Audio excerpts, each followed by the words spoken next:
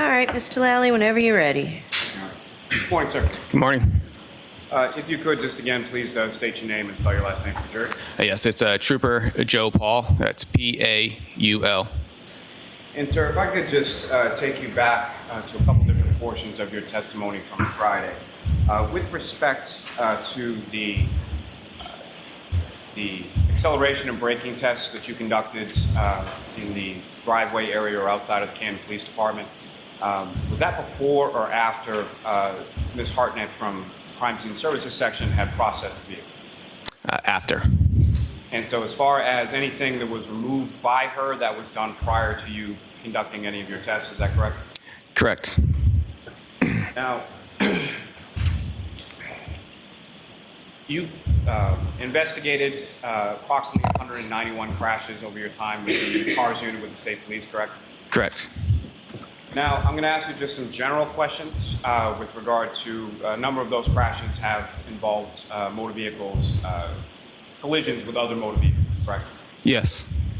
Now, in general terms, with respect to motor vehicle collision, what, if any, you talked a little bit last week about sort of area of impact and point of impact, correct? Correct. Now, that's with regard to the roadway, is that correct? Yes, it is. So with regard to the vehicles coming in contact with each other, what, if anything, regarding damage would you expect or anticipate based on your experience in general terms when vehicles come in contact or touch with each other in a collision sequence? Objection. No, I'm going to allow it. In general terms, what do you look for? So we look, well, there's two times of damage onto a vehicle. One's contact damage and one's an induced damage. So when we look at vehicles, we are looking for what's called as contact damage. And the induced damage is basically, start from the beginning. So contact damage is the damage that is actually made direct contact with another vehicle. And induced damage is the damage that did not make direct contact. So for example, if you push in one piece of metal to make contact, the rest of the metal will make a rippling effect that would be more called induced damage. And just again, in general terms, as far as vehicles coming in contact with each other in a collision sequence, what, if anything, would you expect or anticipate based on your experience to sort of transfer from one vehicle to the other event? It's possible when you transfer, you can have paint transfers that come from one vehicle to another. You got a tire rub off that go from one vehicle to another. Scratches that would come from one vehicle to another.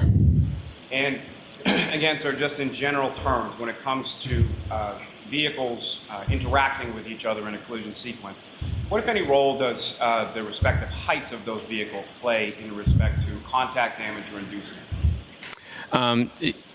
Yeah, it depends on their heights and how they relate to each other. So that kind of shows if one vehicle is taller, one smaller, it's going to show where the contact damage would be from one vehicle to another based on their height. So based on respective heights, contact or induced damage could be in a different location from a bigger vehicle to a smaller vehicle, correct? Correct. Now, if I could turn you back to the tech stream analysis that you conducted with respect to the defendant's vehicle. Now, there were two events that occurred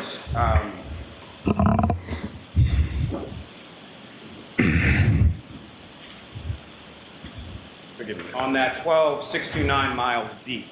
There were two events that occurred within that trigger, within that mileage, is that correct? Correct. And based on your analysis with respect to the odometer readings and the mileage, where is it what is your belief as to where the vehicle was when those two events, being the three-point turn and the backup straight for approximately 60 some odd feet, where did those occur within the travel path of the defendant's vehicle? So the first one where the three-point turn, in this case, it appeared to be possibly on to, it was a Cedar Crest, which, because we know based on testimonies that she missed the exit to Fairview and had to make a U-turn onto Cedar Crest, and that would make sense to why they would occur with close proximity to each other. They're within the same odometer mileage and on the same key cycle. And so that reversed to 24.2 miles per hour for 60 some odd feet. Where would that have occurred geographically from your review of the odometer reading? It should occur probably on Fairview.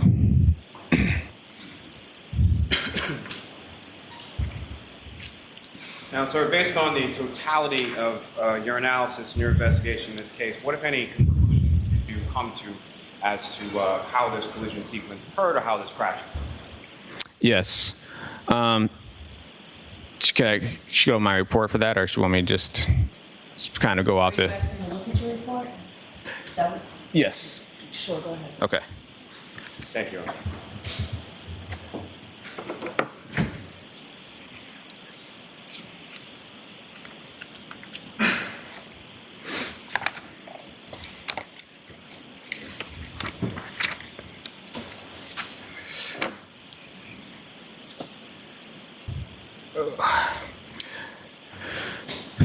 Can we continue? If you could, please. Okay. What, if any, conclusions did you come to through the course of your investigation? So on Saturday, January 29th, 2022, at approximately 12:45. So you can look at your report, but you can't read your report. I'm So reading my conclusions based on what they asked me to do. Okay. yeah. So I can't hear you. Sorry. Okay. So just take your time, read your report, and then answer Mr. Lally's question. And if you need to look at your report, we'll see about that again. All right. Ask the question, Mr. Lally. Based on the totality of your investigation, what, if any, conclusions did you come to with regard to how this collision occurred? So this collision occurred on Saturday, January 29th, 2022, at approximately 12:45 hours. A 2021 Lexus LX 570 was traveling southbound on Fairview Road, in Area 34 Fairview Road. Objection, Your Honor. Yeah. It appears that So, Sorry, I'm trying to oppose it. you know what? I don't, Mr. Lally, break this down. Ask Yes, please. simple questions so that the witness can answer your questions. We don't need a narrative. From your investigation, what, if any, conclusions did you come to as to where this collision occurred? So, all right. So, on the night of Saturday, January 2022, at approximately 12:45 hours, a 2021 Lexus LX 570. Can you slow down, sir? So, yes. So forget all that part, Okay. Trooper. All Just right. answer the question. Okay. Where did it occur? It occurred in the area 34 Fairview Road. And who, if anyone, were the participants in this collision sequence? The operator appeared to be Karen Reed, and the pedestrian was John O'Keefe. And where was the vehicle located in reference to the residents of 34 Fairview Road? It was located along the southbound travel lane and to the left side of the house as you look at it from the front. And as far as the vehicle, what, if any, directionality did it head in, and what, if any, interaction did it have with Mr. O'Keefe? So the vehicle was traveling in reverse along the southbound travel lane, traveling north. And how fast was the vehicle traveling and over what distance? The vehicle traveled up to 24 miles per hour and approximately 62 feet. And at the time that the vehicle was traveling approximately 24 miles per hour over approximately 62 feet, what, if anything, occurred then? The right rear of the Lexus struck the pedestrian John O'Keefe. And post-collision, what, if anything, occurred with regard to Mr. O'Keefe? Mr. O'Keefe was projected forward and to the left along the front yard of 34 Fairview Road. And post-collision with Mr. O'Keefe, what, if anything, did the defendant's vehicle do? The Lexus continued traveling in reverse before they left the area. Now, as far as the vehicle itself, from your inspection, what, if any, role did any mechanical aspects of the vehicle play in this collision? There were no mechanical defects. And as far as your analysis of the roadway and other factors related to that, what, if any, role did they play in this collision sequence? There were no roadway or environmental factors that contributed to this collision. Now, sir, with respect to your investigation, what, if any, opinions did you draw based on your training and experience in regard to this collision and how it occurred? May I look at my report real quick? Just make sure. Yes. Thank you.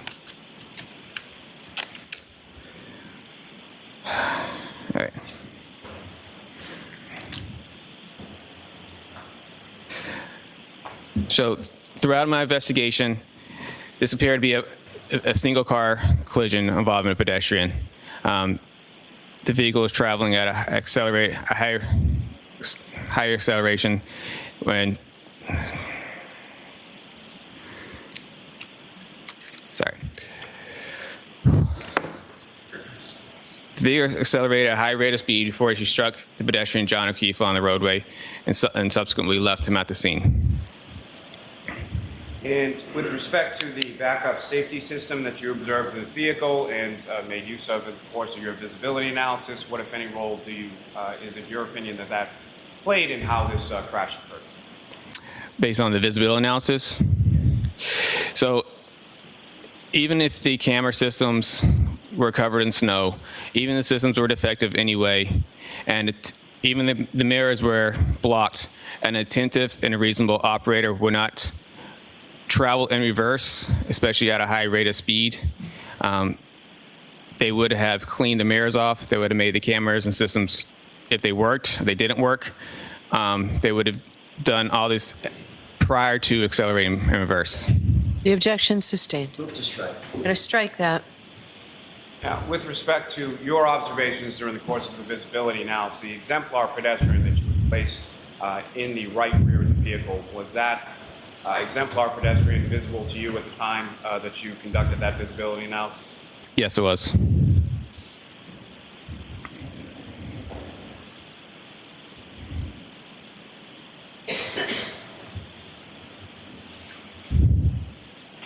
Thank you, sir. I have no further questions. Okay, cross-examination? Thank you, Your Honor.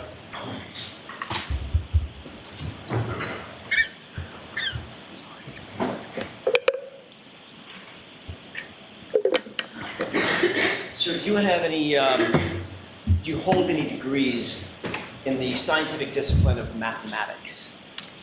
I do not. Do you hold any degrees in the scientific discipline of physics? I do not. Hold any degrees in the scientific discipline of biomechanics? No. How about in engineering? No. How about in kinematics? No. What's the highest degree that you do hold, sir? I have an associate's degree. In what? Administration of justice. You mentioned kinematics on Friday. Do you hold any certificates in the specific area of kinematics?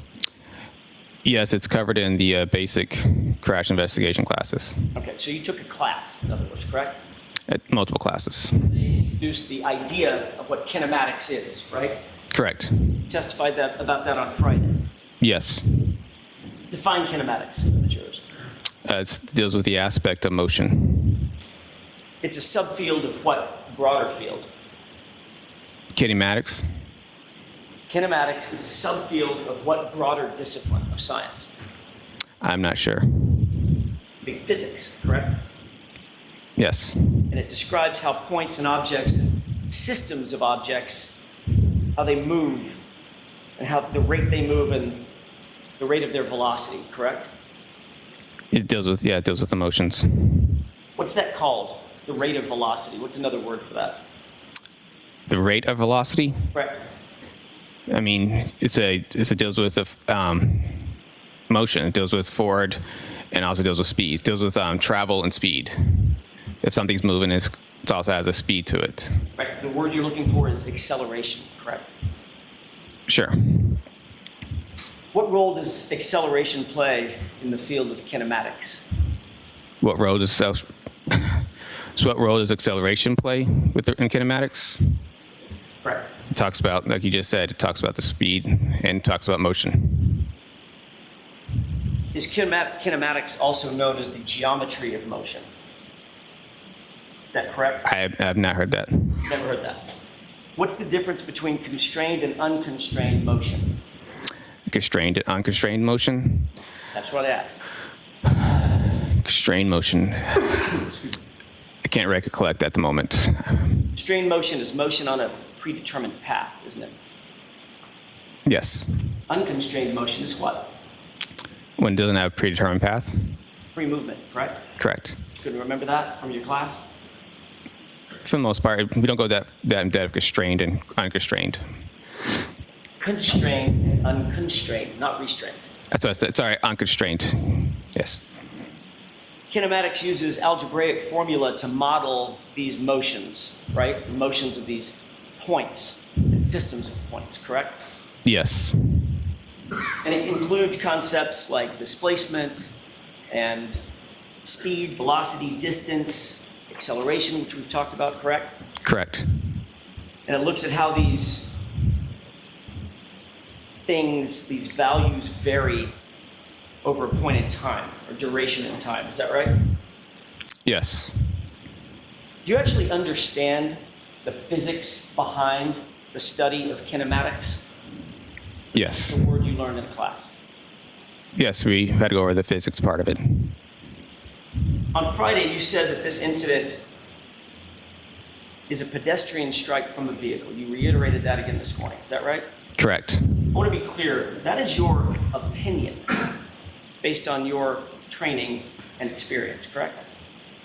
Yes. And on Friday, you said you based that fact, or you based that rather opinion, on the fact that you noted a half-mile-an-hour decrease in speed and a steering input of less than 10 degrees at some point in that reverse motion, correct? I said that was consistent. That data point in general was consistent with something that you would see within data of a pedestrian striker striking something else. I do go in my report saying I can't say that's definitely where a pedestrian was struck, but I'm sorry, I could barely... it wasn't definitively. Sorry, in my report I do say I can't say that is definitively where the pedestrian struck. You cannot say it. Definitively, yes. Okay, so you're going to have to slow down and speak up, okay? All right. You just said, I just want to make sure I'm hearing you correctly, and I apologize. Okay. You said you cannot say definitively that that resulted in a pedestrian strike. That data point within the text stream data is what I'm talking about. Okay. That specific points, that time frame.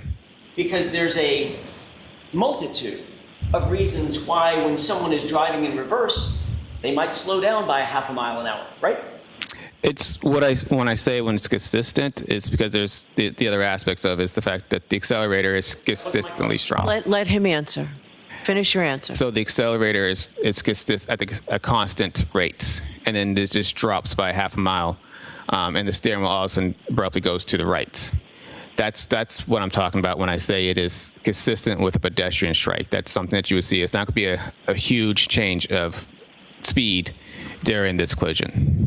You also note that at the time, it had begun to snow, correct? Yes. There would be snow on the lawn, right? Correct. There would be snow on the cars, Yes. snow on the trees, Yes. snow on the roadway. Yes. Snow on the roadway could impact how tires move over the roadway, correct? In a way. And obviously, there are a multitude of reasons why somebody might input a 10-degree input on a steering wheel, correct? Correct. That's why I said I couldn't definitely say it. Right. So every time somebody slows down, going in reverse or forward, and introduces a 10-degree input on the steering wheel, doesn't mean they're looking to hit a pedestrian, correct? Correct. You testified that you determined the area of impact by basically following, if I heard your testimony correctly, basically following the debris field from the body from where you believed John O'Keefe's body's final resting place was, almost linearly to the furthermost piece of debris that was found. Did I get that right? Yes. In other words, you established what in your mind, or what you were told was his final resting place, and what you were told was the debris field. And you indicated that the furthermost piece of debris would basically be the area of impact, right? It's within that line. I didn't say that is the area impact where the furthermost piece of evidence is. All right. It's just the linear, like you said earlier, it's that linear. We're throwing that path. That's the path that he traveled post-impact with the vehicle. And that is on which that fact that you stated is on which it's a terrible question. That's the basis for your opinion of where the area of impact was, correct? Yes. Let's take a look at exhibit, with the court's permission, 587. It's your diagram 3. If I may approach, Your Honor, just for Okay?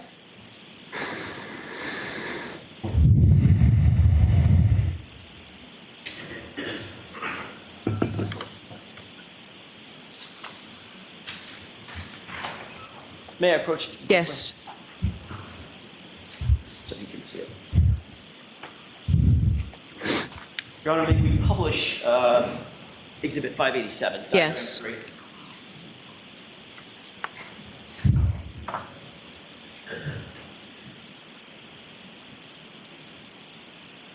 Okay. Sir, you see diagram 3 on the board. You also have it in front of you, correct? Yes. It's easier for you to refer to what's in front of you because that's a little bit further away. Just let me know. Okay. The red arrows adjacent to the blue writing, where I'm highlighting right now, indicate basically the debris field that you explained to the jurors on Friday, correct? Yes. And then there's a point of an arrow that comes back to a wording that says pedestrian's final rest, basically right there, correct?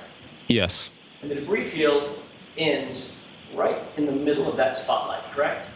Yes. All right. So that's the area of impact that you indicated to Mr. Lally you believe occurred because of the debris field and the linear portion of that debris field going from the pedestrian's final rest all the way out to that final little red arrow that says red plastic B in parentheses, correct? Yes. Yona, can we have Exhibit 492 published to the juror, please? Okay? Approach. Yes.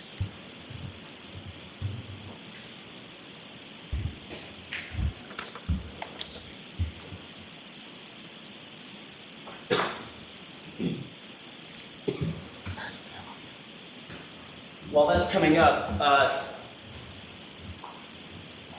have you ever seen this?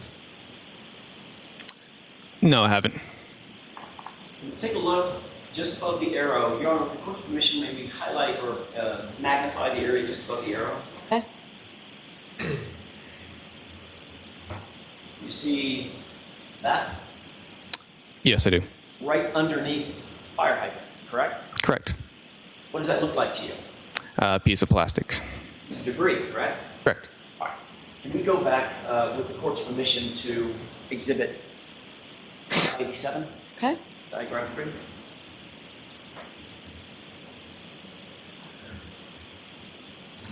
You see the fire hydrant? Yes. Fire hydrant's right there, correct? Correct.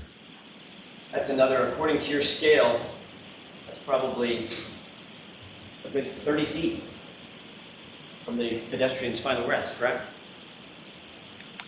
Yeah, that's about right. That is the furthermost in this diagram, the furthermost piece of debris on the diagram, correct?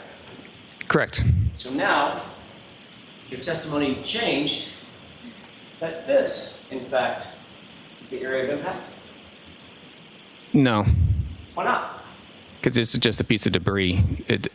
I'm talking about the path. You follow the path of debris field. Debris can move and change. The debris doesn't fly backward, does it? I'm saying you pointed to like just the fire hydrant as the area impact where the debris, where that one piece of plastic was, saying that's the area impact is right next to the fire hydrant. Are you asking me a question? Yeah, that's what you said, right? I'm asking you, I'm making sure I'm understanding what you're saying so I can answer the right. Ask the question again, Mr. Jackson.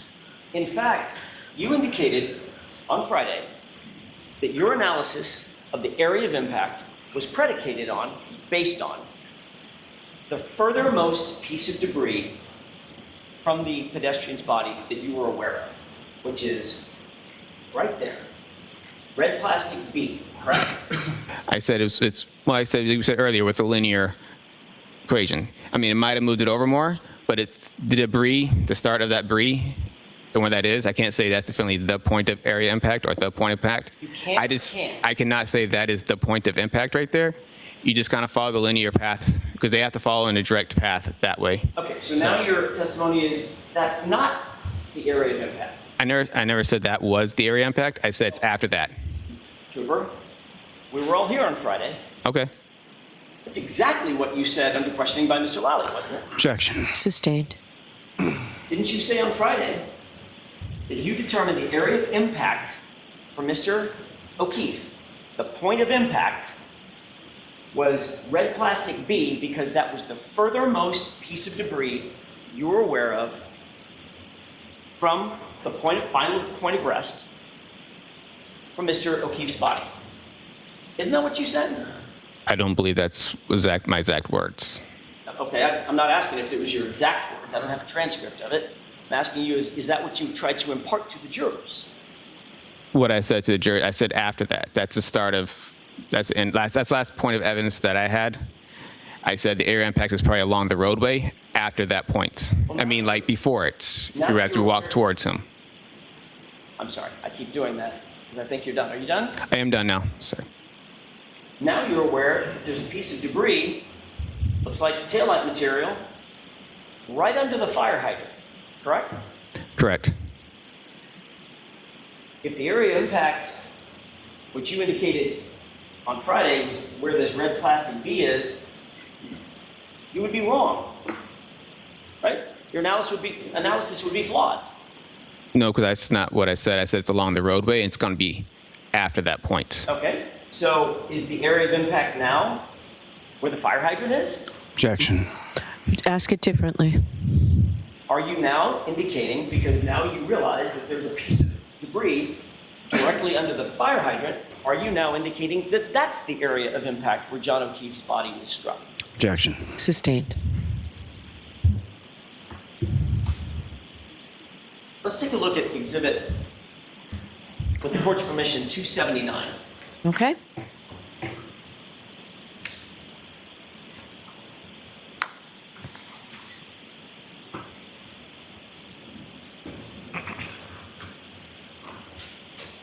Taking a look at exhibit 279, I want to draw your attention to that piece right there, of plastic. You see it?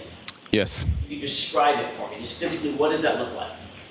It looks like clear plastic with a little bit of red and black on the top part. Okay, maybe in a triangular shape, is that fair? Correct. Okay.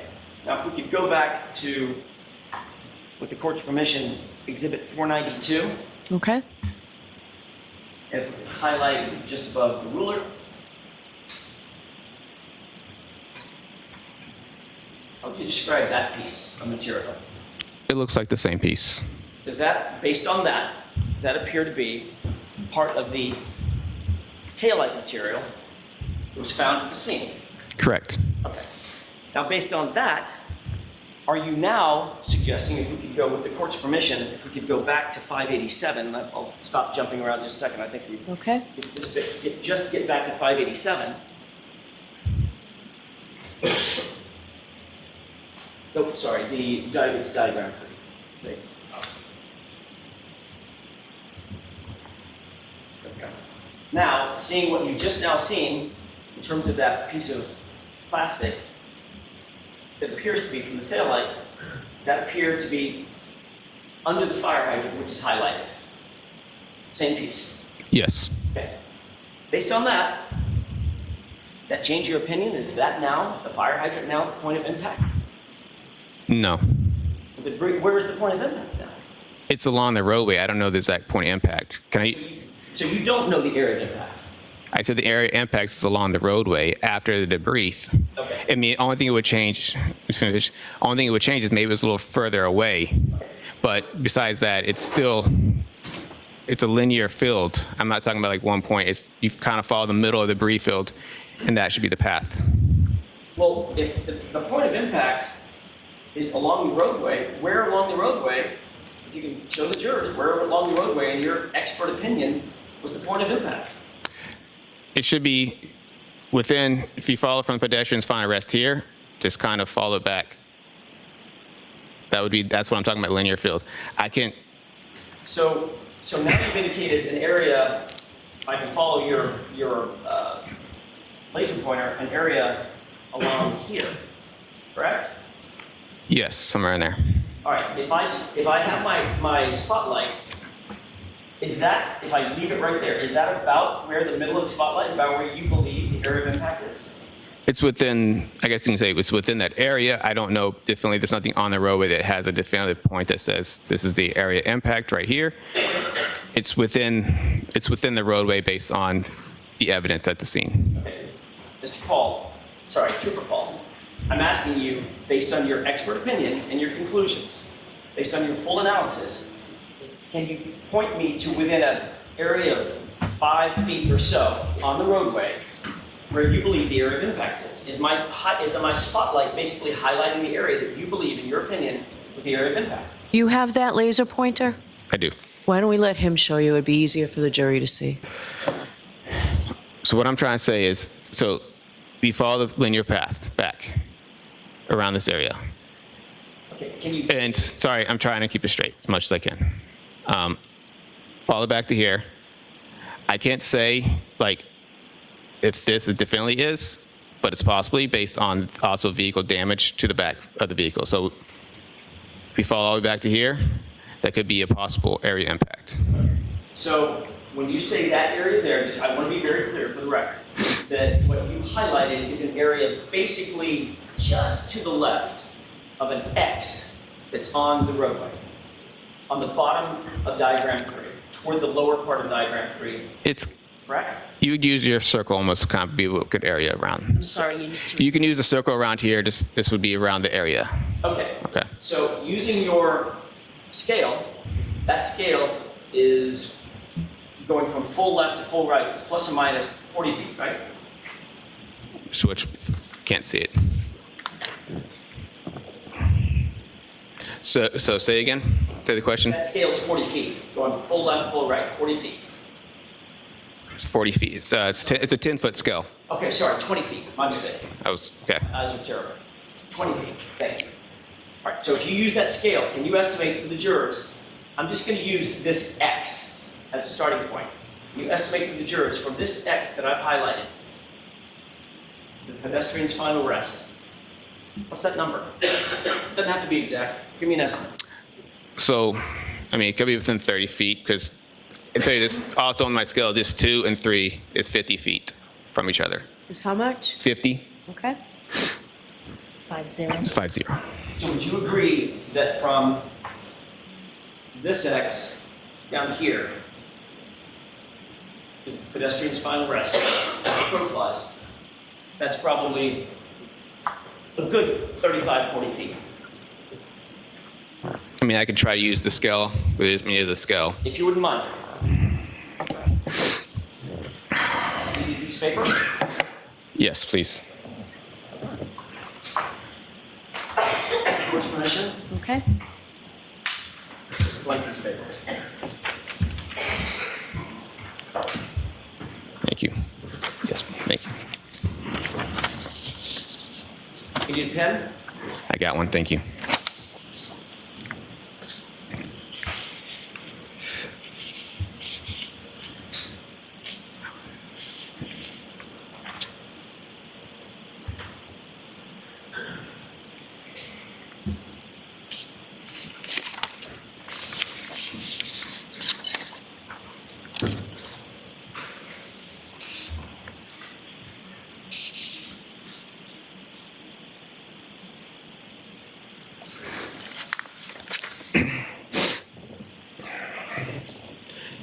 It's a little around. It's approximately 30 feet.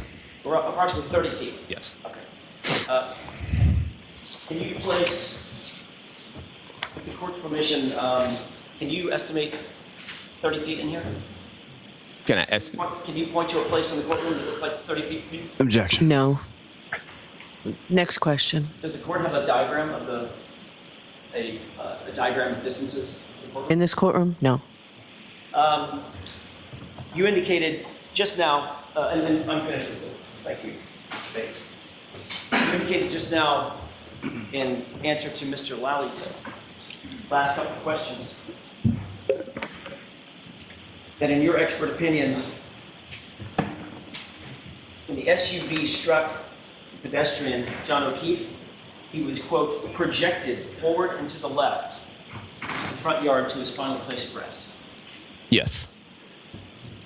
So your expert testimony is that John O'Keefe was hit with the SUV and flew 30 feet. Projected, I mean, like I don't say he flew all the way there. He was projected in that way. He got pushed forward in that direction. Which, if he was rendered incapacitated, landed there, he'd have to sort of fly there, correct? Didn't walk there. I mean, would you definitely flying like literally off the ground the whole entire time, or? Well, you tell me, you're the expert. I mean, when we say projected, we mean he gets projected, and they usually have a landing phase, and they land, and then they either roll or tumble to final rest. Okay, how far do you think he landed? How far was it until he landed of that 30 feet? I don't know. There's no indication of where his exact landing spot was. Right. Was there any evidence whatsoever that he landed and rolled? And there was no evidence that he landed or rolled. Or no, rolled. According to you, the evidence that you have in front of you is that you get hit, fly 30 feet, land where he ended up in his final rest, right? Objection. Sustained. Ask it differently. Based on your expert opinion, you believe that he was projected through the air to his final rest place. That's not what I was saying. But you said there's no evidence that he rolled. And there's no evidence that he flew through the air either. Exactly. Right? Exactly. Objection. Sustained.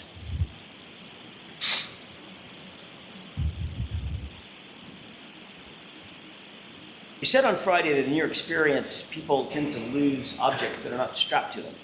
Is that right? Yes. In other words, get hit by something, car, truck, bus, whatever, train, and if you have something in your hand, boom, you lose it, you drop it, if it's not strapped to you, correct? Correct. How do you suppose that Mr. O'Keefe, in your opinion, held on to that glass cup that was found right next to him over the course of 30 feet being projected? Objection. I'll allow it. Do you have a theory on that? I don't know. I mean, it just could have been with him the whole way. I don't know. I wasn't there, so I don't know how the glass stayed with his body and went with him to the final rest. So it's just common sense. You have to believe that if it was in his hand, he held on to it the entire time that he was being projected 30 feet, correct?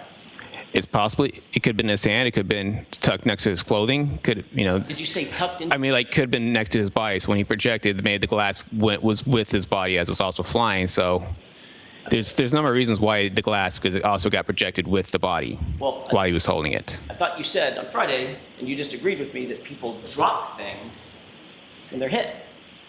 Yes, but not everything it tends to fly off. I mean, some stuff flies off, some stuff will stay on. I see. It's not uncommon to find a piece of clothing and stuff, that you find at the scene. Piece of clothing? Like clothing, like shoes, like shoes and stuff like that to come off the body during a pedestrian crash. Well, that's not what I asked. I know, I'm just saying, you asked me, you said I'm just responding to what you said. And trying to make sure you understand what I'm saying. No, I don't, but I'll Yeah. ask another question. Shoes are strapped on by definition, right? Yes, but it's very common for shoes to come off. How about a cell phone? Cell phone, yeah. Yeah, it depends. Depends on where it is. It was under his body. Okay. How do you account for that? He held onto a cell phone with one hand and held onto a cup with the other. Objection. Sustained. Ask it differently. If the cell phone was found under his torso, under his body, what's your theory on how that cell phone ended up flying 30 feet with him? It just did. Just did. And somehow, as he landed, tucked that cell phone underneath his body so he landed on top of it. It just did. That's the evidence at the scene. I didn't put the evidence there. So Well, you didn't. Objection. All right, so jurors, I've told you before, lawyers cannot make comments, so disregard it. Mr. Jackson, don't do it I again. understand.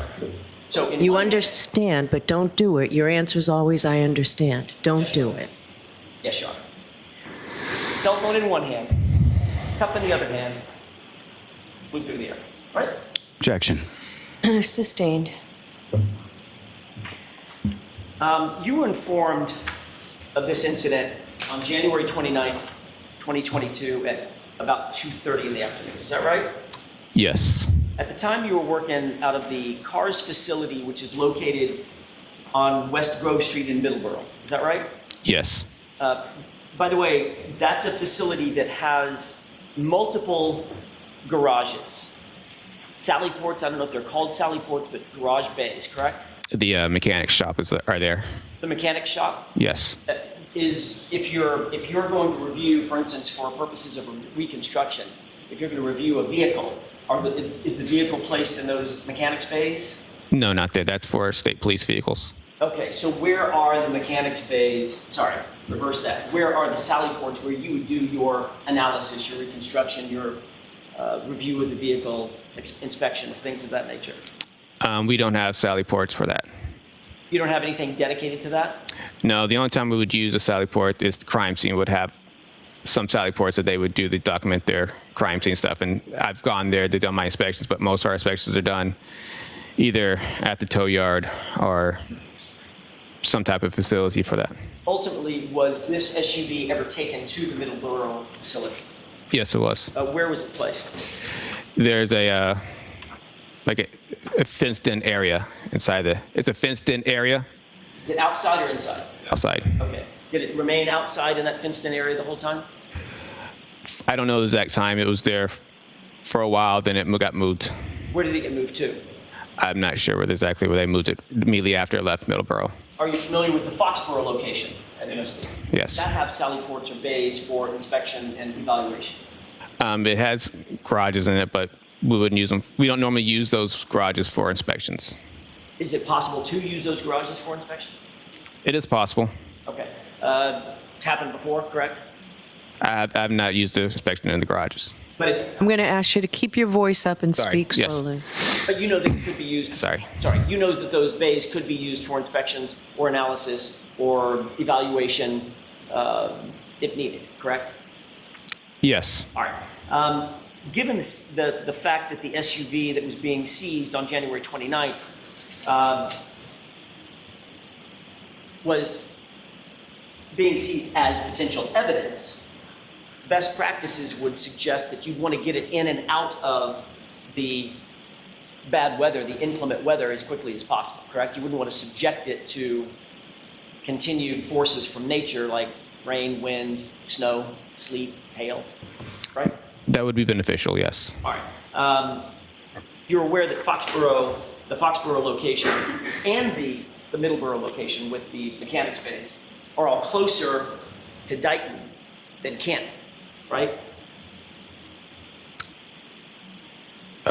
Both Foxborough and Foxborough and Middleborough are both closer to Dighton than Canton. In other words, you have to pass by, depending on which way you go, pass by Middleborough, pass by Foxborough to get to Canton.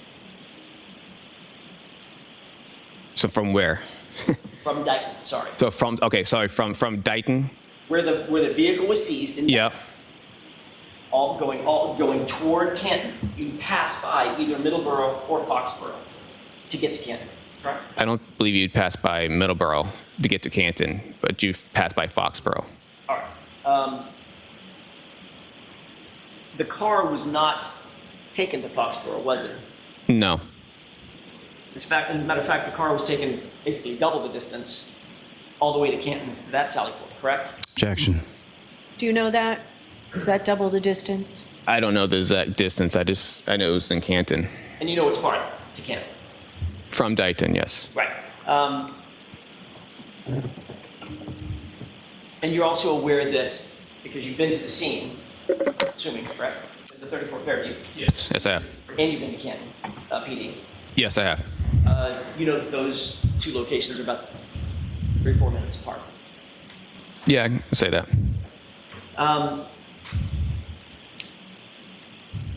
When you started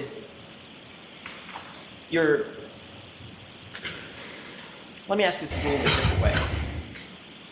Before you began any review on this case, any physical review on this case or analysis on the case, you were told that there had been a crash, correct? Yes. You testified to that at the state court grand jury in this matter. Is that right? That you've been told in advance this was a vehicle pedestrian crash and you were asked to analyze it, right? Yes. You wrote in your report that it was a single vehicle collision involving a pedestrian, and you were, quote, assigned to reconstruct that collision, correct? Yes. So when you began your analysis, Trooper Paul, you were told conclusively by the lead investigator, Michael Proctor, that the deceased was hit by a car, and your job was to reconstruct it. Is that right? Objection. Okay, so there are lots of parts to that. Break it down. Sure. Were you told by Michael Proctor to reconstruct this incident? Objection. So were you told that by Trooper Proctor? I was not. Okay, next question. Sure. Who were you told, who were you given your instructions by Instructions for what? to reconstruct this incident? I wasn't given instructions to reconstruct it. It's just I was assigned to it. Right. That was requested. My assistance was requested to reconstruct it. That's my question. Who assigned you to it? I talked to my sergeant at the time who gave me the phone call.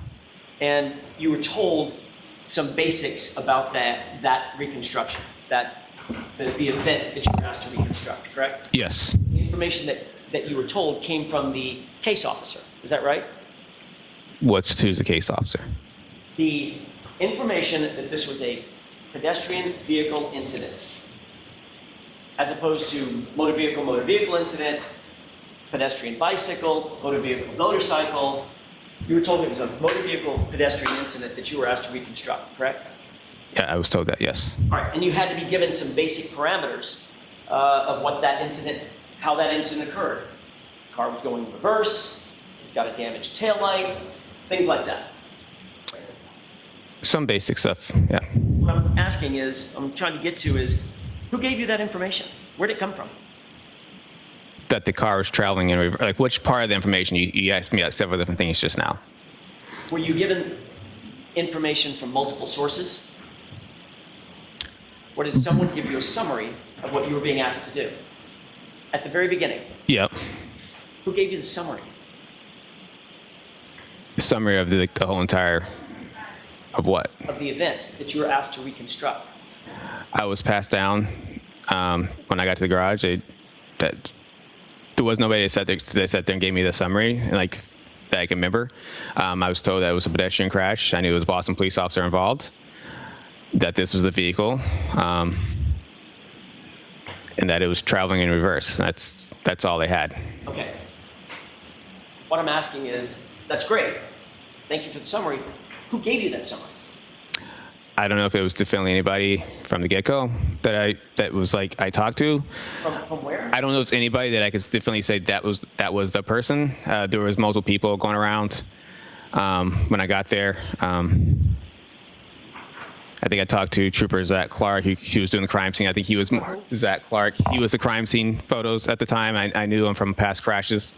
He just said this is the vehicle, and I think he kind of gave me a little bit of a lowdown on what the vehicle was. Okay. So My question is this. When you got that, did you call it a lowdown? He gave you the lowdown? he gave me information, yes. Right. When you got the lowdown, you were told Boston police officer was involved, the vehicle pedestrian incident, car was going in reverse, and ultimately led to the death of the pedestrian. Struck the pedestrian in reverse, correct? Correct. All right. And you were assigned specifically to try to reconstruct that incident. Yes. Have you ever heard of the phrase confirmation bias? I know the phrase, yes. You know what it means? I can't definitely say what it means. Developing a conclusion and then trying to find evidence to fit that conclusion. Does that sound right?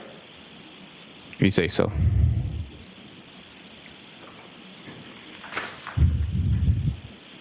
You noted in your direct examination that there were scratches on the passenger side rear bumper of the Lexus, correct? Yes. How exactly were you able to scientifically determine that any of those scratches were from an incident on January 29th, 2022, as opposed to any other time?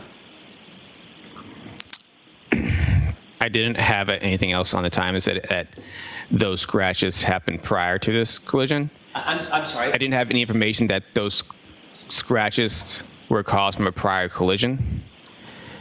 And so when I looked at the evidence, I knew it was in that same area, the right rear tail light. So when I looked at it, it didn't quite fit the pedestrian thing. So when you showed me the video, or I saw the video like a year ago on Court TV, I said that could be. You asked the question, so next, I keep did, going. it's not responsive. He's answering. Next trying to- question. Then You guys go how ahead. scientifically Hold on. thought the scratches were. Hold on. Ask Sorry. a question, Mr. Jackson.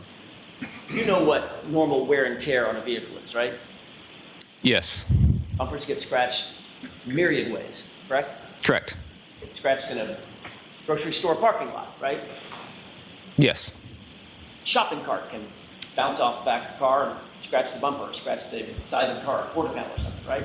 sure. I mean, I don't want to go through it, but there's thousands and thousands and thousands of ways that a car can get a scratch, correct? Correct. My question is, as you sit here, do you have any scientific evidence that those scratches occurred on January 29th at approximately 12:45 a.m.? What do you mean by scientific evidence? Well, do you have any evidence whatsoever that you can point to that those scratches occurred on that date and at that time, rather than any other time in the history of that vehicle? Like I said earlier, the video seems to appear that's what it looks like that could have been from. Well, you said on Friday, let's talk about those scratches for a second, because Okay. when you testified Friday, you were pretty clear. You said that, if I can find it exactly.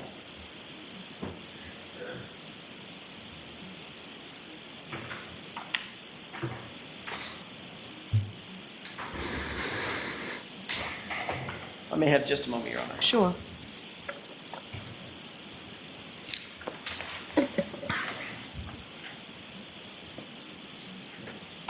You said, quote, "The dent and scratches for his hand could be those are consistent with striking the Lexus."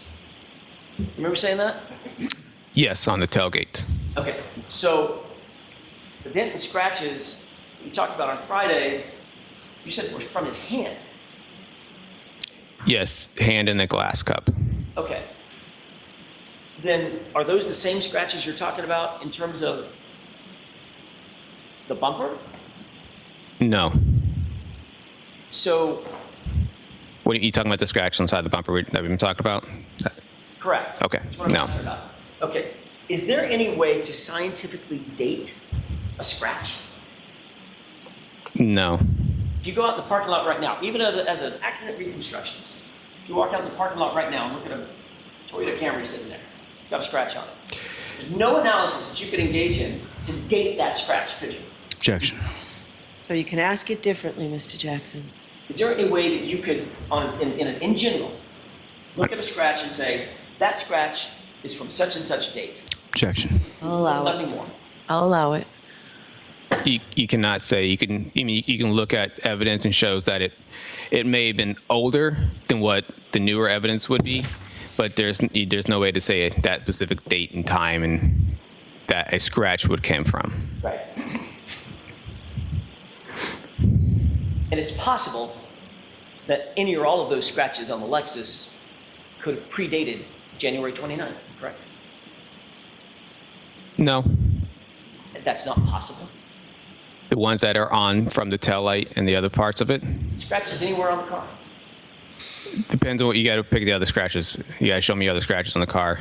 I'm saying it's possible, since you can't date a scratch, it's possible that any or all of those scratches could predate January 29th. It's a simple question, right? It's possible. You're being pretty broad on your scratches here. I'm not being brought. Let me ask it a different way. Let me ask it again. Is it possible that any or all of the scratches that were noted on that car predate January 29th? Any and all of the scratches? See, that's what I'm saying. You're being pretty broad. Any and all scratches on the car Answer that question. If that it it's possible. predate. Objection. I don't know every single scratch on that car. That could mean Overruled. So can you answer that question? no. You testified that you noted glass on the rear bumper of the SUV, correct? Yes. And you said something about that glass coming from the cup. Correct. He also said that you did not see anything on that SUV that could be the source of those glass pieces on the bumper, right? Yes. When you did your reconstruction and your analysis, were you informed that none of the glass pieces, not one of them, could be matched to the cup? I don't know anything about that. I don't know that. So if you knew that the glass pieces on the bumper do not match the cup, would that change your opinion Objection. about that glass? Can you answer that question? I cannot. You can't answer the question. It's what was told to me as evidence Got it. By whom? by the crime scene. Who told you? As crime scene that was there, it says it's glass from the cup. When I did my initial inspection, that's what it was on from. That's not what you just said. You said that's what was told to me. Yeah, by crime. Yeah, I continue by crime scene. While I was at my inspection, Wait, what? it was told to me by the crime scene when I was at my inspection, at the initial inspection. So what you meant by that's what was told to me is the crime scene talked to you. Yes. Crime scene say anything else? I don't know what else you want me to say.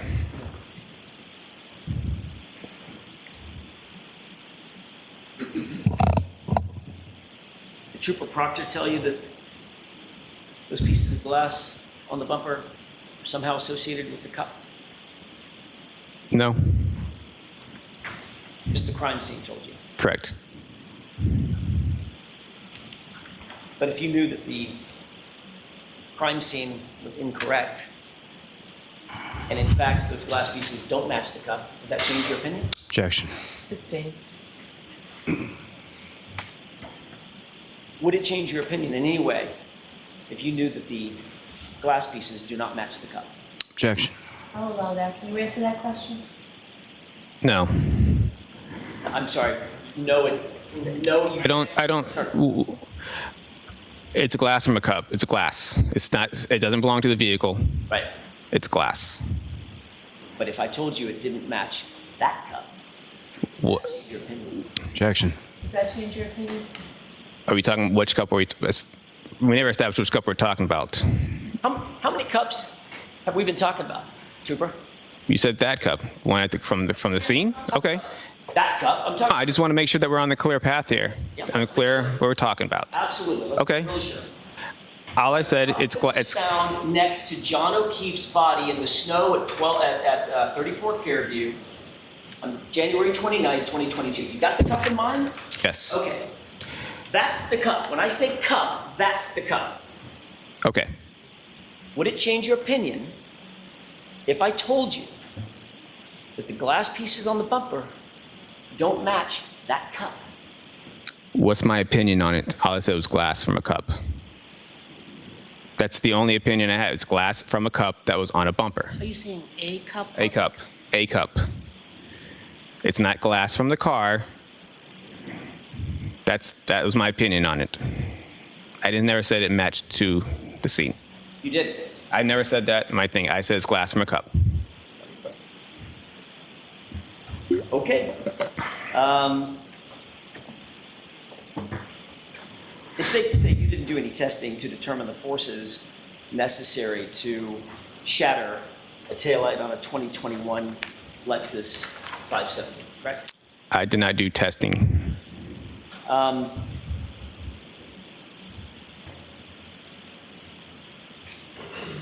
Your report indicates, we've talked about this a little bit, I'm going to go back to something we talked about earlier this morning.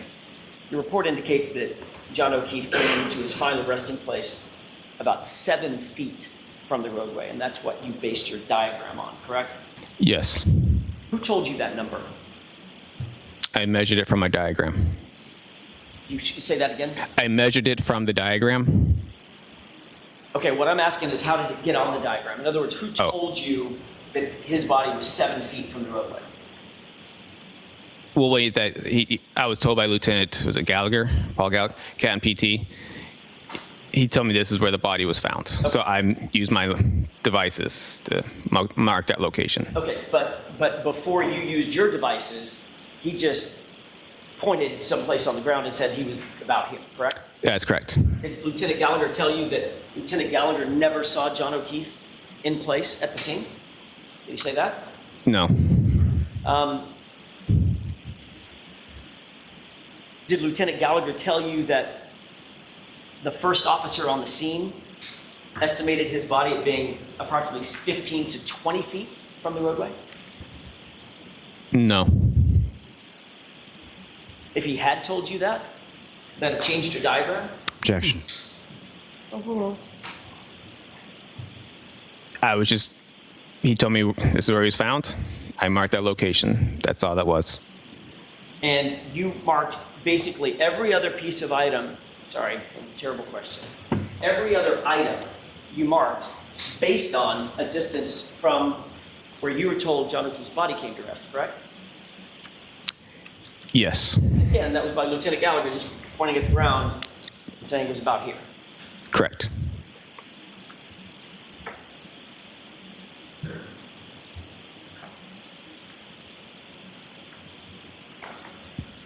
Was there a single member of the team that was out when you were being shown where the body came to rest? Was there a single member of that team who actually said they saw John O'Keefe's body in place?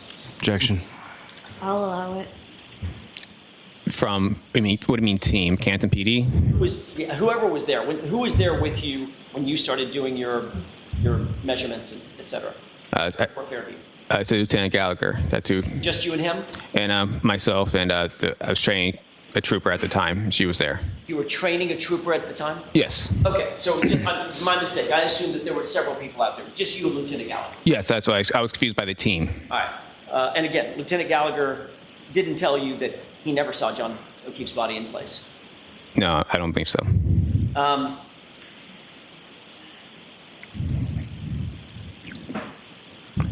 You did document in your report that the items that you noted on your diagram that we just looked at a few minutes ago, those were found by the CERT team, correct? Yes. And you indicated in your report that the members of the CERT team located a single Nike sneaker that's noted on your report. Is that right? On Correct. your diagram, rather. Yes. You also indicated that, quote, in the same area, 2 red plastic pieces and 1 clear piece of plastic of a taillight was discovered. Yes. So your report is clear that in total, the items discovered by the CERT team on January 29th were a shoe, right? Yes. A partial glass cup broken, correct? Well, it was that on there. I can't remember if that's on their diagram or if that's what I was told at the scene, but yes. Either way. Yes. You knew that a cup was found? Yes. Or you were told a cup was found? Yes. And 3 pieces of plastic, 2 red, 1 clear. Yes. Not 5 pieces of plastic, correct? Correct. You then measured those items, is that right? I didn't. What do you mean measure them? Like Measured at the. them relative to John O'Keefe's final place of rest. 10 feet from it, 12 feet from it, we're gonna go over those numbers. Yes, I used their report to place those items onto my diagram. So,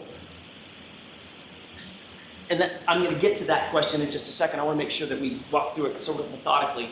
You then use some calculation, some tool or something to measure distances. Like there's where I assume John O'Keefe's body was. Here's a final rest place. I'm going to use that as point A, and then I'm going to measure from there and go 7 feet to where the shoe was found, or the first red plastic piece was found, or whatever, right?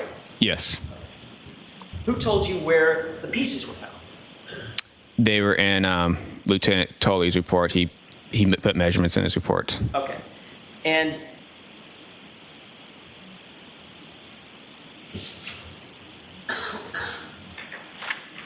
you noted that the shoe was 9 feet.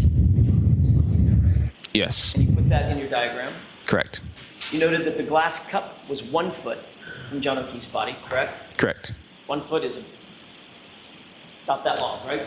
Yes, it was. They basically said it was found next to him. Right. Yes. A piece of red plastic 7 feet from John O'Keefe's body, correct? Correct. A clear plastic piece 10 feet from John O'Keefe's body, right? Yes.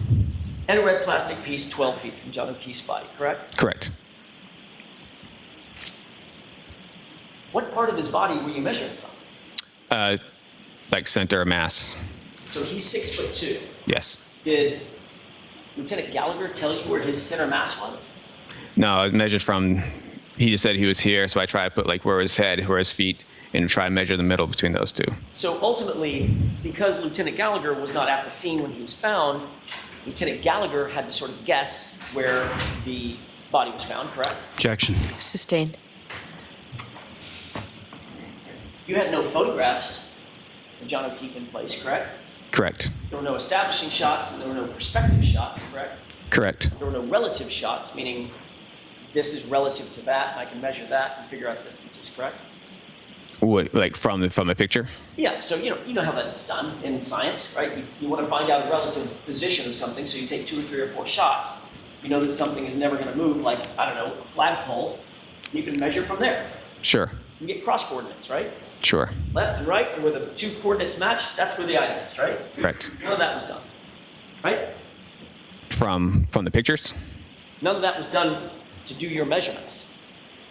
I use, like I said, I used the measurements from, measured on my diagram in itself, and I measured from those points off my diagram. Right, Trooper, but the starting point was a guess, wasn't it? Objection. Sustained. Did you have to sort of guess at where you thought John O'Keefe's body was?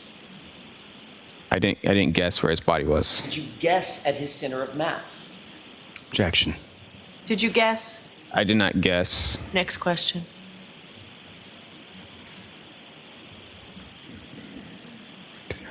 You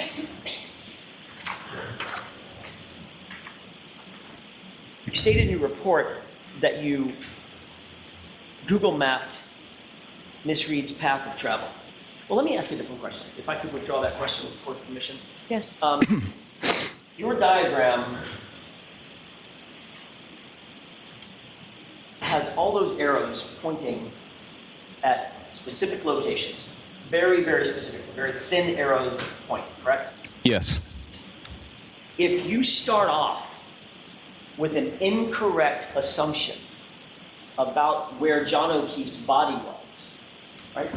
Hypothetically, if you were to start off with an incorrect assumption where John O'Keefe's body was, every single item that you note on that diagram would then be off as well, wouldn't it? Objection.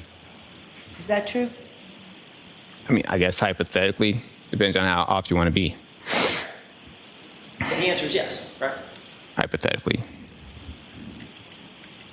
You stated in your report that you Google mapped Miss Reed's path of travel on January 29th based on what you determined to be, quote, it's likely the two, and you said that it's, quote, it's likely that the 2 events, meaning the triggering events, occurred at the same time the Lexus was at 34 Fairview at the time of the collision, correct? Yes. The first triggering event was what? Was it a 3-point turn or a U-turn? I thought I heard you say both. I guess it would be more, 3-point turns, essentially, I guess it's a 3-point turn. Okay. Yes. Well, did you say U-turn on Friday? Because I could have sworn I heard that. It could have been a U-turn. I mean, it's still turning around. So he had to make a U-turn when it's a 3-point turn or not, but it's still. Okay, but I mean, not to be picky, but sort of my job. Okay. A U-turn is traveling in one direction, turning, right? Turning the wheel, never changing gear, since it's reverse or anything, just turn it, right? Yeah. A 3-point turn requires moving forward, stopping, changing gears, moving backward, stopping, changing gears, using a steering input, and then moving off, correct? Correct. Well, those are 2 very different maneuvers, right? You'd agree. It's, in a sense, I was trying to say she made a U-turn. Like you can say, they made a U-turn. It's a 3-point turn. They're still making a U-turn. And I didn't mean it as like she literally had to make a direct U-turn. She was turning around. And obviously the diagram, or the trigger shows a 3-point turn. Well, I mean, I guess you could have said reversing direction, right? That could have been a better way to say it, yes. You didn't say that. You said U-turn. So are you changing your testimony from Friday that it was a 3-point turn, or could it possibly have been a U-turn? It's a 3-point turn. Okay, because you have evidence of the starting, stopping, changing gears, reversing, stopping, changing gears, turning. That's correct. Okay, so when you said U-turn, that was inaccurate. Objection, Your Honor. The objection sustained. Let's get back to the path of travel when you began your analysis. How did you know what the Lexus's path of travel was that day? I got the directions from Trooper Proctor. And what did Trooper Proctor tell you in terms of the path of travel specifically? A starting point and an ending point? Tell you the exact path Lexus traveled. No, all I got was mostly just the addresses. Okay, so if you've got 2 points on a map, and Trooper Proctor told you Lexus traveled from point A to point B, there are multiple ways to get from point A to point B. You'd agree with that, right? Yes. You picked one of those, right? The path of travel including freeways, et cetera, right? Yes. But as you sit here, you don't know what her actual path of travel was, because it could have been something different, right? It could have been something. That's why I gave a range on my diagram. Do you have any scientific evidence to establish what her actual path of travel is, or did you just guess at the path of travel? I got the addresses from Trooper Proctor. I put them into the thing, and then one of the possibilities of 36 miles, and that was after looking at all of them, at 36 miles is a possibility. Right, understood. So that's what I'm trying to get to, Trooper Paul. Okay. That's one possibility. There's 36 miles, Mm-hmm. one route of travel, right? Correct. There are other possibilities, right? Yes. So between and among the possibility that you picked and the other possibilities, you just sort of have to guess. And there's no science to it. You just said, I'm going to pick that one and put it in my report, right? No, that's not how that worked. Okay, why don't you tell me how that works? Her odometer mileage on the car from the download and time we had the vehicle shows 36 miles. So when I plugged those addresses into Google, it came up as 36 miles as a possibility. And you knew that there was another route of travel to the same location, correct? What do you mean? There were alternative routes of travel to the same 2 points, from and to the same points, correct? Yes. Yes. You could have tried to extract the location data from Ms. Reed's cell phone to determine the exact route of travel, correct? I don't know. I don't have access to do cell phone extractions. So that answers my next question. You did not even attempt to do that, did you? No. You did attempt to analyze the key cycles for the Lexus in order to determine placement of that vehicle. You just talked about that with Mr. Lowry, right? Yes. I want to be clear for the jurors because most people have probably never heard of key cycles. A key cycle does not have any location data associated with it whatsoever, does it? Correct. It just shows you when a vehicle is turned on, the ignition is on, and off. That's one cycle, correct? No. Tell me what I've got wrong. Key cycle, the car doesn't have to be turned on. Say that again. It goes from off to run. The engine doesn't have to be started to off. Understood. So if it turns on, well, every single ignition is a key cycle. Every time the engine turns on, that's absolutely a key cycle. Once it's turned off again, right? That gets recorded as an ignition cycle. Right.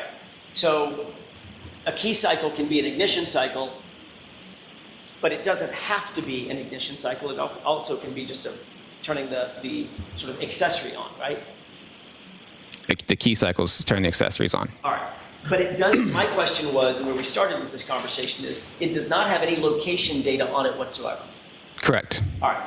So when you drive your car, you walk out, get in the car, turn the ignition on, start to drive, get to your location, turn it off. That's one key cycle, right? One ignition cycle. But and I'm going to use the word key cycles because you use the word key cycles in your report. That's what we're talking about. I'm using that because that's how the trigger was read. That's how what? The triggers were read on the text stream. That's how they read them, key cycles. By key cycles. Yes. I'm going to use that phrase key cycle. Okay. We're talking about the same thing. It's an ignition on, ignition off cycle. Doesn't have to be on.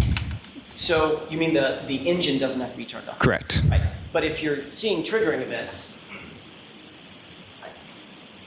not trying to be tricky here, seeing triggering events, your car's in motion, what does that tell you? The ignition's on or off? The ignition is on. Right. That's what I'm getting to. But it has no location data associated with whatsoever. It could be here, it could be in Wyoming. The car wouldn't know the difference. It's not going to report the difference to you, correct? On the key cycle, Right. on just the key cycle. The key cycle does not give out locations. Say that again? The key cycle does not give a location. Right. So your analysis is trying to go from a known key cycle that you can figure out and then work backward from there to try to figure out where the car was on a particular ignition cycle or key cycle, correct? I didn't use the key cycle to put it back.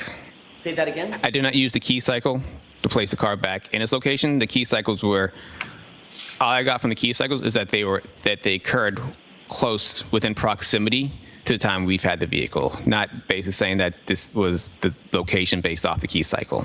Well, let's look at Exhibit 591 with the court's permission. Okay.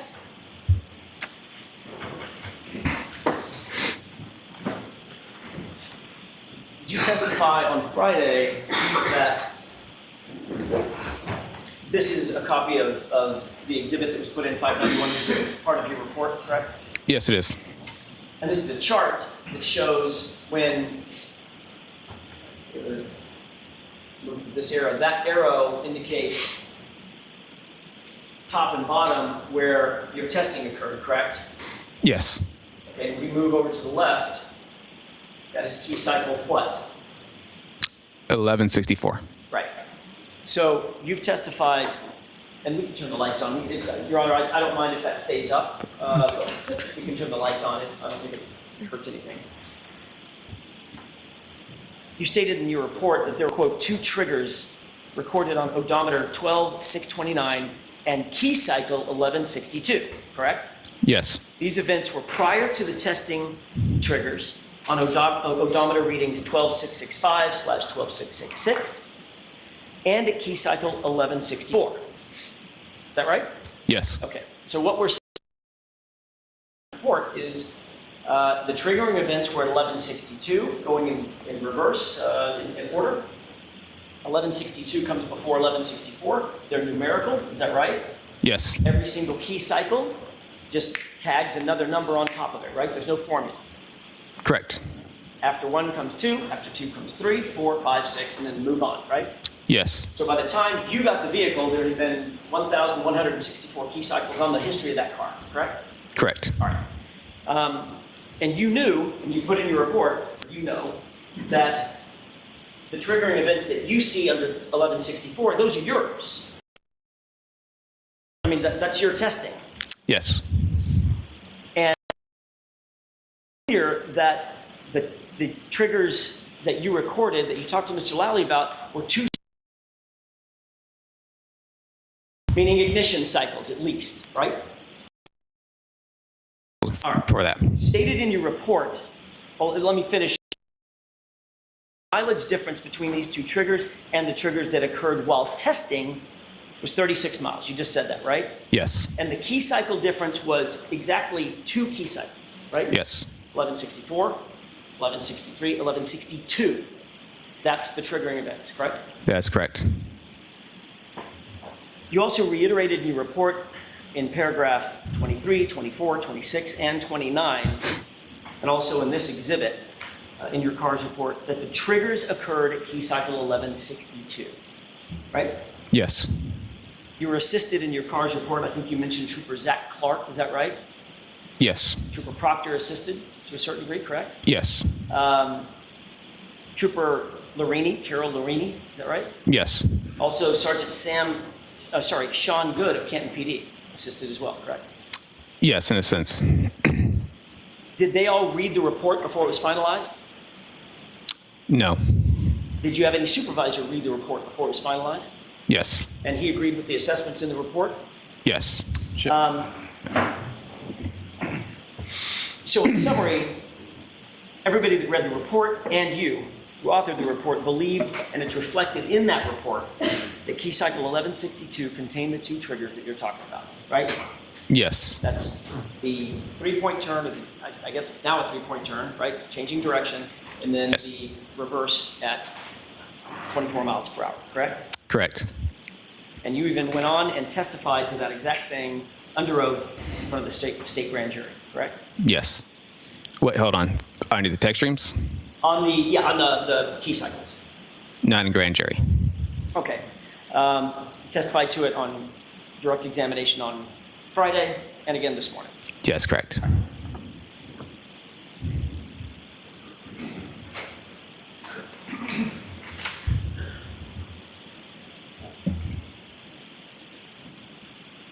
If your testing occurred at key cycle 1164, that means you turned the engine on, the ignition on to start your testing, correct? Correct. And that triggering event that we see up there at 1164 initiated your testing. Is that right? Yes. All right. So that 1164 is where that's where there's no more unknowns, in other words. Right? You know exactly where the car is, who's in the car, who turned the car on, and what the triggering events were and what they reflected, because you did it, correct? Correct. It's you. Yes. So that would be the cornerstone, basically, of your entire analysis of the key cycles. Say again. The cornerstone, in Like- other words, the one known that is immovable, it's immutable, is 1164 began your testing. Is that right? Objection. Is that right? I'm going to allow the question. Yeah, that's when the car was in state custody. All right.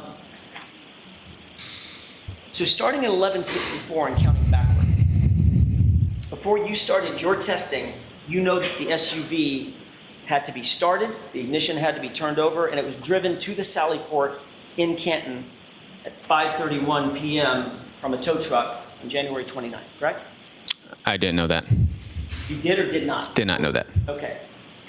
Assuming that the car had to be started and put on a tow truck, that would be key cycle what? I don't know how. I can't speak to the fact that recorded a key cycle at that time. I can't hear you. I can't speak to the fact that we would record a key cycle at that time. Okay.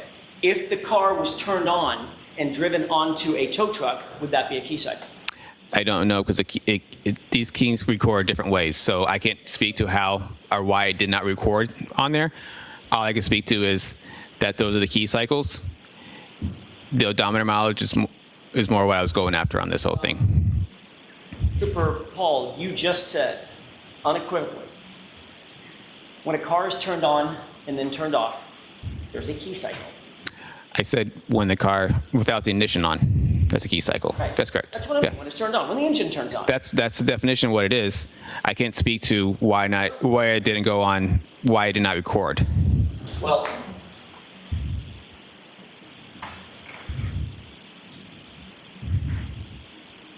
let's talk about the ignition cycles Okay. before 1164, okay? Okay. Obviously, the car had to get to Canton PD because you saw it there, correct? Correct. Assume for purposes of my question, the car was turned on, and there's a video of it turning on, driving up onto a flatbed tow truck. Yes. That would be ignition cycle, I'm gonna use your word, key cycle, ignition cycle, 1163, correct? Again, ignition cycle, key cycles are two different things. Which word do you want me to use? If you want to talk about key cycles, key cycles. If you want to talk about ignition cycles, it's ignition cycles when the vehicle gets turned on. A key cycle does not mean to be turned on. But every single ignition cycle includes a key cycle. You can't have an ignition cycle without a key cycle, correct? Well, if we want to talk about it, just use the key cycles or ignition cycles. I'm trying to make sure this gets out. I'm sorry. I'm trying to make sure that this gets put out the correct way.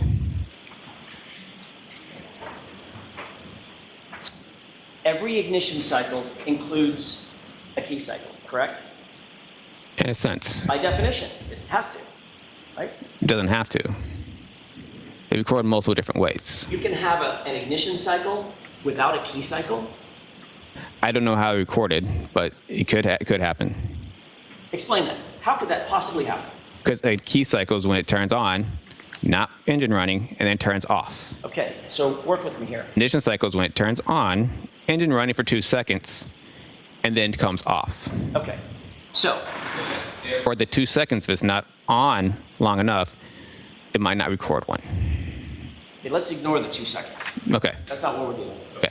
All right. Let's assume that it's an old-fashioned type of key. Okay. Okay. Halfway on, the electricity is on. It's like it used to be called ACC, accessories, right? Yep. That's a key cycle, correct? For that intents and purposes, yes. This vehicle's not a key cycles. They're not a Then you thing. keep turning, Okay. and that turns the engine on, right? It turns the engine on, correct. An ignition cycle, right? Yes. Well, then turns off. Single ignition cycle necessarily includes the precursor key cycle, correct? Even though every key cycle might not include an ignition cycle. Would you agree with that? In that scenario, yes. Fine. Okay, with that definition, I want to talk about ignition cycles because I don't want to get confused about accessories. What? Just assume the engine. Okay. turns on, right? Okay. If you started your testing at 1164, then if the engine was turned on, thereby initiating a key cycle, driving the car onto a flatbed truck, and then hauling it over to Canton PD, that would be key cycle 1163 in that hypothetical, correct? It could be. Okay. Then going backward from there, if the SUV was, I'm sorry, let me add one event that I just forgot. It had to get off the tow truck in Canton and be driven into the Sally Port. Did you ever see that video? No. Being driven in? No. If there was a video showing that the car was actually driven into the Sally Port, that would necessarily be a key cycle, correct? Possibly. Okay, so that would be key cycle 1163. My mistake, I was missing one, right? Okay. Before that, if the car was turned on and driven onto the flatbed to get to Canton, that would be key cycle 1162 in order, correct? We're going backward, It's possible. all right? Before that, if the car was started and the car was driven from One Meadows Avenue to Karen Reed's parents' home in Dighton, that would be another key cycle, 1161, correct? They're possible. Before that, if the SUV was started and driven by Miss Reed from the garage at John O'Keefe's house to Jennifer McCabe's house at 5:07 in the morning, that would be another key cycle, correct? 1160. Isn't that right? It's possible. And before that, if the SUV was started and driven by Miss Reed to the waterfall, from the waterfall to 34 Fairview at approximately 12:15 a.m., that would be another key cycle, 1159, right? It's possible. I want to be clear. The reason that these numbers skip in your diagram, they don't go directly in order, right? Not every single number is in order on this left-hand column, because this is only a diagram of when triggering events occur, right? Yes. Something unusual about the operation of the vehicle, correct? Yes. And it's clear that from the data, there was no triggering event at key cycle 1159, was there? No. So assuming the driving events that I just told you, right? Assuming for purposes of my question, that the driving events started at 11:59, driving over to 34 Fairview from the waterfall. Then driving at 5:07 in the morning over to Jen McCabe's house, 1160. then driving to Dayton, her parents' house, 1161. Then the car being seized in Dayton by Trooper Proctor, 1162. Then the car being taken off the flatbed and driven into the Sallyport of Canton, 1163. Your testing starts at 1164. That would mean that at 1162, that key cycle would include the time in which Trooper Proctor had possession of that car, correct? No. Assuming my hypothetical, Your hypothetical? yes. If that's hypothetically how it works, then yes. Then what? If that's hypothetically how it works, then yes.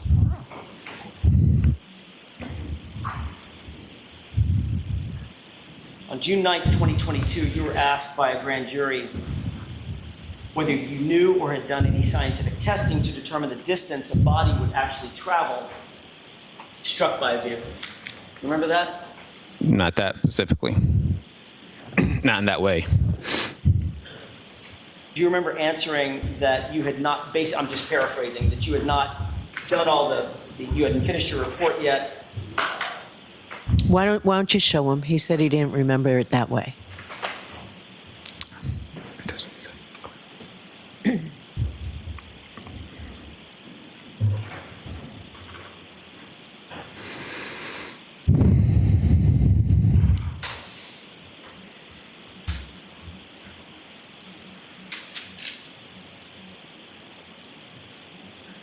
May I? Yes. Take a look at middle of the page. Your answer starts at about line 12, but the question above it is probably informative.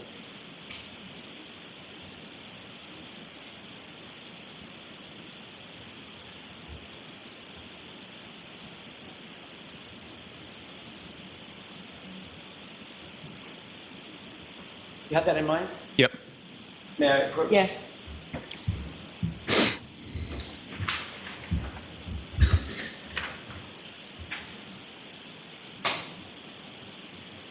You were asked, does that remind you that you were asked by a grand juror if you could calculate how far a body would move having been struck by a vehicle?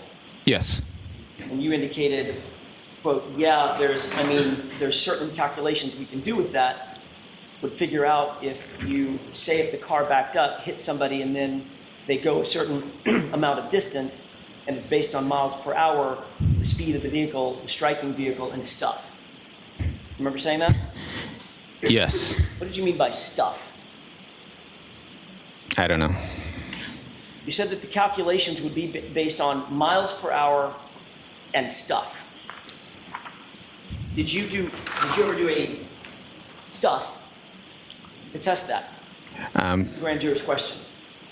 No, we cannot calculate anything from this collision. Say that one more time. We cannot calculate anything from this collision. Who's we? I'm sorry, me. The role me. Well, you know John O'Keefe's weight, right? What's that? You know John O'Keefe's weight, 217 pounds, right? Yes. Did you know that? I don't know his weight, no. You know the weight of the vehicle? Yes. What's the weight of the vehicle, gross weight? What's the gross weight? Yeah. I think it's approximately 7,300 pounds. Okay. Were you able to calculate the mass of the vehicle? I did not calculate the mass of the vehicle. Well, you told the grand jury that you were planning on doing that kind of stuff to calculate how far a person would travel being struck at that speed with a car of that weight. You didn't do those calculations? No, because the calculations would vastly underestimate the speed of the vehicle. You testified, again, my report isn't done yet. I'm going to look into it. I'm looking into all that stuff, end quote, correct? Yes. There's that word again. It's been more than 2 years since that statement at the grand jury. Is your report finished? Yes, it is. Did you engage in any of those calculations? I looked into it. This type of collision would not be able to use the formulas for this type of collision. Well, let's talk about those formulas. How would you calculate how far a body at rest would travel after being struck by an object in motion? How would you calculate that? In pedestrian collisions, I use a Searle formula, Searle throw formula. A what formula? Searle, What does that mean? it's a type of formula that we'd use for a calculation of post-impact So or that's- speeds for pedestrians. That includes certain principles of physics to calculate that, right? What do you mean? I'm sorry? What do you mean by certain forms of physics? There would be physics calculations that would be required to figure out how far a body at rest would move having been struck by an object in motion. Right. That's a basic principle of Yeah, I guess you could say though. All right. Can you describe for the jurors exactly what calculations you would need to employ to determine how far a body at rest would travel, having been struck by an object in motion? So, in this scenario, in this collision, it's more of a side swipe. So he did not ascertain. He did not get enough speed of the vehicle post impact with the vehicle to be able calculations. His center of mass was offset from the vehicle, so we would vastly underestimate his speed. So that's why I did not do a formula. If he was more in line with behind the vehicle, he would have been projected forward, and using that projection forward, he would have been able to get more closer to the actual speed of the vehicle during that post-impact travels. Well, that presumes a couple of things, Trooper Paul. That presumes that he was quote unquote sideswiped, right? Presumed, Presumed by you. You didn't see how he was hit, did you? based on the evidence, it appeared to be a side swipe. That's your opinion. That's just reading the evidence. You're saying that the principles of physics as we know them today in modern mathematics is thwarted by a sideswipe? Objection. Is that what you're saying? The calculations that are out there, you can get a speed, it would just underestimate the speed. You would have to know what the initial momentum of the object is that's in motion, correct? Of what object? The truck, Paul. I would have to know that speed. Yeah, you'd have to know what the initial momentum is, not speed, momentum. There's a difference, Okay. right? Would you agree with that? No.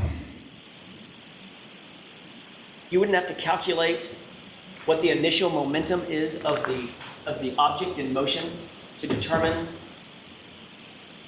the distance of the body at rest would move? Well, in that sense, are we talking about trying to find the speed of the vehicle? That's usually what we're trying to do. Right, okay. Well, let's put the speed of the vehicle aside. Let's talk about initial momentum. What's the formula for calculating initial momentum? There's different types of momentum formulas. Well, there's actually one type of momentum formula. It's to calculate momentum. Objection. Sustained. To calculate momentum, there is a single... So sustained. Ask it differently. Isn't it true, Trooper Paul, that there is a singular calculation for determining initial momentum? That is P equals M times V, where P is the momentum. You're solving for that. M is mass. You multiply that by velocity. Is that right? Pretty simple. You wouldn't use that in a pedestrian collision. Oh, because the pedestrian's somehow magically out of the realm of physics? Objection. Sustained. Is a pedestrian out of the realm of physics and calculations? No, it's the weight differential between the pedestrian and the vehicle. So if the vehicle is too heavy and the body is too light, you can't calculate the initial momentum of the vehicle? Yes, Got it. Where'd you learn that? it's in my math class. We only use momentum for a vehicle to vehicle. Math class? The crash reconstruction classes I have taken. Got it. Would you need to apply the theory of conservation of momentum in calculating these data? Do I need to calculate the conservation of momentum? Heard of of conservation of momentum? Yes. You even know what that is? There's an equation for that as well, right? Yes. You know what that is? Not off the top of my head, but yes.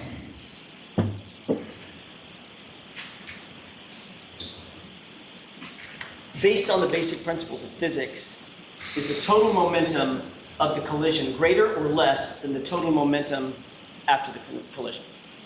Total momentum before the collision, is it greater or less than the total momentum after the collision? Basic question. What type of collision? Trooper Paul, they're exactly equal in all respects under the principles of physics, right? That's the theory of the conservation of momentum. Momentum doesn't change. It's just Yes. transferred from one body to another, Yes, correct? correct. Why didn't you say that to the jurors? Objection, Your Honor. Sustained.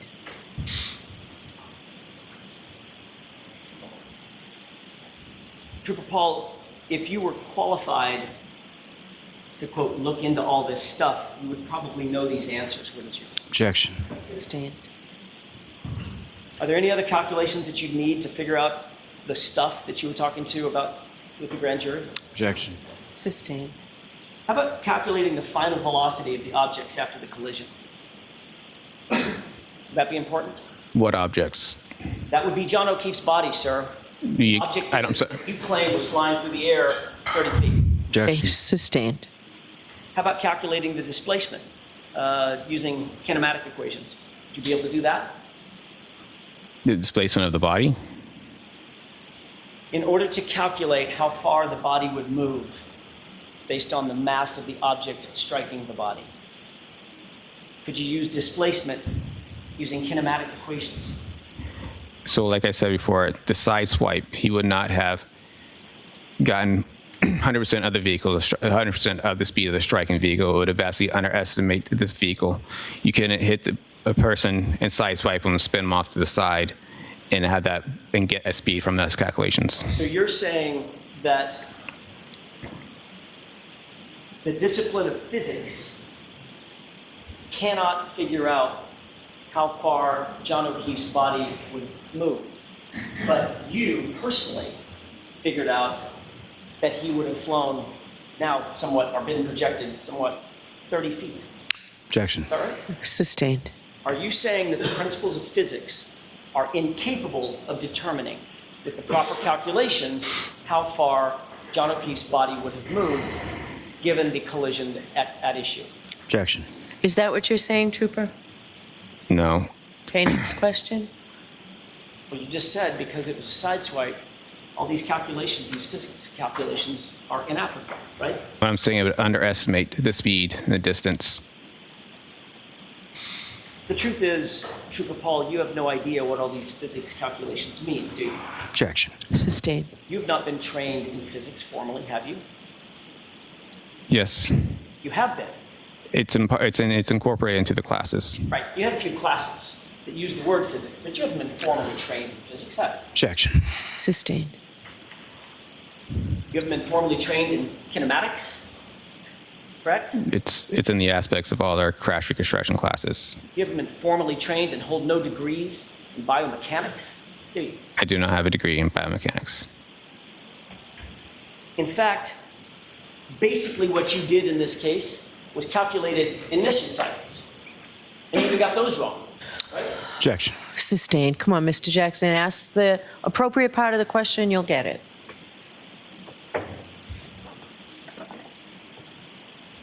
Let me ask you this. Based on your reconstruction, nearly 2-year investigation, exactly how was that taillight shattered? Explain it to us. How does the taillight? What do you mean?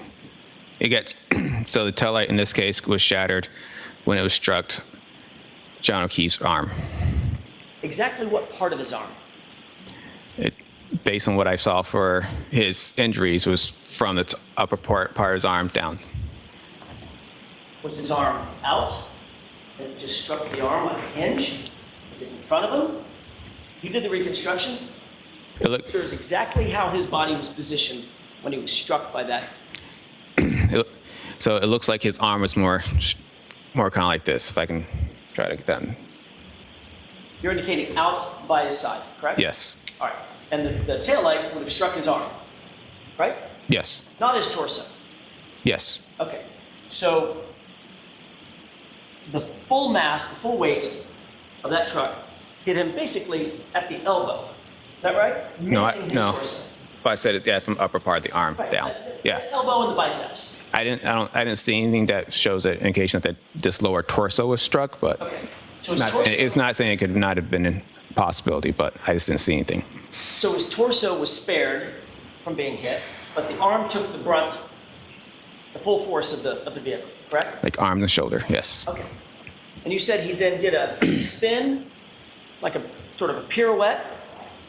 He got spun around possibly the way he struck, it looked like he could have gone turned around counterclockwise. Okay. So if he turns around counterclockwise, is he turning around in the air counterclockwise? Yes, initially. So he gets hit on the upper biceps, shoulder area, and down to the forearm, right? Yes, By an unbroken taillight, right? yes, In other words, it's nice and smooth.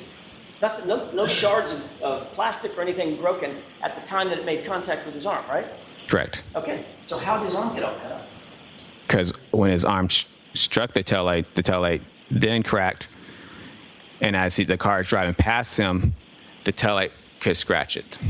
Got it. So he gets hit by the car, not his torso, just the arm. The taillight cracks, and as it passes by, his arm stays with it long enough to get striations, those scratches that we see, those lacerations, those abrasions that we see, right? In a sense, yes. And at the same time, he does a pirouette and flies 30 feet to his final point of rest. I don't know if he did a pirouette. Well, I'm using the word pirouette. He spun around.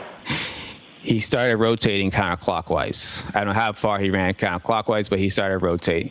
According to that, would push him to rotate counterclockwise. Whether or not he went counterclockwise all the way to his back toward the ground, it seems like a most likely possibility. Got it. Did you account for the fact that his arm is on a hinge? Is what? Say again? Did you account for the fact in this scenario that you just told the jurors that his arm is on a hinge? On a Called hinge. shoulder? Okay. Okay? So, the arm got hit. Didn't his arm just swing? I said arm and shoulder area, so his arm could have been considered part of it. Even if his shoulder got the upper, Okay. pointing to his upper biceps. Right? There's no injuries on his shoulder, not a single one, not even a bruise, right? Like I said, it looked like to me it was from up here. I don't know how far I can up back here, but it was up here. Well, So you're the one that talked about his injuries on his arm. yes. That's limited to about mid biceps, to about mid forearm, correct? Okay. Right? Yes. No injuries on the shoulder, no injuries on the torso, no injuries on the ribs, no injuries on the back, correct? Is that right? Yes. So your theory is you got hit on the arm, took the brunt of the force from the taillight on the arm, stayed with the vehicle long enough for the taillight to explode, basically, to shatter. Then these striations get on his arm, abrasions. Does a pirouette, a spin, counterclockwise, and flies 30 feet in the air to his point of rest. Yeah, it happened probably a little faster than that, though. I thought you said he hit his head on a curb. I said that's one of the possibilities of when you look at the roadway, as he gets spun around counterclockwise, it's a possibility that the curb is there, any blunt force object on the ground, as the ground is pretty blunt. Well, except in your scenario that you just told us, he flew through the air onto the light dusting of snow, grass, and dirt. I didn't say through the air. Say that again? I didn't say he got thrown through the air. Okay, I'll use your word. He got projected. Like a Projected doesn't mean it's not incorporating just throw. Projected just means you get pushed forward. There's two parts of that. There's the air, then there's the ground. Like I said earlier, the tumbling, the rolling, whatever that part of the crash would happen. Projecting is just what we call what happens to a pedestrian post-impact with a crash. Okay, so a couple of questions. If his arm, elbow took the brunt of that entire impact, how do you account for the fact that he didn't suffer a broken bone? I don't know. How do you account for the fact that he didn't have a fracture? Objection. Sustained. How do you account for the fact that he didn't even have a bruise? on the arm. Objection. That's sustained too. Mayor approach. Yes.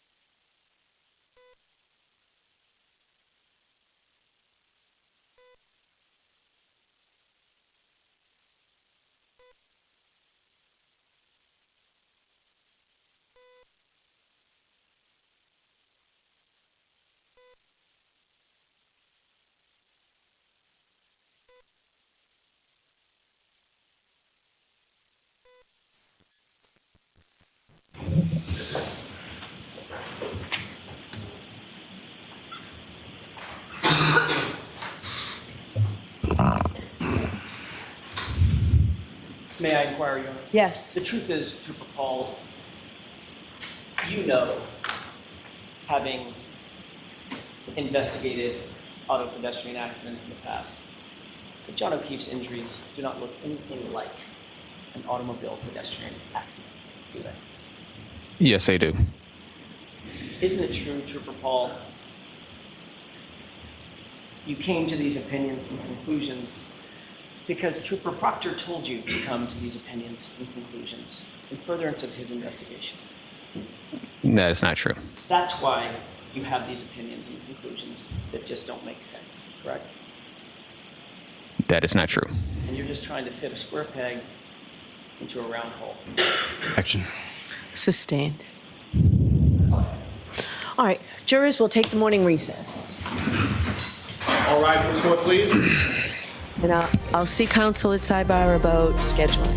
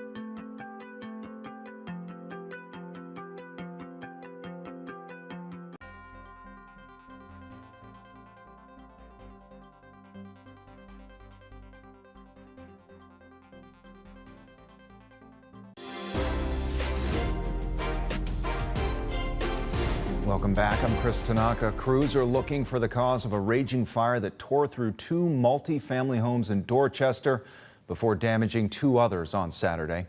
The people inside barely had time to react as the flames quickly spread between houses.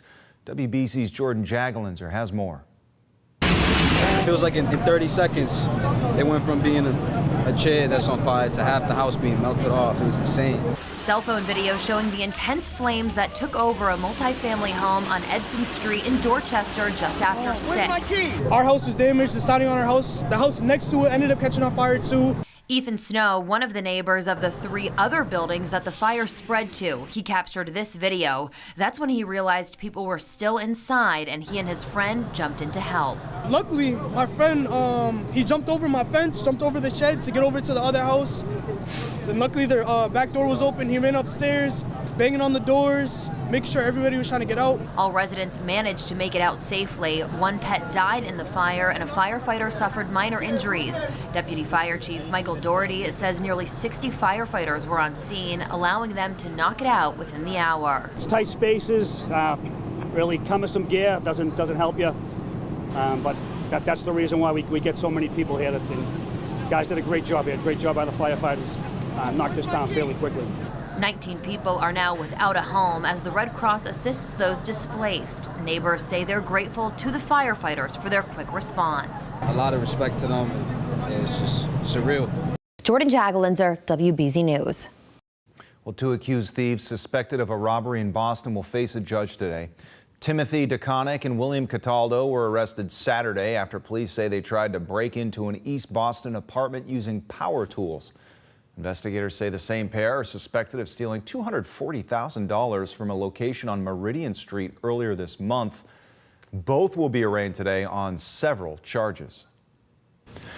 A look outside right now, and it is a beautiful start to the week, but it is going to crank up with the temps. Our next weather forecast is with Jacob Wyckoff this morning. And Jacob, you got next weather alerts. Oh, yeah, we're definitely going to be trying to find some relief from the heat and humidity that builds in Tuesday through Friday. That's when we see sort of our peak of the worst of the heat and humidity. Little to no relief, not just in the afternoon, but also overnight with the urban heat island effect in place.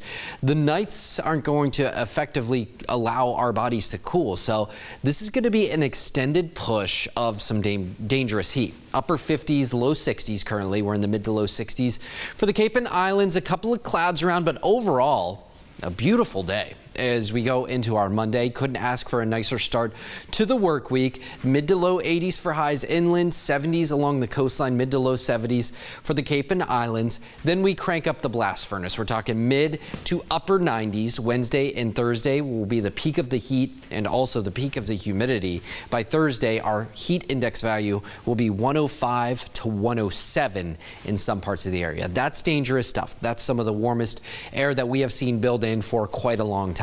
So what does that mean for you? Well, we do have some heat advisories. That's the peach shaded color here.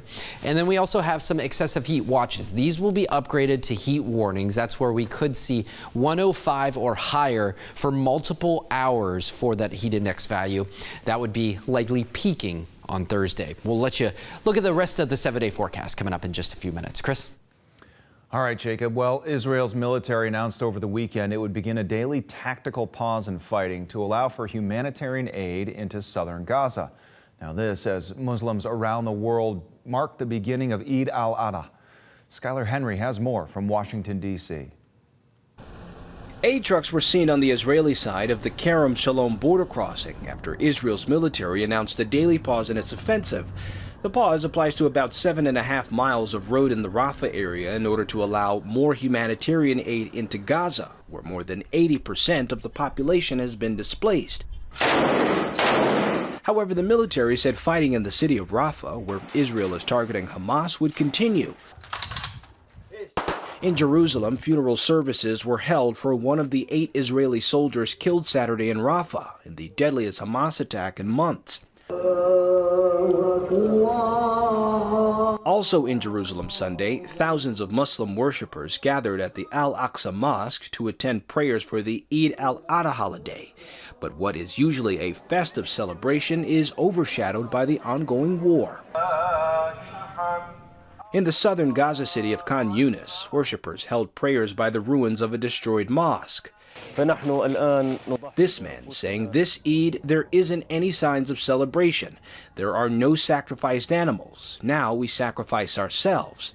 In a statement, President Biden noted that the holiday comes at a difficult time for many Muslims around the world, saying in Gaza too many innocent people have been killed, including thousands of children, and that his administration is doing everything it can to end the war, free the hostages, deliver humanitarian relief, and work toward a future two-state solution. Skyler Henry, CBS News, Washington. Celebrity chef Gordon Ramsay is reminding everyone to wear a helmet after a serious bike crash in Connecticut. This week, unfortunately, I had a really bad accident, and it really shook me. And honestly, I'm lucky to be here. Ramsay says he's badly bruised and his helmet saved his life. He's urging everyone, both adults and kids, to wear one while cycling. He also praised the doctors and nurses who helped him at the hospital. Hey, starting today, the MBTA will begin running test trains on the South Coast Commuter Rail project. Trains will go up to 79 miles per hour, which is much faster than the current freight trains.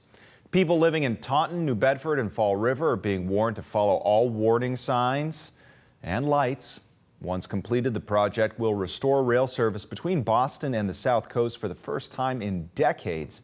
The service will debut next spring. Well, in this morning's Money Watch report, an important tax deadline and Pixar rules at the weekend box office. CBS's Matt Piper has the details.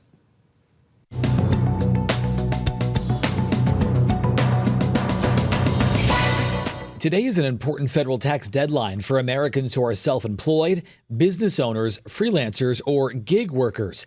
People whose taxes are not withheld by their employers in their paychecks and whose tax liability is expected to reach more than $1,000 are required to pay quarterly taxes to the IRS. Failure to pay on time could result in penalties. The number of Americans who send quarterly tax payments is rising. The IRS says 14 million taxpayers sent in payments last year, compared to just over 12 million the year before. It was a big summer box office win for Disney and Pixar, with Inside Out 2 taking in a huge $155 million domestically. Bad Boys Ride or Die slid to second, bringing in $33 million. Kingdom of the Planet of the Apes is still going strong after more than a month in theaters, earning just over $5 million to take third. According to some movie experts, there are likely to be fewer summer blockbuster releases this year as a result of last year's 5-month-long writer's strike. And fans of Hooters wings can now enjoy them from the comfort of their own home. The company has launched a line of 4 different frozen wing entrees, both bone-in and boneless, sold at public supermarket locations nationwide. That's your CBS News Money Watch report. For more, log on to cbsmoneywatch.com. At the CBS Broadcast Center, I'm Matt Piper. Wednesday is Juneteenth. And later today, the city of Boston will hold a flag-raising ceremony at City Hall. Another early celebration was held Saturday in Hyde Park. A large crowd turned out for the family-friendly event.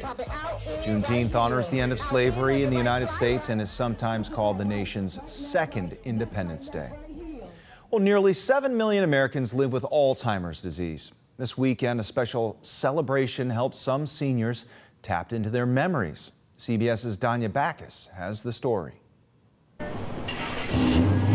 Classic cars are known to spark a trip down memory lane. We are car people. And for Irma and Eddie Acosta, it's doing that and more. We like that car there. Irma has Alzheimer's disease, and this vintage car show, along with the Dixieland Jazz Band at Mount of Olives Church in Mission Viejo, California, is unlocking some of the good times she shared with her husband of 62 years. Oh yeah, because she started dancing right away.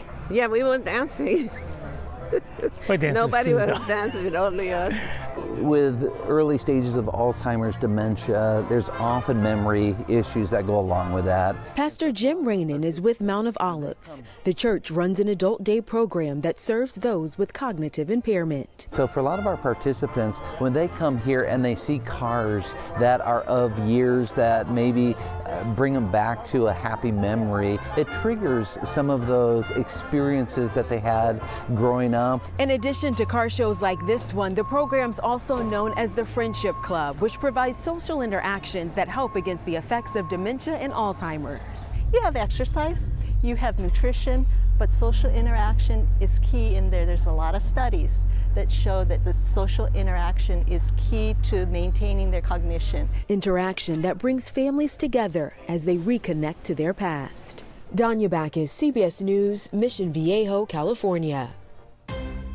Coming up after the break, as the weather heats up, some local beaches are not an option for cooling off. Which ones are temporarily closed and why? Plus, the stars shining on Broadway's biggest night, the local performers who are nominated for a Tony Award. WBZ's Next Weather Alert is brought to you by Safety Insurance.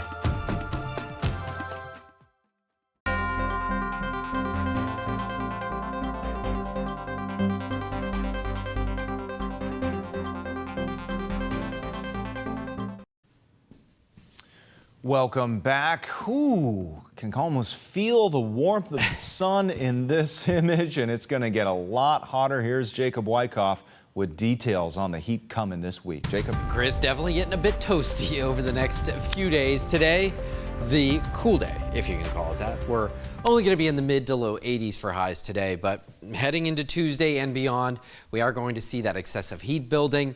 We do have excessive heat watches up for the Merrimack Valley, stretching into Metro West, Norfolk, and Middlesex counties. Inland through Worcester County, we have heat advisory. Same story for Cape Ann as you go south and east of Boston, too. Now, the exception to the rule, the Cape and Islands, no alerts up for you. You will likely be the safe haven for so many as they try to escape some of the heat. This is a heat risk potential. This is where the heat, because of the intensity, the duration, could be the most dangerous. I think north and west of town through the Merrimack Valley, northwest Middlesex County, this is where we could see some of the hottest temperatures for heat index values. You're talking 105 plus, but that doesn't mean Boston, Worcester, you're immune to any of this. It just may not be as extreme. Upper 50s, low 60s currently throughout the area. Mid to low 60s for the Cape and Islands. The water's warming up nicely, back into the upper 60s for that ocean water south of Cape Cod. We do have a nice start to our day. We're going to hold on to mainly dry conditions today, mainly sunny conditions. Just a great day overall. Good day to prepare for what's to come, which is dangerous heat. That's going to start to build as you go into tomorrow, mid to upper 90s. An incredible stretch for air temperatures, but also factoring that humidity. That's where we see the 105 plus for the heat index values.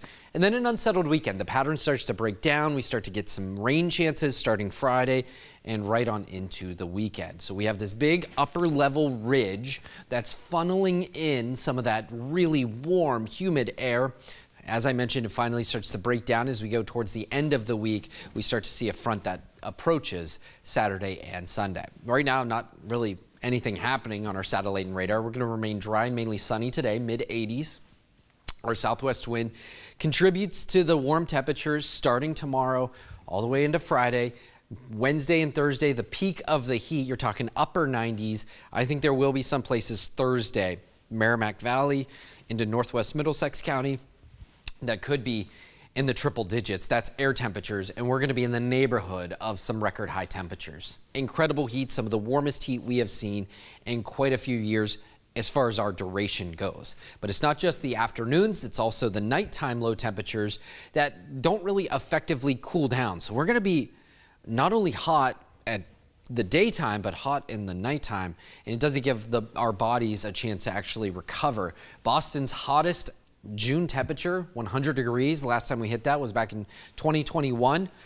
We are going to make a run for that on Thursday. Here's your full 7-day forecast. Tuesday through Friday, the heat wave is around. Finally breaks heading into Saturday and Sunday. Chris? All right, Jacob, thank you. Well, several local beaches closed due to bacteria in the water. The State Department of Public Health says over the weekend, beaches in 15 different communities were off limits to visitors because of a risk of illness. They included 2 Boston locations, Walden Pond, and beaches in Framingham, Milton, and Saugus. With the heat wave coming this week, you might be at a higher risk to develop a migraine. According to a new study out of the University of Cincinnati, the chances of getting a migraine goes up 6% whenever the temperature rises 10 degrees. The American Theatre Wing's Tony Award goes to Stereophonic. There it is, Stereophonic winning the coveted Best Play Award at the 2024 Tony Awards last night. Several of the nominees are from right here in Massachusetts. The men and women have spent years working with local theater and dance companies as well as comedy clubs. As WBZ's Laura Louisa Moeller shows us, they had a chance to put their talents in the spotlight on the Great White Way. This is an historic season on Broadway, and it is so awesome to be a part of it. John Ambrosino is living out his theater dreams as Uncle Ernie in the cast of Tommy. The Avon native traveled a long road to make it to Broadway. I would literally get up in the morning and leave on the 5 a.m. train from South Station, arrive in New York, and go directly to an open call or a couple of open calls. Growing up in Millbury, Dee Tomasetta always knew what she wanted to do. I started dancing when I was 2.5 years old at a local dance school, Joy and Warren in Worcester, and I fell in love with dancing. She's had Tommy in her blood since she was a little girl. I was a competitive dancer, and I did a solo to Pinball Wizard when I was like 7 years old. Young girl, I played the silver ball from Soho down to Brighton. Tomasetta is part of the show's creative team and cast, working as associate choreographer, dance captain, and swing. This whole experience, the journey from then to now, Broadway, to now being nominated for Best Revival, is truly remarkable. Actor Nale Nacer started his road to Broadway right here in Boston. It's kind of one of those stories that you hear about where somebody just happens to be at the right place at the right time. First cast as an understudy in the Huntington Theater's production of Prayer for the French Republic, Nacer took over the role of Charles, and when the play moved to Broadway, he moved with it. For me, one of the big differences between the production in Boston, which I loved, and the production on Broadway is that I got to rehearse in New York. I was part of the process from the beginning. And my grandfather saw me reaching, and he said, "You can't have that, David. We're Jewish." And I said, "What does that mean?" And with a totally straight face, he just said, "It means you'll never be happy." Before the awards, comedian Alex Edelman took home a special Tony for his show, Just for Us. I was blown away. You never expect anything like that to happen, and how special to be able to go to the Tonys knowing that, you're going to leave with one. This is really, really cool. The Brookline man says the experience of working on Broadway will always stay with him. The best part of it is getting to be part of this community of people that I didn't know before. On Broadway, everybody works on campus, essentially. It's like going to a college where everybody... On 12,629B, you testified that that was consistent with a pedestrian collision, is that correct? That's correct. Again, if you could tell the jury, why is that consistent with a pedestrian collision? The one specifically with the speeds and everything that we're referring to. 22 miles per hour in reverse for about 60. Okay, yeah, so why I think that's consistent with a pedestrian strike is because of the sudden change in the speed. It drops down by half mile per hour. The accelerator pedal is staying constant at the same percentage, and the steering wheel angle also turns to the right. Now, your overall opinion is based on what you did as far as your construction, correct? Yes. Was there other information that you had at your disposal in formulating your opinion? Like from other reports and stuff? Yes. Yes. And that would include physical evidence, is that correct? Correct. And that would include witness statements, correct? Sustained as to form. What, if anything else, would that include? The roadway evidence, witness statements. In witness statements, would that also include statements of the defendant? Correct. Are you aware that the defendant indicated in a statement to troopers that she conducted a three-point turn in the area of 34 Fairview Road? I'm going to allow that question. Yes. And what you observed in that triggering event is that from that mileage, is that consistent with the defendant's own statement? Yes, it is. Now, let me ask you a little bit, if you could, again, for the jury, clarify the difference between what you termed as an area of impact versus a point of impact. Yes, an area impact is broader. It's a bigger area. Point to impact would mean something as obviously right there. That would be the area impact. If I could ask, the cell phone that was located under Mr. O'Keefe's body, that location, is that also consistent with the linear path that you were testifying about earlier? Yes, it was. And do you know whether or not that cell phone was in his hand or in his back pocket or somewhere else? I do not know. Now, as far as let me ask you this. You were shown some photographs of some taillight pieces near a fire, correct? Yes. And as far as the area of impact, that was, from what you determined, that was Mr. O'Keefe's sneaker, is that correct? Yeah, it was within that. What I've had for no initial evidence, I said the area impact was a star in that area prior to the sneaker. So what I was saying was the area impact was prior to the area the sneaker was. It was in that path, just prior to that area. And why did you determine that it was in that area? Because that was the first point of evidence. And just first point of evidence in relation to what and sort of how the evidence was configured as it was evident to you. How it was pointed to me. It was the first point of evidence away from the furthest point was evident at that time that knew away from the pedestrian. May I approach the witness, Your Honor? Yes. And sir, I'm showing you what's been marked as Exhibit 58. Do you recognize what's depicted in that photograph? Yes. And Your Honor, with the court's permission, if I publish that to the jury. Okay, what exhibit number is it? 58. Thank you. And Trooper Paul, do you recognize what's up on the screen? Yes, I do. What do you recognize that? There's 34 Fairview to the left side, and there's the fire hydrant. And as far as these photographs and the photographs shown to you by Mr. Jackson on cross-examination, do you know when those photographs were taken? I do not know specifically at what time those were taken. You don't know if those photographs were taken on February 3rd, 2022? Objection. Is the objection sustained? Now, Trooper, if you could, using the laser pointer, I know you've done this on the diagram, but if you could use the laser pointer with regard to what's on the screen as Exhibit 58, direct the jury's attention to where you believe the area of impact to be between the defendants, Lexus and Mr. O'Keefe. It's probably somewhere out here. And as far as that linear path that you were talking about from the area of impact, where did that go from and where did that go to? So I say, so from, I think it's from like this way. Thank you. Ms. Gilman, you can take that time. May I approach this for retrieve,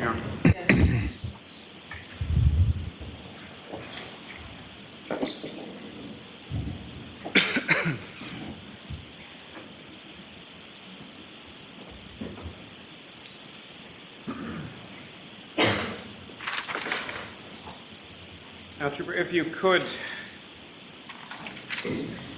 explain to the jury as far as what you were describing as Mr. O'Keefe's post-impact movement, starting sort of with the point of impact between himself and the SUV to the point where he comes to final rest on the lawn. Yes, so he was struck along the right side in the area of his arm, and then he was, post-impact with the Lexus, he rotated counterclockwise and eventually hit the ground and came to final rest.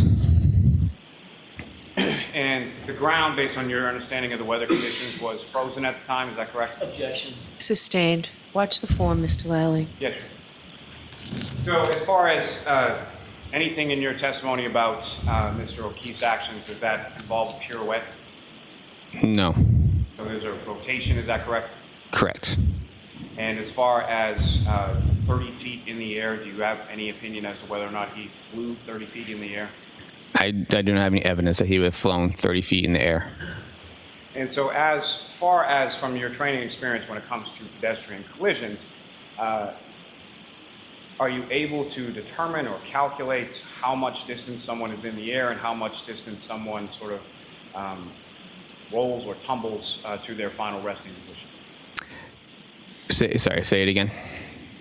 From your training experience, yes, based on this collision, are you able to determine how far Mr. O'Keefe was traveled in the air versus how far he traveled tumbling or rolling after he hit the ground? I do not have a calculation for this specific style of pedestrian crash due to the side swipe. So if I did, I could use the formula. It would just vastly underestimate the speed of the vehicle. Let me ask you a little bit about it. You were talking about the Searle pedestrian throw formula, correct? Correct. And that's something developed in the course of physics specific to reconstruction by someone named Dr. Searle, correct? Correct. And that's S-E-A-R-L-E, is that correct? That is correct. And with respect to Dr. Searle's formula, why is that inapplicable in sideswipe collision versus some other type of collision? Because it takes in, it's looking for more. It's not so much the formula, it's how much projection efficiency that would occur, how much percentage of the speed of the striking vehicle would have happened. In order for the formula to work, the more of the body would have struck the vehicle, the more efficient the outcome would be in the speed. In the center of mass that you were talking about, sort of in the collision sequence, what, if any, role does that play in regard to your ability to do that calculation? It would just, like I said, it would underestimate the speed of the striking vehicle due to a center mass not within the rear of the vehicle. And not to twist your words or anything, but as far as when you say underestimate, that would not be an accurate reflection of the defendant's vehicle speed, correct? Correct. Now, you asked some questions about the glass. And indicated that there are a number of reasons why the glass would travel with him, being Mr. O'Keefe. Can you explain what those are? Yeah, the glass could have struck the vehicle also in that same way. Could have still been attached to his hand and still gone with him in the same way. It could have been attached to his body in midair. That's the multiple ways that the glass would have stayed with him.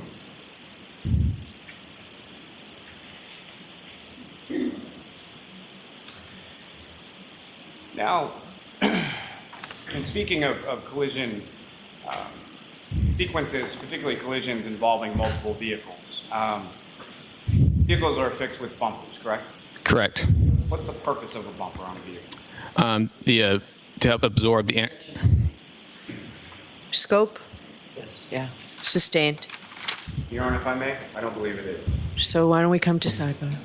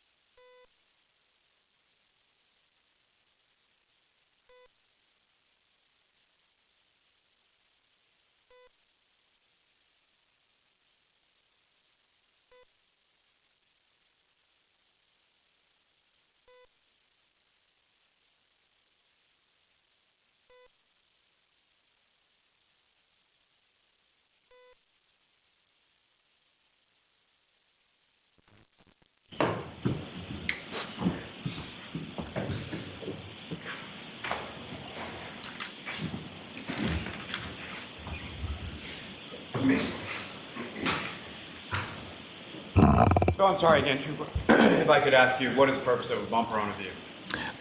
It's there to help absorb energy from a collision. And with reference to the scratches that you were asked about on the vehicle on sort of the right rear quarter panel, what, if any, relationship does bumpers or their interaction have, to your opinion, as it relates to that? Sorry, say it again. Back to what you just testified about bumpers, you were also asked some questions about scratches on the right rear quarter panel of the vehicle, correct? Correct. And what, if any, relationship does the bumpers on the vehicle and sort of their intended purpose have with relation to the scratches that you observed? So the bumpers on the side was more of this wasn't more of a direct on hit with the bumper, it was more of the side scraping of the paint of the bumper. Now, the presence of Mr. O'Keefe's DNA on the taillight, is that consistent with a pedestrian collision? Yes. Now, as far as the glass not matching, are you aware that the lab's actual findings were that the glass on the bumper and the glass on the roadway was just not found to be consistent with each other? Is that your understanding? If you know. I don't know. And were you also aware that the lab's finding was that the glass on the bumper was consistent with the glass on the road? I'm not sure what the lab said. Now, in order to construct your diagrams, your testimony, I believe, was that you had used the CERT diagrams in the process of that. Is that correct? Yes.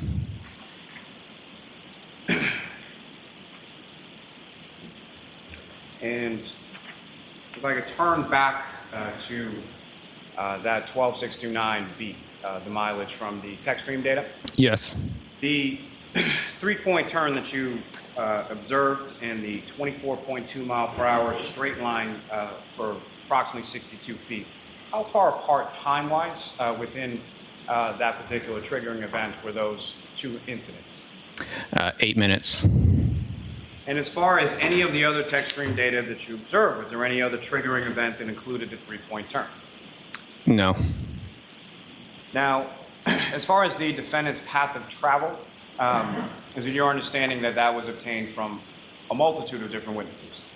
Yes.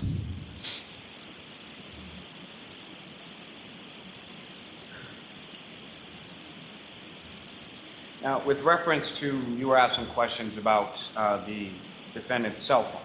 As far as GPS locations, were you aware that the defendant's cell phone wasn't able to be accessed until by law enforcement until 2023? Sustained. Were you aware that the defendant's cell phone had GPS locations turned off on the defendant's cell phone? Objection. I'll allow that. I was not aware.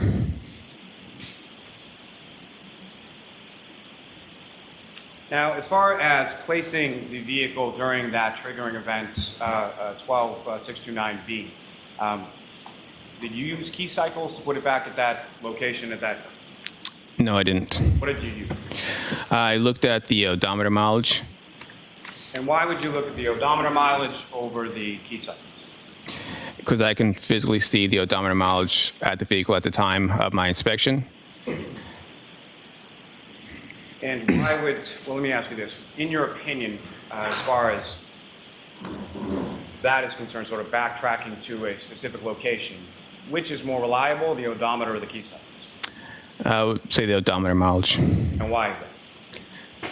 Like I said, you can physically see it when you turn the car, and I know that's the odometer mileage that it's reading on the dashboard. And every key cycle, is that necessarily recorded within the TechStream data? No. And why not, sir? It only records stuff that related to the triggers. They don't what? They only record stuff that is related to the triggers. Okay, thank you. As far as counsel's hypothetical with regard to the key cycles, is it your opinion that that hypothetical is accurate or inaccurate? Inaccurate. And why so? Because it also you also add the odometer mileage onto the key cycle. So those key cycles and odometer mileage are on the same trigger. And plus the data seems consistent with everything else that's going on with this collision. Now, fair to say that you were not outside of 34 Fairview Road on January 29th, sometime around 12:20 to 12:30 a.m., is that correct? That's correct. And so fair to say that you don't know exactly how Mr. O'Keefe and or Glass or anything that he was holding interacted with the defendant's vehicle at that time? Objection. I'll allow it. Is that true? I do not. And so based on your training and experience and the number of pedestrian crashes that you've investigated, again, if you could, one last time, just describe to the jury how you believe the vehicle interacted with Mr. O'Keefe and why.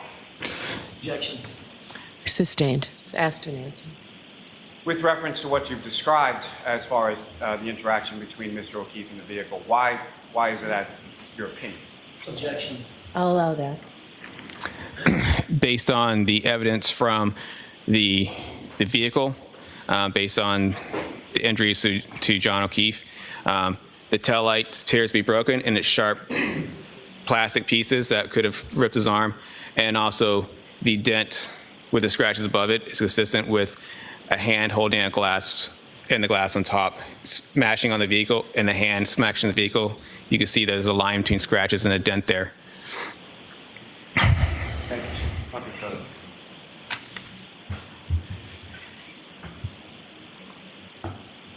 Just Romeo. Yes.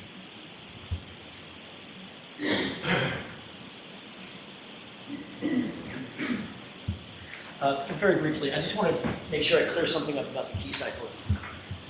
You're not suggesting that every key cycle in the history of the car is on this page, correct? That's correct. I'm pulling up Exhibit 591R. Okay. That indicates key cycles that have triggering events, correct? Yes. Triggering events are something that the manufacturer includes in basically a list of items that will be a triggering event, correct? Yes. It's a list of items basically for mechanics to figure out if there's some unusual driving or unusual event with the vehicle, correct? Yes. But the key cycles go in order. They're numerical, 1 through whatever. Correct.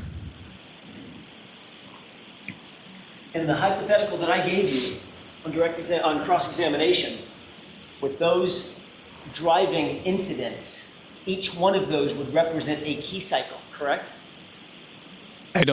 So in your hypothetical, I mean, assume that it should create a key cycle, but that you can't just say that key cycle is from that, because I didn't just use key cycles. I used the odometer mileage on top of it. So you have to have key cycle and odometer. Right. Interestingly, though, when you testified on direct examination, you said your analysis, this was on Friday, before the weekend. By the way, over the weekend, did you watch anything on, I don't know, YouTube or any social media?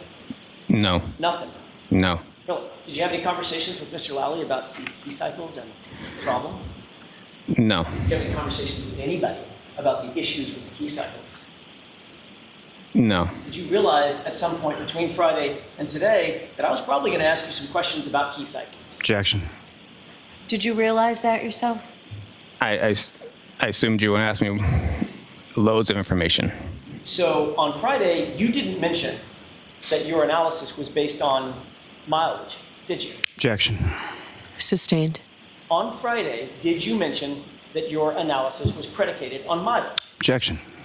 I'll see you at sidebar.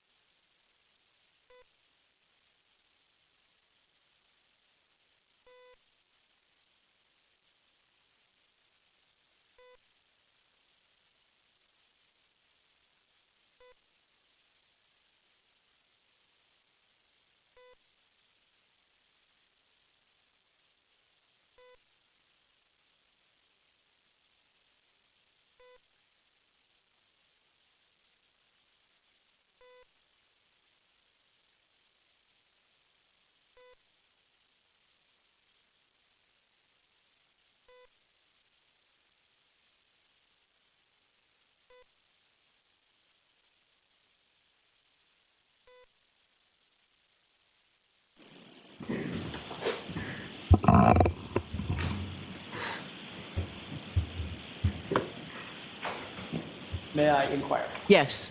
Paul, on Friday, you indicated pretty clearly that your analysis was based on the key cycles, starting at 1164 when you started your testing, and 1162, which was the key cycle you claimed on Friday was at 34 Fairview. It wasn't based on it. That's how I describe it. I said key cycles. I based it on they were close within proximity to each other, but I've always said it's key cycles and odometer mileage, plus all the information within the triggers themselves. So it wasn't just one of the other. And you said on Friday that once you started your testing at 1164, it was 2 cycles earlier that had the triggering events, meaning 1162, that you claimed were at 34 Fairview. Yes. But in the hypothetical, if there were 4 events, 4 key cycle events between 1164 and 1159, it could not have occurred at 1162, correct? 34 Fairview, in my hypothetical. In your hypothetical, if it recorded a key cycle, then your hypothetical is correct. Right. And last question, if you got the route of travel incorrect, if your presumption of the route of travel was incorrect on that vehicle in the days earlier, then your mileage would be incorrect also, correct? Mileage from what? The odometer or from? The odometer reading. The odometer reading is the odometer reading. It's 36. My point is, your analysis that's based on the odometer reading, 36 miles here, 12 miles there, 2 miles here, 5 miles there. If you got the route of travel wrong and the route of travel was different, your assumptions about the odometer readings would be incorrect as well, correct? So what I'm. You got the path of travel wrong. So I purposely put down a range on my Google images showing, because I couldn't tell you her definitively route of path for every single way. But I know that it's possibly a possibility that she could travel 36 miles within those locations that she traveled post leaving Fairview Road. Or if that mileage was put on at key cycle 1162, then that would mean the vehicle would already be in Massachusetts State Police custody, right? In Trooper Proctor's custody. Objection. So that's beyond the scope. That's all I have. All right, Mr. Lally? Just very briefly. The range that you came up with for the defendant's path of travel, does that fit with the path of travel, the odometer reading, putting the defendant's vehicle in the area of 34 Fairview Road when it does the 3-point turn, and then 8 minutes later when it travels 24.2 miles per hour in a straight line in reverse for approximately 62 feet? Yes. Nothing further. All right, you are all set, Trooper. Thank you, Your Honor.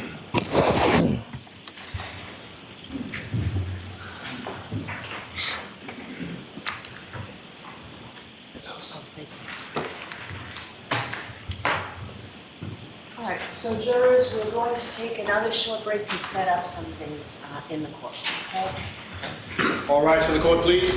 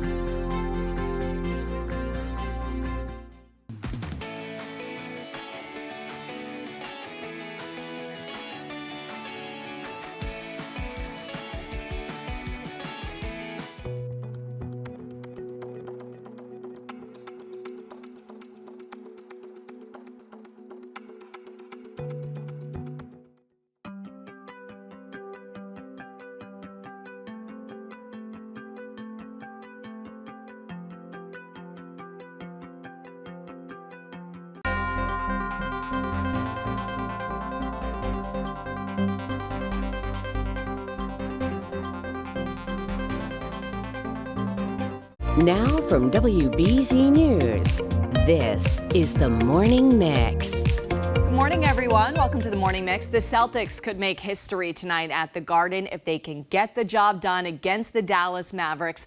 Plus, we could see a plea deal in connection with the death of notorious Boston mobster Whitey Bulger. But we begin with the next weather alert because we have extreme heat on our way and we could be in for a heat wave. WBZ meteorologist Jacob Wyckoff is here. And Jacob, this is going to be triple-digit feeling stuff. Absolutely, yeah. Dangerous heat and humidity building in starting Tuesday all the way through Friday. And as Brianna mentioned, triple-digit heat index values. This is the type of heat and humidity that we see maybe once or twice a year. It really didn't arrive last year. Last year, we did not have a heat wave. In fact, looking at our heat wave tracker here, mid to upper 90s each and every day, Tuesday through Friday. The peak of the heat and humidity arriving Thursday. I want to point your attention to this square right here. We're talking one of the hottest 4-day June stretches on record for Boston. That is what is in store for us. Live look outside, though. Temperature's pretty comfortable. We're at 67. Our dew points are starting to creep up ever so slightly ahead of what will be oppressive heat and humidity. Currently sitting in mid-60s in Worcester. The cool spot is going to be the Cape and the islands. That's going to be the refuge for so many seeking out some beaches and cool weather. We do have quite a bit of sunshine around for the day today. Tomorrow, we turn up the heat. We'll have another check of that forecast coming up in just a few minutes. Brianna? All right, Jacob, thank you. Everyone's getting ready to cheer on the green. The Celtics back in Boston, hoping to claim banner 18 in front of the hometown crowd in Game 5 of the NBA Finals against the Dallas Mavericks. The C's may have some luck on their side. 16 years ago today, they won their last championship at the Garden. And today's date, June 17th. That's 617, the area code for this city of Boston. Levin is live inside of the Garden this morning. And Levin, we are liking these stats. Sounds like everything is lining up for the Celtics. I like the way you bring them up. I like that the idea is the karma is right there. You know, the good thing about winning the first 3 games that the Celtics did in this series, that they have room for a clunker, and that's exactly what happened on Friday night. Whatever they do now, don't do what you did on Friday night and make that correction for tonight in Game 5 here at the Garden. Boston back on the practice court yesterday as a team getting ready to take on the Mavericks. Big game tonight. They were a pretty relaxed group, and if you're wondering about the status of center Kristaps Porzingis, well, right now he is listed as questionable for the game. You can expect the squad to ramp up the intensity come game time. They want a no repeat of Friday night. They make sure of that. And even after one loss, they are right where they want to be. This is what we all work for. We are at the precipice of completing what we set out to do at the beginning of the season. So I think it's not difficult to get everybody in that locker room on the same page right now. It just needs to remind everybody that, you know, it's just one possession at a time. We do it together. Now, the last 3 Celtic titles have been won on the Garden Court. Why not make it 4 in a row and get that done tonight? And Brianna, like we always say, whatever it takes. I mean, you and I have been gassing up that duck boat for a couple of days now, shining it up, getting ready to go. Yep. I'm just saying it's ready. It's at the line. It's ready to go right now. Whatever it takes to get that duck boat out and rolling along. They're ready, Lev. We've done an oil change. They're getting detailed. So we are ready to go. Lev and I are on top of it. I checked the tire pressure. We're good. We're good. Oh, Levin, thank you. All right, stay with WBZ and CBS News Boston for complete coverage of the NBA Finals. If the Mavs win tonight and they push the series to 6 games, we will be back on the road to Dallas for Thursday. Well, today we could see a plea deal for 3 men charged with killing Boston gangster James Whitey Bulger. A plea hearing and sentencing is set for federal court in West Virginia. In 2018, Bulger was beaten to death in his cell just hours after being transferred to the prison. Prosecutors say 2 of the men attacked Bulger while the 3rd acted as a lookout. And we could see the prosecution in the Karen Reed murder trial rest their cases this week. WBZ's Penny Commit is live at the courthouse in Dedham with a look at what we can expect for today. Penny. Well, Brianna, we're set to start testimony any moment now. Should start at 9 o'clock, running a little bit late this morning, but the prosecution says that they do plan to wrap up by the end of this week. And it really seems that they've saved some of their strongest witnesses for last. When we were last in court on Friday of last week, we heard from a crash reconstruction specialist. This was State Trooper Joseph Paul. He'll likely be back on the stand this morning, but last week he testified that John O'Keefe's injuries are consistent with a pedestrian car strike, and then using mileage and data from a server inside of Karen Reed's SUV, Trooper Paul claimed that on January 29th, Karen Reed's car did travel in reverse 62.5 feet from 0 to 24.2 miles per hour. And before Trooper Paul, a digital forensic expert took the stand. This was Jessica Hyde. She testified that Jen McCabe's Google search asking how long to die in cold was not actually made at 2:27 a.m. Hyde says that the search data that came back for 6:24 a.m. and that there's no evidence to suggest otherwise. Essentially, except it's not a 2:27 a.m. timestamp on a Google search. It's a 2:27 a.m. timestamp on a tab. And our schedule this week is going to look a little bit different. Tomorrow, there's going to be a voir dire, which means that potential witnesses are going to be brought in for interviews and the jury will not be present. Then Wednesday, we have the day off. Thursday, we're back in court for a full day. And then Friday is just going to be a half day of testimony. In Dedham, I'm Penny Commit, WBZ News. All right, Penny, thank you. And you can watch the live stream of the Karen Reed trial on CBS News Boston. You'll find our streaming service on the CBS News app, Pluto TV, and WBZ.com. Well, right now, Methuen police are searching for the person who opened fire at a pop-up party. 2 of the 8 victims are now in critical condition. Police say 7 people at an industrial park on Lindbergh Avenue were wounded. The 8th was hurt while running away. All of the injured are between 17 and 22 years old. There were hundreds of people here. And when you think about the ballistics evidence that we're recovering, it's incredible that not more people were hurt. Well, police say they've been monitoring similar gatherings on social media. This is the first one at a specific location and the first time one of these pop-ups have become violent. So far, investigators have not identified any suspects. Well, if you are self-employed, a business owner, a freelancer, or a gig worker, today is an important federal tax deadline for you. People whose taxes are not withheld in their paychecks by their employers who are expected to owe more than $1,000 in taxes are required to pay them quarterly. People who don't pay the IRS on time could, of course, face penalties. The number of Americans who are making quarter tax payments is rising. The IRS says last year, 14 million people paid that way, up from about 12 million the year before. 249 years ago today, the Battle of Bunker Hill was fought in Charlestown. And this afternoon, Governor Healy will be attending a remembrance ceremony in Monument Square. Yesterday, the community helped with the annual parade. The colonists may have lost that early battle in the Revolutionary War, but they proved to the British Army that they were a strong fighting force. And Wednesday is Juneteenth, and later today, the city of Boston will be holding a flag-raising ceremony at City Hall. On Saturday, there was a celebration in Hyde Park where a large crowd came out for the family-friendly event. Juneteenth marks the day the final people enslaved in the U.S. learned they had been freed. It is sometimes called the nation's second Independence Day. Joining me now is Dr. Noelle Trent. She is the president of the Museum of African American History, Boston and Nantucket, and you're going to be the keynote speaker at today's flag-raising ceremony. So thanks so much for coming on The Mix. Well, thank you for having me. If you can just give us a little bit more context about the holiday. It's a newer holiday. It is a newer holiday. It became a federal holiday in 2021. Massachusetts did precede the federal government by making it a federal state holiday in 2020. Now, in June 1865, Union troops were in Galveston, Texas, and on June 19th, General Gordon Granger, like many Union generals were doing at the time, as they entered different Confederate spaces and were claiming them for the Union Army, would read the Emancipation Proclamation and let the enslaved people in those areas know that they were now free.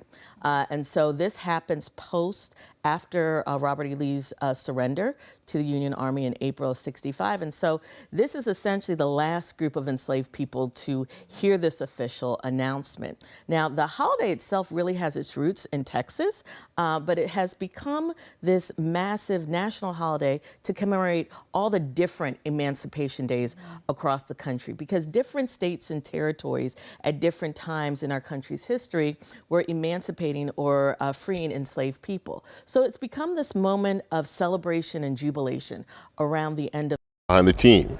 I went to go get some ice cream yesterday.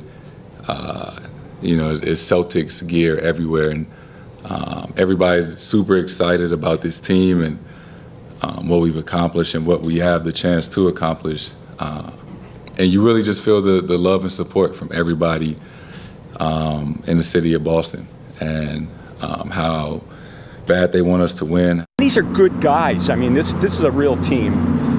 It's really a team. You know, it's fun to see that. Everybody's harping on, you know, having a star and they're needing to be a star. A team can still be a star. What is it like to know that you're a Celtics fan and you know that this is coming, this is happening? It's about time, and I've been waiting since the Warriors. We lost to the Warriors. We was up in that series. We should have won that series, but I think it was rigged. They like the Warriors, but this is the Celtics year, and this is Jason Tatum's team. Jason Tatum. And if you want to talk about the keys to the game, the players say have a short memory, have fun, and hit the court tonight with the same intensity that they would have for any other game. But Game 5 is the biggest game of the season because it's the next game on the schedule. So going with that mindset, and just have fun. And that's really what we talk about today, to get back to having fun and being the team and how special we are in the team that got us here. You know, the last 3 Celtic titles have happened right there on the Garden court. Tonight, this group would like to make that 4 in a row. At the Garden, I'm Levin Reed for WBZ News. All right, Lev, thanks. While tonight's game is sold out, you can get a ticket if you're willing to pay a lot of money, according to Game Time, an app that sells last-minute tickets. The lowest price seat is about $1,500. The most expensive tickets cost more than $37,000. You can save a little if you buy resale on Ticketmaster, where seats are starting at $1,200. Stay with WBZ and CBS News Boston for complete coverage of the NBA Finals. And don't go away. In just a few minutes, NBA Finals insider, former Celtics star Leon Poe will join me live. He'll break down what the C's need to do to forget Friday's brutal Game 4 and win tonight at the Garden. Well, an accident reconstruction specialist is back on the stand in the Karen Reed murder trial. But as WBZ's Penny Commit shows us, he is now answering questions from the defense, who claims John O'Keefe did not die from being hit by a car. This morning, the defense had the chance to cross-examine that crash reconstruction specialist that we heard from on Friday. Now, that specialist claims that data collected from Karen Reed's car is consistent with the pedestrian strike. But her attorneys argue that that doesn't necessarily mean that she hit John O'Keefe. The operator appeared to be Karen Reed, and the pedestrian was John O'Keefe. Trooper Joseph Paul returned to the stand this morning, and even during tense cross-examination, the crash reconstruction specialist stood by his testimony from Friday. Trooper Paul claims that data taken from a server inside of Karen Reed's car shows that on January 29th, Karen's car traveled in reverse, 62.5 feet, from 0 to 24.2 miles per hour. So the accelerator is at a constant rate, and then it just drops by half a mile, and the steering wheel all of a sudden abruptly goes to the right. That's what I'm talking about when I say it is consistent with a pedestrian strike. But the defense argued those movements could have occurred due to the snow. They also questioned Trooper Paul about the specifics of the crime scene. Like, where exactly did John O'Keefe allegedly make contact with Karen's car? Why did his body land 30 feet away? And what happened to the cocktail glass he was said to have been holding? Based on your expert opinion, you believe that he was projected through the air to his final rest place. That's not what I was saying. But you said there's no evidence that he rolled. And there's no evidence that he flew through the air either. Exactly. I didn't put the evidence there, so. Well, you didn't. Trooper Paul also testified that John O'Keefe was hit by Karen Reed's taillight on his arm, causing the taillight to shatter and explaining those abrasions that were found on his forearms. But he couldn't explain why John O'Keefe didn't have any broken bones or fractures. In Dedham, I'm Penny Commit, WBZ News. You can watch the live stream of the Karen Reed trial on CBS News Boston. Find our streaming service by going to the CBS News app, Pluto TV, or WBZ.com. Today, a guilty plea from one of the men charged in connection with the death of Whitey Bulger. Sean McKinnon shared a cell with the man who beat Bulger to death, but lied to investigators and told them he knew nothing about the killing. He has been sentenced to time served. Bulger was beaten to death in his cell in 2018, just hours after he was transferred to that prison in West Virginia. The man who beat Bulger and the inmate who served as a lookout have also agreed to plead guilty. They'll be sentenced later this summer. Humanitarian aid is now moving into Gaza as Israel pauses daytime military operations in the region. As Nicole Skanga of CBS News shows us, there are new signs of political fallout over the way Israel is fighting the war against Hamas. Trucks carrying humanitarian supplies entered southern Gaza Monday after Israel's military announced a daily tactical pause in the fighting to allow more aid to reach Palestinians in the war zone. But on the Israeli side of the border, many pallets of food and other supplies are waiting for delivery. An Israeli spokesman is calling on the UN to do more. We've only seen around 25 additional trucks make their way into the Gaza Strip since the beginning of the war, and there is a serious need for additional number of trucks, and we have worked together with the UN to increase that. But unfortunately, the UN isn't doing enough right now. A spokesperson for the UN Humanitarian Office said a breakdown in law and order was preventing workers from using the route. In another major development, Israeli Prime Minister Benjamin Netanyahu has disbanded his war cabinet. The influential decision-making group was assembled as a coalition of rivals to promote unity during the conflict. In central Gaza, the fighting goes on as Israeli forces pursue the remaining Hamas brigades in Rafah. But Palestinian officials say 9 civilians were killed overnight when a home was struck. The Biden administration says Hamas is stalling a deal to release the 120 remaining hostages in exchange for a ceasefire. Across Gaza, war-weary Palestinians marked the beginning of the Islamic holiday of Eid al-Adha, many praying at the ruins of a mosque destroyed in the fighting. Nicole Skanga, CBS News, Washington. Up next here on WBZ News, a new push to put a warning sign on social media, just like the warnings we see on tobacco products. And Jacob, we've got big warnings about the heat later this week. Yeah, checking in with our weather watchers. A lot of them showing temperatures that are in the 70s and 80s. Thank you to Rich and Clinton for that 80-degree reading. Mid-70s in Hopkinton, upper 70s in Littleton. I think all eyes on the potential heat wave over the next few days. Right down what you need to know as you head out the door today. Coming up in just a few. WBZ's Next Weather Alert is brought to you by Safety Insurance.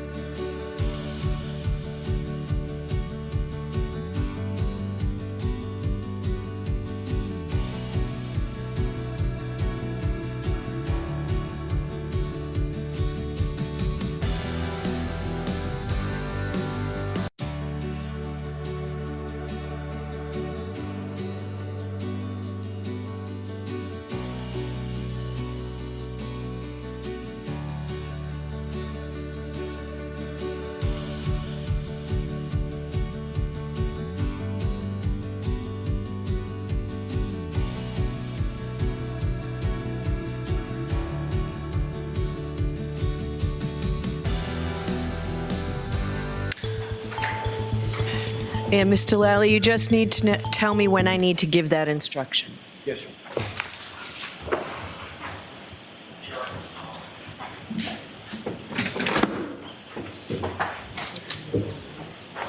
Okay.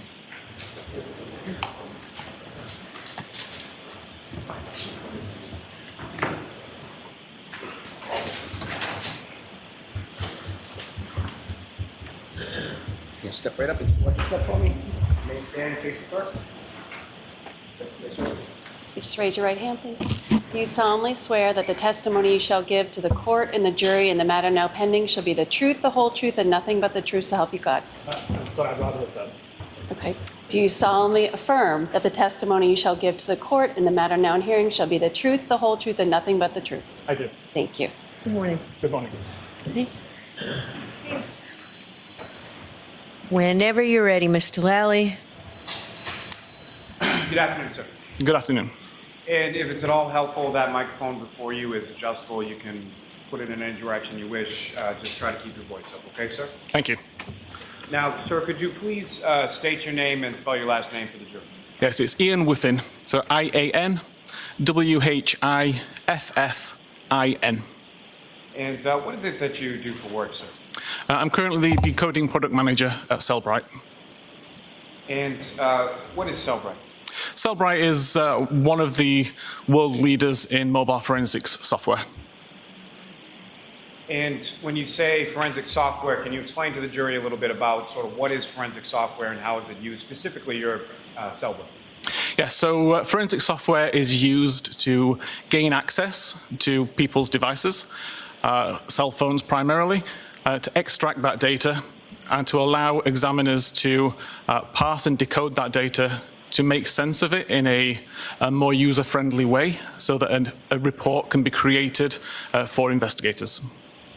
Now, sir, if I could ask you just a few questions going back to some of your educational and prior work experience with starting sort of with your undergraduate work, what, if any, where did you go to school and what, if any, degree did you receive there? Okay, I didn't get a degree. I'm originally from the UK, where I did qualifications in computing, a higher national certificate in computing, and then joined the police in 2004. And what department was that, sir? That was response work, so South Yorkshire Police as a response officer. And where did you go from there? In 2009, I immigrated to Canada, where I was able to continue policing with the Calgary Police Service, where I spent approximately 4 or 5 years, again working patrol, before moving to the digital forensics team of Calgary Police. And with respect to moving to that digital forensics team, what, if any, specialized training did you receive in regard to that area? So once I had made it into the digital forensics, I was sent to Ottawa for 3 weeks to do a foundational computer forensics course, covering all manner of digital forensics to begin with. Throughout my 8 years with Calgary Police, I did constant courses each year to keep information updated, including a 2-week course, again, at the Canadian Police College in Ottawa, specifically about cell phone forensics. And then also during that time, additional courses for extracting data for interpreting internet artifacts or any other kind of information found on a phone or computer. And following that, where did you go from there, sir? In 2020, I left Calgary Police Service and began working at Cellbrite as the senior digital intelligence expert, where I would use my knowledge of the forensic community to assist the developers with creating and maintaining a program that examiners would want to use. And finally, about 2 years ago, I moved to the decoding product manager position.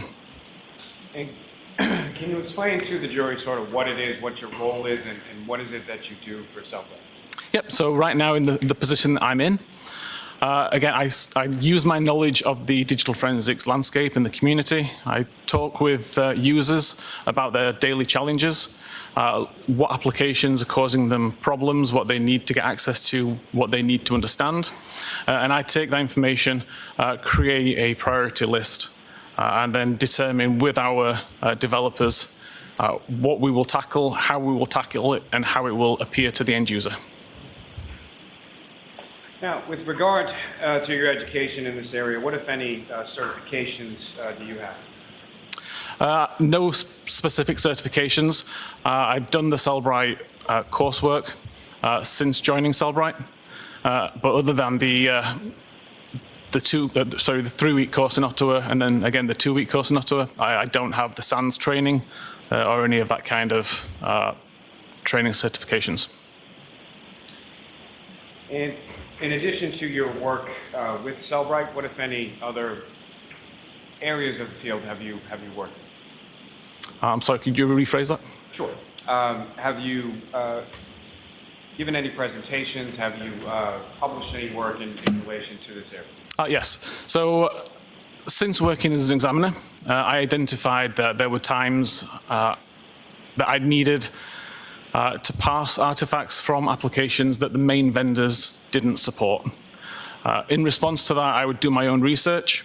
That research turned into a selection of digital forensics tools, and I created a website for myself to share that research, to share those tools with the community. And directly related to that, I have published articles related to accessing data on phones, related to SQL databases, related to various other artifacts, primarily locations. Now, over the course of your work, have you had occasion to testify in other courts in relation to this specific field? Yes, related to digital forensics, I've testified approximately 20 times, mainly in Canada, but also once in Michigan, once in Australia, once in the UK. Now, as far as questions that come into your company with relation to interpretation of data, other sort of general forensic questions, what parts of the world do these questions come in from, and how widely used is your product? So the product is used globally. There are a select number of countries that we don't export to, but generally, if a police service is interested in digital forensics, then they're using at least some of our tools. We operate an email address which is open to any user called Stumpers. And the idea is that users, if they come across an artifact that they can't explain, they can email to myself and some of my colleagues, and we can research that artifact, and we can try and give them an answer as to say why the artifact's there and how it should be interpreted. You used the term in there as far as an artifact. If you could please explain to the jury sort of what your understanding of that term is and how it's used within your specific industry. Yeah, so I would refer to an artifact as essentially any piece of data which I've recovered from the phone, which is of interest. It could be a web history visit, it could be a text message, it could be a photograph, any piece of information. Now, sir, turning your attention to September of 2023, at some point in that month, were you contacted by the Norfolk District Attorney's Office and the State Police in regard to this case? Eventually, yes. Initially, I was contacted by a member of Cellbrite. And if you know, why was that initial, as far as the initial contact or initial request from Cellbrite, can you speak about that? My understanding was there was an artifact found on a device, and people were looking for an explanation as to how this particular timestamp was relevant to the case. Now, if you could explain to the jury sort of what you, what were you provided and what were you asked to look at? So the original question is just basically how can we explain this 227 timestamp? I spoke to my colleague and requested if he could contact the investigators and any information that they could share about where this particular timestamp was found so that I could investigate it. I was advised at that time that the case had already been uploaded to our own support network, so the full extraction of the device in question was already in Cellbrite's possession, and I was able to access it from there and start to examine what the issue was that was causing the confusion. Now, with reference to this issue, can you describe to the jury, just in general terms, sort of what this issue was? Yes, so the issue, as I was led to believe, is there was a timestamp for a web history artifact of 2:27 and 40 seconds AM local time, which would be UTC 5, and it didn't make sense to the investigators. And the question was, is there any other interpretation for what this timestamp could mean? And so essentially you were asked to explain the timestamp and how it came to be, correct? Correct. And as far as this particular issue, has this arisen in other instances? Have you been asked the same question or similar questions in regard to this type of artifact? Yeah, several weeks later, so probably around December time last year, I was contacted by a police investigator in Austria with a very similar question, but related to obviously a different internet search.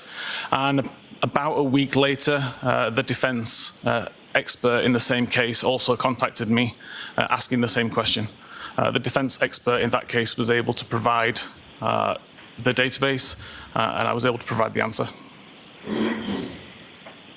Now, as far as the full extraction, is that the entirety of what you looked at in this instance, or what, if anything else, were you provided with in regard to your review and your analysis in this case?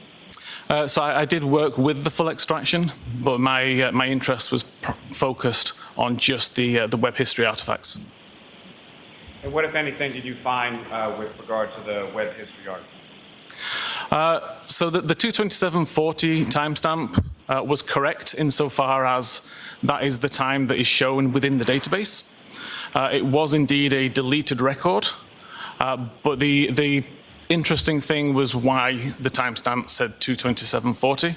And I did some testing on this and discovered the reason why 2:27:40 was actually listed in the database, even though that's not the time, in my opinion, that the search was conducted.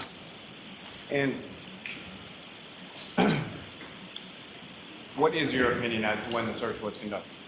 There's plenty of other evidence on that extraction that shows what activity was occurring at 2:27:40 seconds.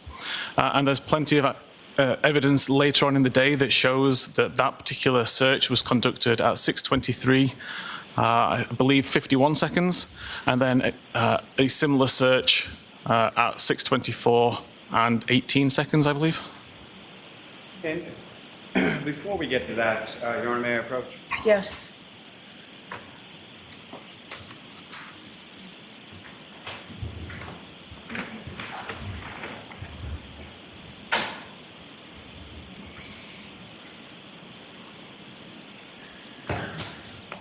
Whitman, I'm showing you the document and asking you to take a look at Thank that. you. Look up on your phone.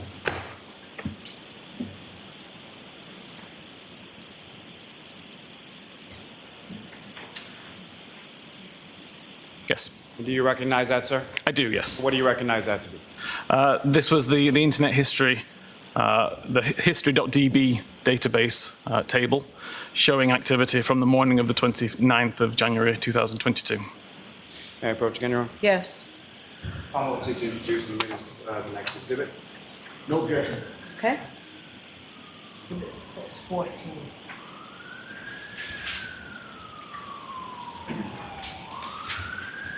Your Honor, may I return to the witness? Yes.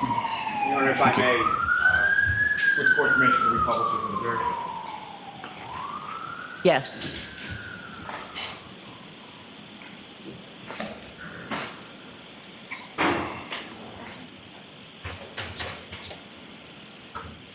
Your Honor, may I approach this to retrieve?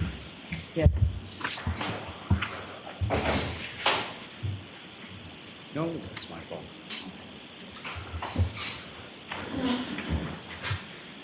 Thank you.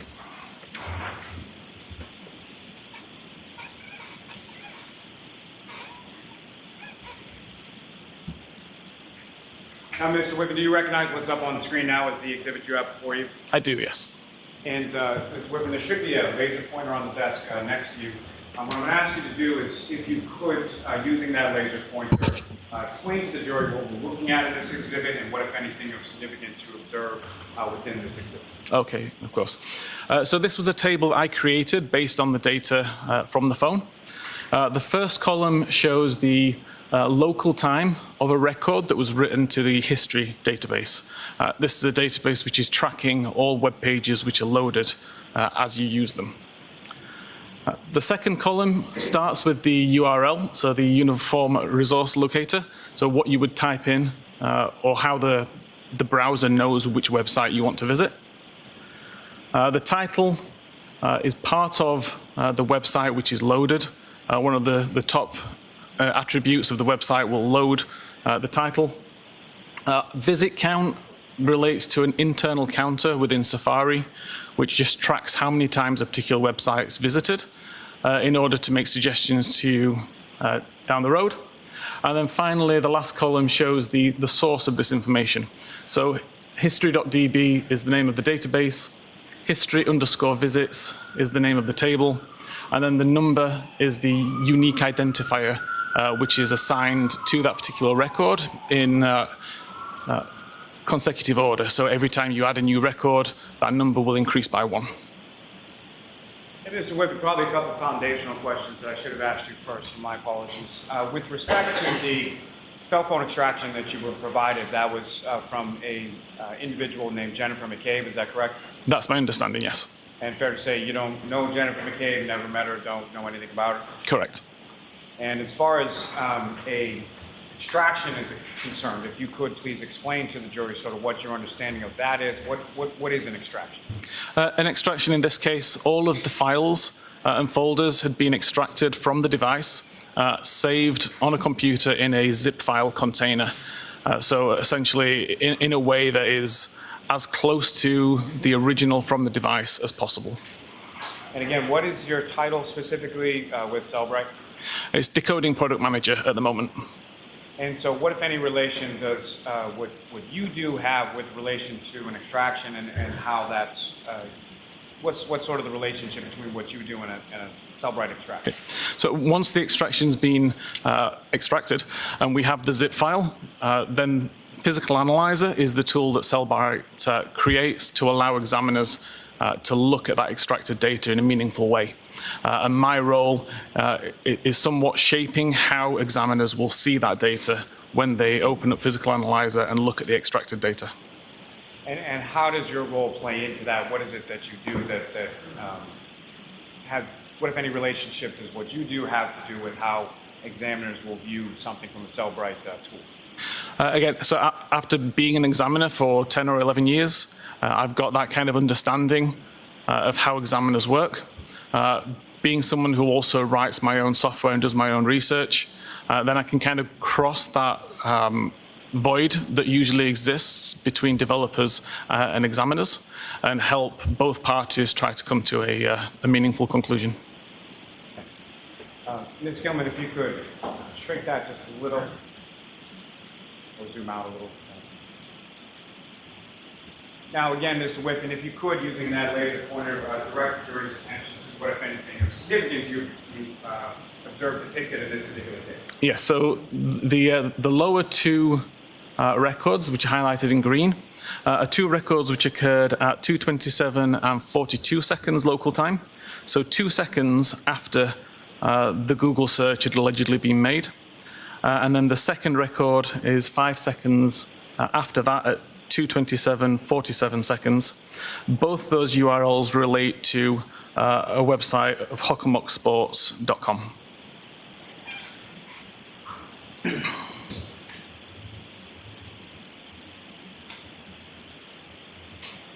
Now, if you could explain to the jury, what is a contiguous identifier? So again, every SQLite database will assign a unique contiguous identifier number.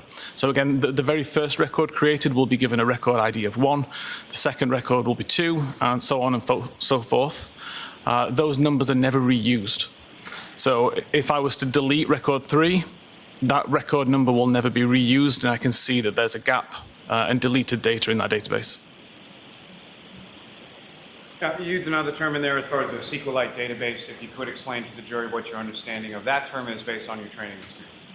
Yeah, a SQLite database, essentially, it's a series of tables. It's a way for data to be stored, again, in a meaningful, organized fashion that can be queried, can be examined, can be filtered, searched, etc. It can be useful for anybody who wants to get data from an organized file.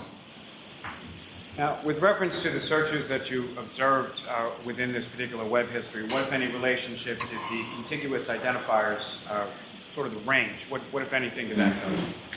I'm sorry, can you rephrase that?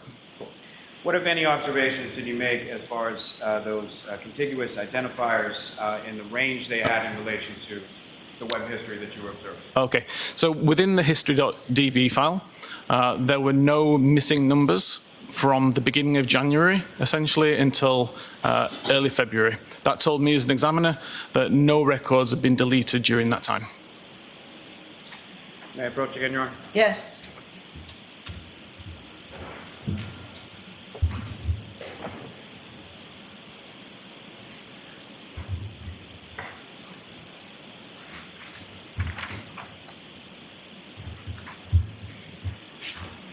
So if I could ask that one back. Thank you. That, sir? I do, yes. What do you recognize that to be? This is the browser state record, which identified a search at 2:27:40 a.m. May I approach again, Your Honor? Yes. Almost. Submitted to next exhibit. We have no objection. Okay. Exhibit 615. Thank you. May I return to the witness, Your Honor? Yes. Full submission may be published to the jury. Yes.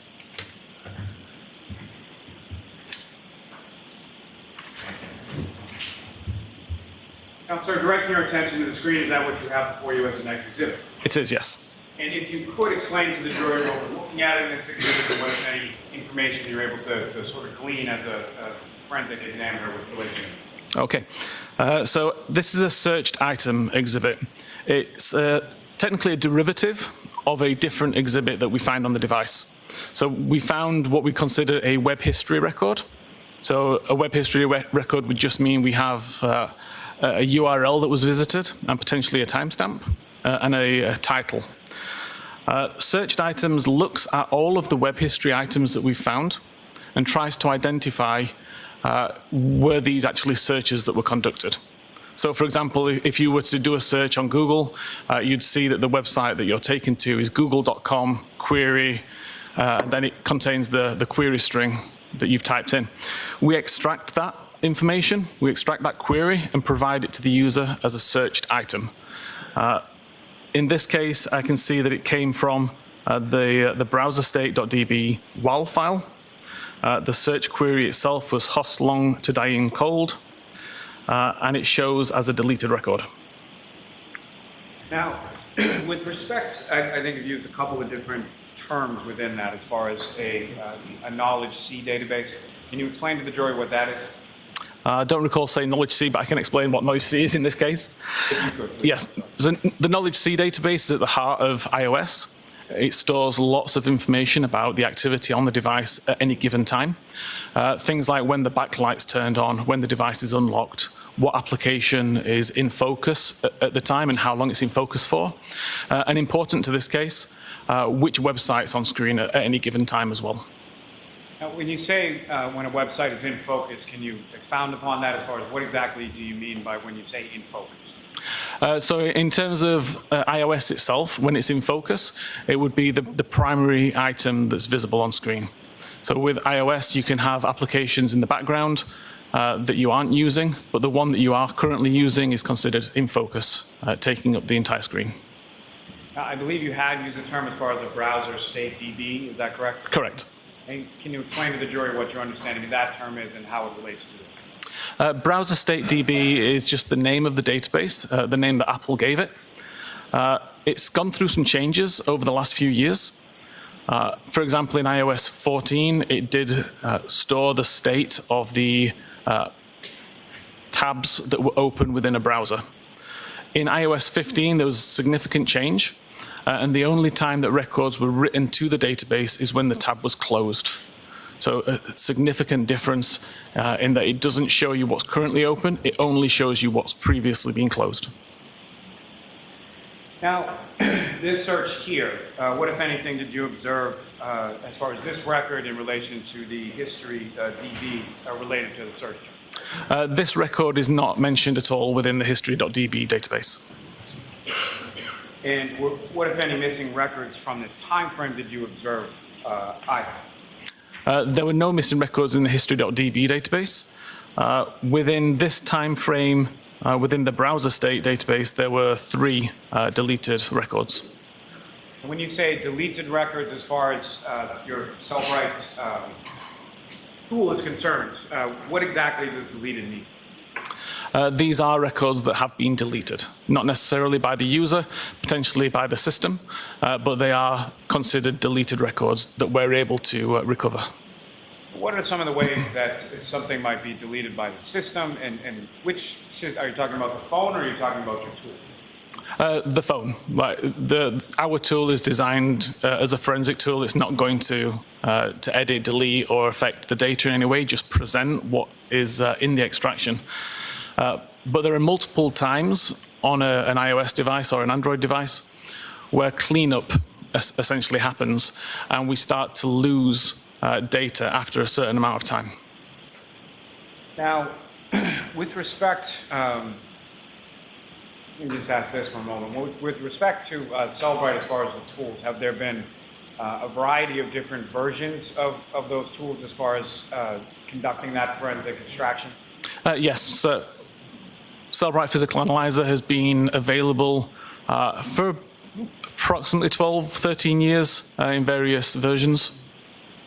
And what, if any, differences are there between, in general terms, between, say, an older version versus a newer version? Obviously, in the digital forensics landscape, whenever a provider creates a new feature, we have to change our code to adapt to what they've now introduced. There can be research that has been done, so we now learn new things, and we add support over time. So something can be supported in this new version of Physical Analyzer that may not have been supported or even existed in a previous version. Now, with respect to your work in this field, what, if any, tools have you designed and or created or something to conduct this type of work? Aside from Physical Analyzer? Yes. Okay, so I have my own tool called Artex, which I've been working on for around 5 years. Since being an examiner myself and struggling to parse any particular application that I needed. So I started to write my own tools, and that's the one that is one that I still maintain on the side in my own time, partly for my own knowledge, but partly because I think it still introduces some fantastic features which aren't available in any other tool for research purposes. So yeah, I continue to write this tool to this day. And could you just say the name of the tool? Artex, A-R-T-E-X. Thank you. Now, with regard to the situation depicted in the exhibit up on the screen, what are some of the reasons why this may occur, or why this may read as it does? Sorry, is it deleted? Yes. Oh, the record itself has been deleted. As I said, the reason why it's deleted, through my testing, I've only found 2 ways that kind of record can be deleted by the user. And I don't believe either of those ways was actually utilized on this device. And what are those 2 ways? The user has the option to selectively delete history items. So you can delete either one at a time, or the entire day's content, or the last 2 days' content. Or you can delete all content altogether. Now, if all content had been deleted, we wouldn't have found any information on this phone at all related to web history, so I was able to discount that one quite quickly.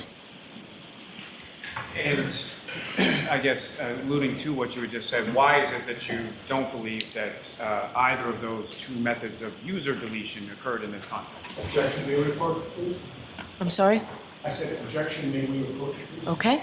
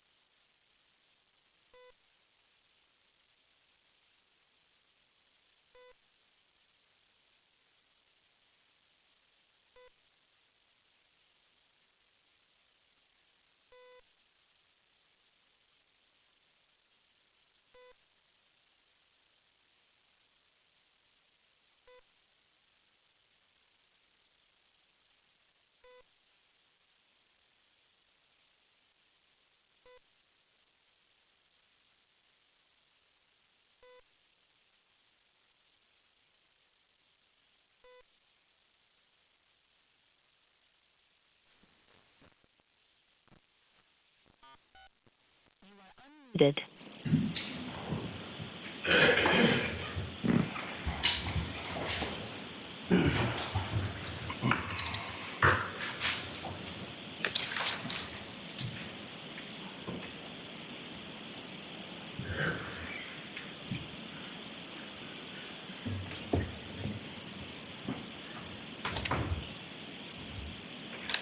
May I have one moment, John? Sure.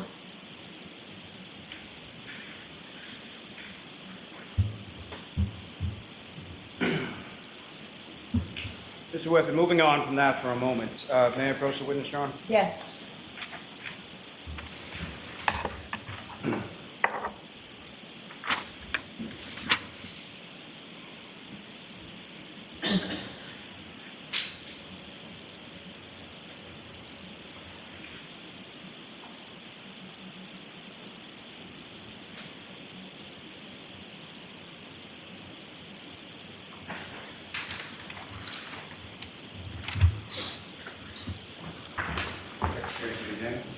Thank you. That document I've just handed you, Mr. Whiffen, you recognize that? I do, yes. And what do you recognize that to be? It's a document that highlights both the search terms that were found in mobile safari.plist and the method of searching. May I approach again, Your Honor? Yes. Commonwealth to seek to introduce the minutes of the next exhibit. No objection. Okay.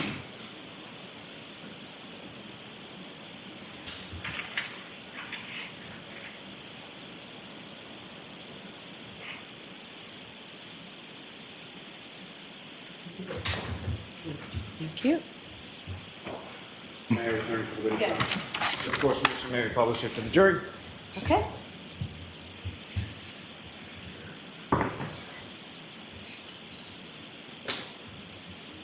And Mr. Whiffen, do you recognize what's up on the screen as the next exhibit? I do, yes.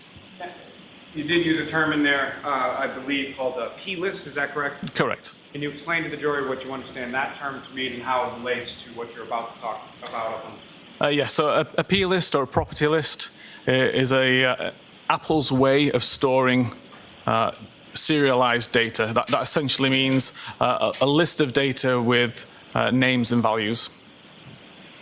And, sir, if you could, again, using that laser point, direct the jury's attention to explain sort of what we're looking at and what, if anything, of significance you observe in this particular slide or table.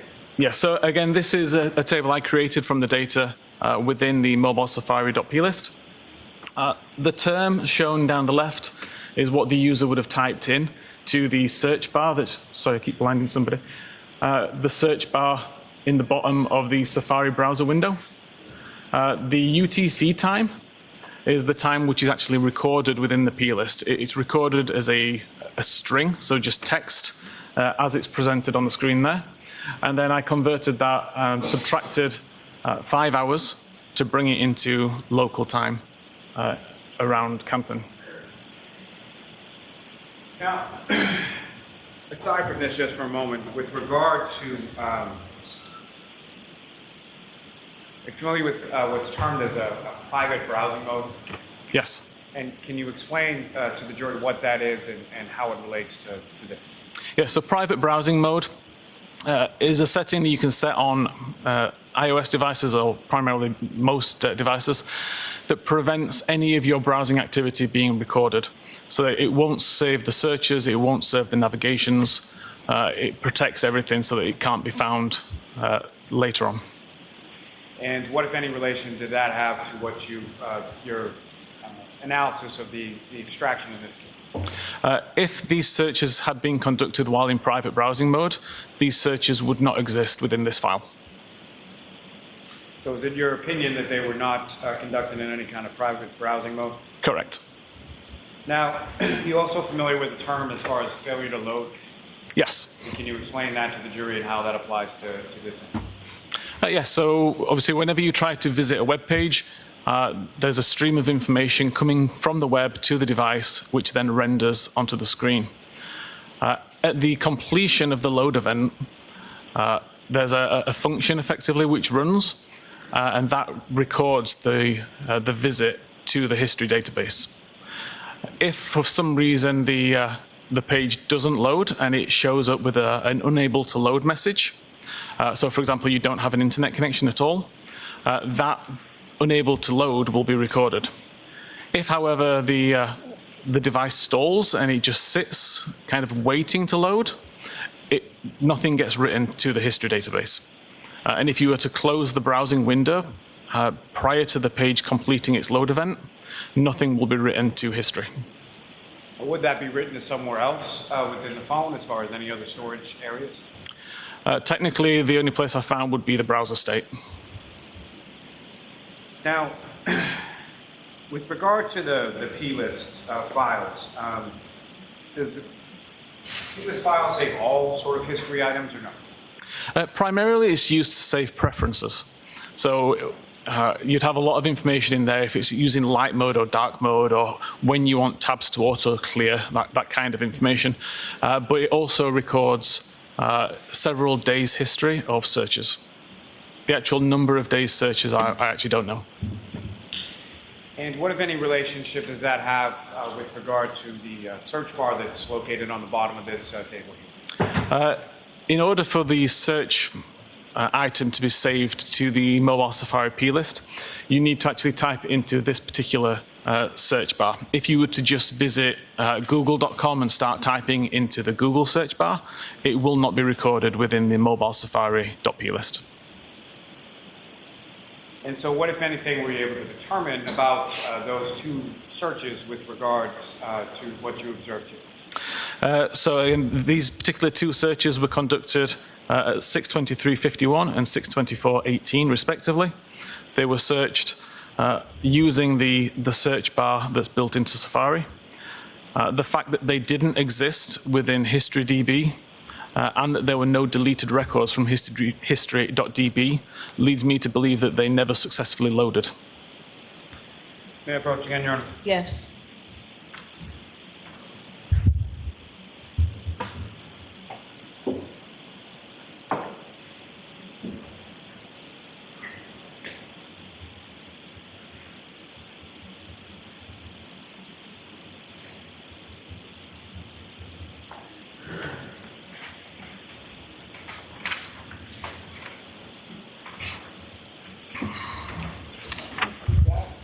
With this. Thank you.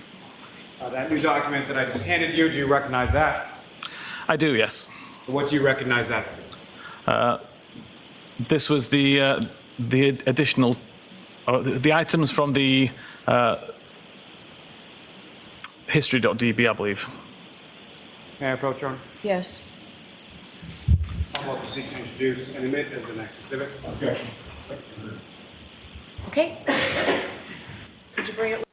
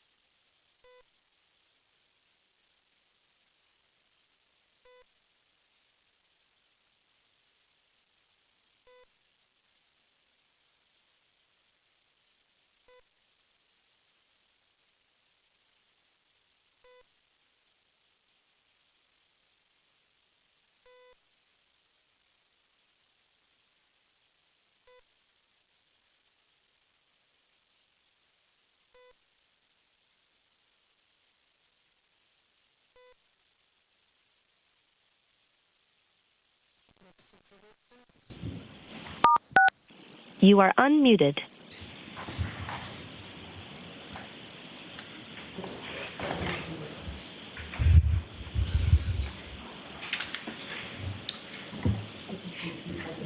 Sure. May I return it to the witness, Your Honor? Yes. I'm sorry, Mr. Thank you. Whitman, if you could just repeat exactly what that is in the next exhibit. Yeah, sorry, it's a comparison between the search terms found in the P list, so the mobile Safari P list, and the search terms found within the history.db database. So the items contained within this table are items that were contained within the extraction that you examined, correct? Correct. And Your Honor, with the court's permission, if I could display that for the jury. Yes. Yes.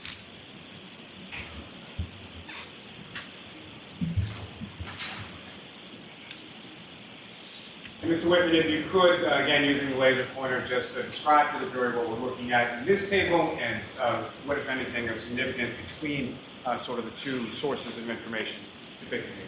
Okay, so the first list, the P list term, shows the term within the mobile Safari.p list, excluding the two that we've already mentioned, which are of note. And the first timestamp column shows the timestamp according to that P list. The history item shows the search term as recorded in the history database. And then we have the timestamp as per the history database. So the purpose of this document was to show that we have a search for Raining Men and a history item related to the Google search for Raining Men, and they show within a second of each other. Again, the next one down, Antoinette Ock and basketball, and the associated Google search. And again, the timestamps are within a second. This list was non-exhaustive. There was hundreds of examples within the history.db, but limited examples within the mobile Safari P list. And as I mentioned, the two searches of interest, the how long to die in the Kikdi and how long to die in the cold, didn't exist within the history DB at all. Ms. Gilman, you can take that down.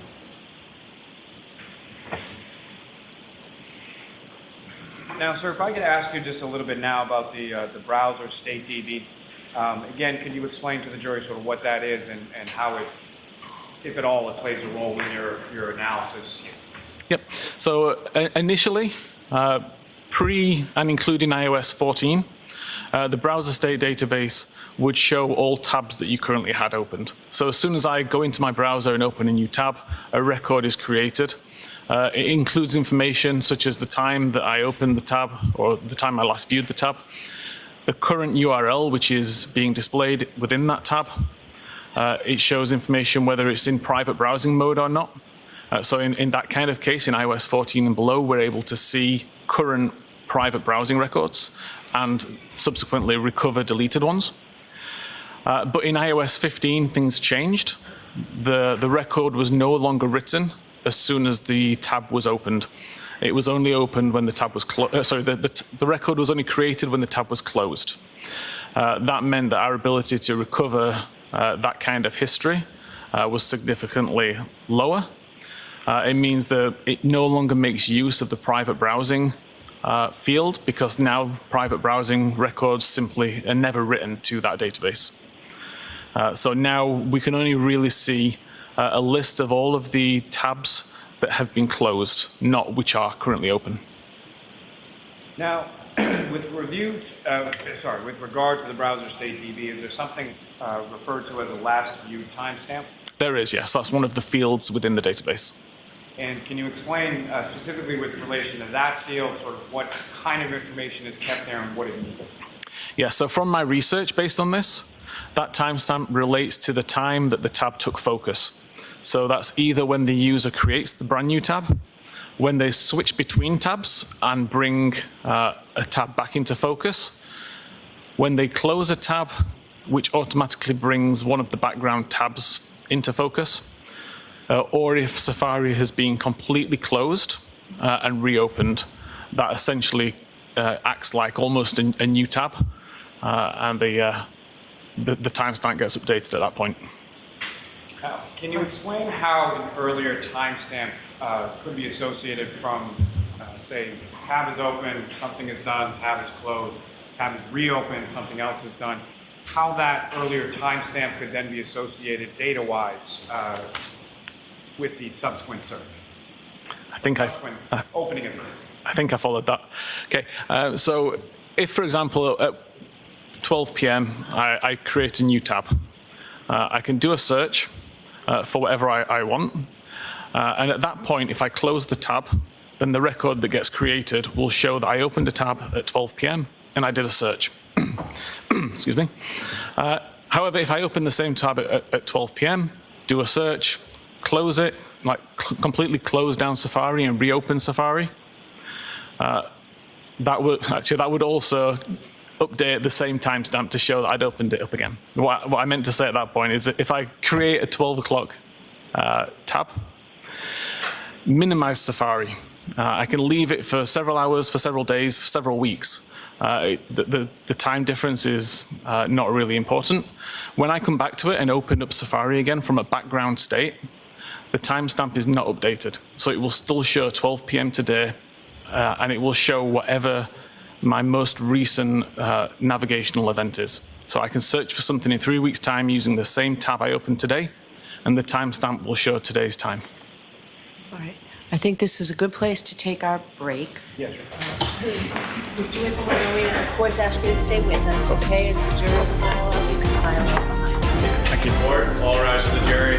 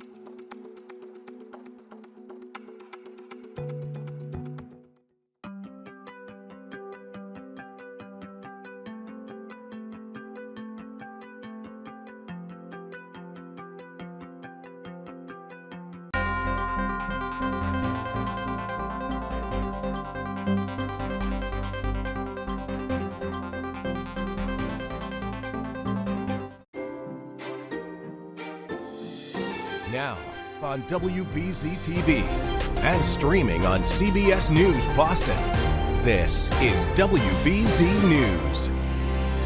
We start with the next weather alert as we look at the Salt and Pepper Bridge. Get ready for a week filled with dangerous heat. Good afternoon. Thanks for joining us. I'm Paula Eben. It's warm today, pretty comfortable still, but it is going to be hot tomorrow in the mid-90s, and then we could see our first heat wave of the season. WBZ meteorologist Jacob Wyckoff is here with the next weather alert. We're talking a real feel of triple digits by Thursday, right? Yeah, pretty incredible stuff that's going to be building into the area. Extreme heat and humidity. Keep in mind, last year, Boston didn't have any heat waves, and we're likely going to see one starting Tuesday through Friday with no relief in sight until we get into the weekend. Currently, we're sitting in the mid to upper 70s and low 80s. We're at 77 in Boston, 75 in Worcester, and upper 60s, low 70s for the Cape and Islands. Dry on our satellite radar. Lots of sunshine. Get those outdoor errands done today, because heading into the next couple of days, it's going to be oppressive heat and humidity.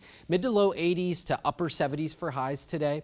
Our next 5 days look like this. The blast furnace is on, mid to upper 90s. The hottest of the days will be Thursday with feels like temperatures 105 and higher. That's the dangerous type of heat and humidity that we're talking about. We do have some excessive heat watches out for parts of the area and heat advisories. We'll break down what you need to know with this heat wave coming up in just a few minutes. Paula? All right, Jacob, we'll see you again in a few. Thanks. Well, are you wearing your green? Tonight could be the night. The Boston Celtics claim their 18th national title. It has been exactly 16 years since the C's won their last championship at the Garden, and fans are ready. WBZ's Levin Reed is at the Garden with a preview of Game 5. Yeah, hopefully the wait is over and Banner 18 can happen tonight for the Celtics. You know, after winning 10 playoff games in a row, the Celtics had a huge clunker on Friday night. The good news, whether they lose by 38 or they lose by 5, it only counts for 1 in the playoff series, and the C's still have a 3-1 commanding lead in this. It was a group that looked loose as the Celtics were on the practice court yesterday. Players taking shots, staying ready, and having fun. That 18th championship is right there for the taking. The players know they have a chance to make history. Tonight, the Garden will be rocking, and the fans will be loud. Jason Tatum says he can also feel all the emotion and how the city is rallying behind the team. I went to go get some ice cream yesterday. You know, it's Celtics gear everywhere, and everybody's super excited about this team and what we've accomplished and what we have the chance to accomplish. And you really just feel the love and support from everybody in the city of Boston, and how bad they want us to win. These are good guys. I mean, this is a real team. It's really a team. You know, it's fun to see that. Everybody's harping on, you know, having a star and they're needing to be a star. A team can still be a star. What is it like to know that you're a Celtics fan and you know that this is coming, this is happening? It's about time, and I've been waiting since the Warriors. We lost to the Warriors. We was up in that series. We should have won that series, but I think it was rigged. They like the Warriors, but this is the Celtics year, and this is Jason Tatum's team. Jason Tatum. And if you want to talk about the keys to the game, the players say have a short memory, have fun, and hit the court tonight with the same intensity that they would have for any other game. But Game 5 is the biggest game of the season because it's the next game on the schedule. So going with that mindset and just have fun. And that's really what we talked about today, to get back to having fun and being the team and how special we are in the team that got us here. You know, the last 3 Celtic titles have happened right there on the Garden Court. Tonight, this group would like to make that 4 in a row. At the Garden, I'm Levin Reed for WBZ News. All right, Lev, thanks. While tonight's game is sold out, you can get a ticket if you're willing to pay a lot of money, according to Game Time, an app that sells last-minute tickets. The lowest price seat is about $1,500. The most expensive tickets cost more than $37,000. You can save a little if you buy resale on Ticketmaster, where seats are starting at $1,200. Stay with WBZ and CBS News Boston for complete coverage of the NBA Finals. And don't go away. In just a few minutes, NBA Finals insider, former Celtics star Leon Poe will join me live. He'll break down what the C's need to do to forget Friday's brutal Game 4 and win tonight at the Garden. Today, a guilty plea from one of the men charged in connection with the death of Whitey Bulger. Sean McKinnon shared a cell with the man who beat Bulger to death, but lied to investigators and told them he knew nothing about the killing. He has been sentenced to time served. Bulger was beaten to death in his cell in 2018, just hours after he was transferred to that prison in West Virginia. The man who beat Bulger and the inmate who served as a lookout have also agreed to plead guilty. They'll be sentenced later this summer. Humanitarian aid is now moving into Gaza as Israel pauses daytime military operations in the region. As Nicole Skanga of CBS News shows us, there are new signs of political fallout over the way Israel is fighting the war against Hamas. Trucks carrying humanitarian supplies entered southern Gaza Monday after Israel's military announced a daily tactical pause in the fighting to allow more aid to reach Palestinians in the war zone. But on the Israeli side of the border, many pallets of food and other supplies are waiting for delivery. An Israeli spokesman is calling on the UN to do more. We've only seen around 25 additional trucks make their way into the Gaza Strip since the beginning of the war, and there is a serious need for additional number of trucks, and we have worked together with the UN to increase that. But unfortunately, the UN isn't doing enough right now. A spokesperson for the UN Humanitarian Office said a breakdown in law and order was preventing workers from using the route. In another major development, Israeli Prime Minister Benjamin Netanyahu has disbanded his war cabinet. The influential decision-making group was assembled as a coalition of rivals to promote unity during the conflict. In central Gaza, the fighting goes on as Israeli forces pursue the remaining Hamas brigades in Rafah. But Palestinian officials say 9 civilians were killed overnight when a home was struck. The Biden administration says Hamas is stalling a deal to release the 120 remaining hostages in exchange for a ceasefire. Across Gaza, war-weary Palestinians marked the beginning of the Islamic holiday of Eid al-Adha, many praying at the ruins of a mosque destroyed in the fighting. Nicole Skanga, CBS News, Washington. Up next here on WBZ News, a new push to put a warning sign on social media, just like the warnings we see on tobacco products. And Jacob, we've got big warnings about the heat later this week. Yeah, checking in with our weather watchers. A lot of them showing temperatures that are in the 70s and 80s. Thank you to Rich and Clinton for that 80-degree reading. Mid-70s in Hopkinton, upper 70s in Littleton. I think all eyes on the potential heat wave over the next few days. Write down what you need to know as you head out the door today. Coming up in just a few. WBZ's Next Weather Alert is brought to you by Safety Insurance.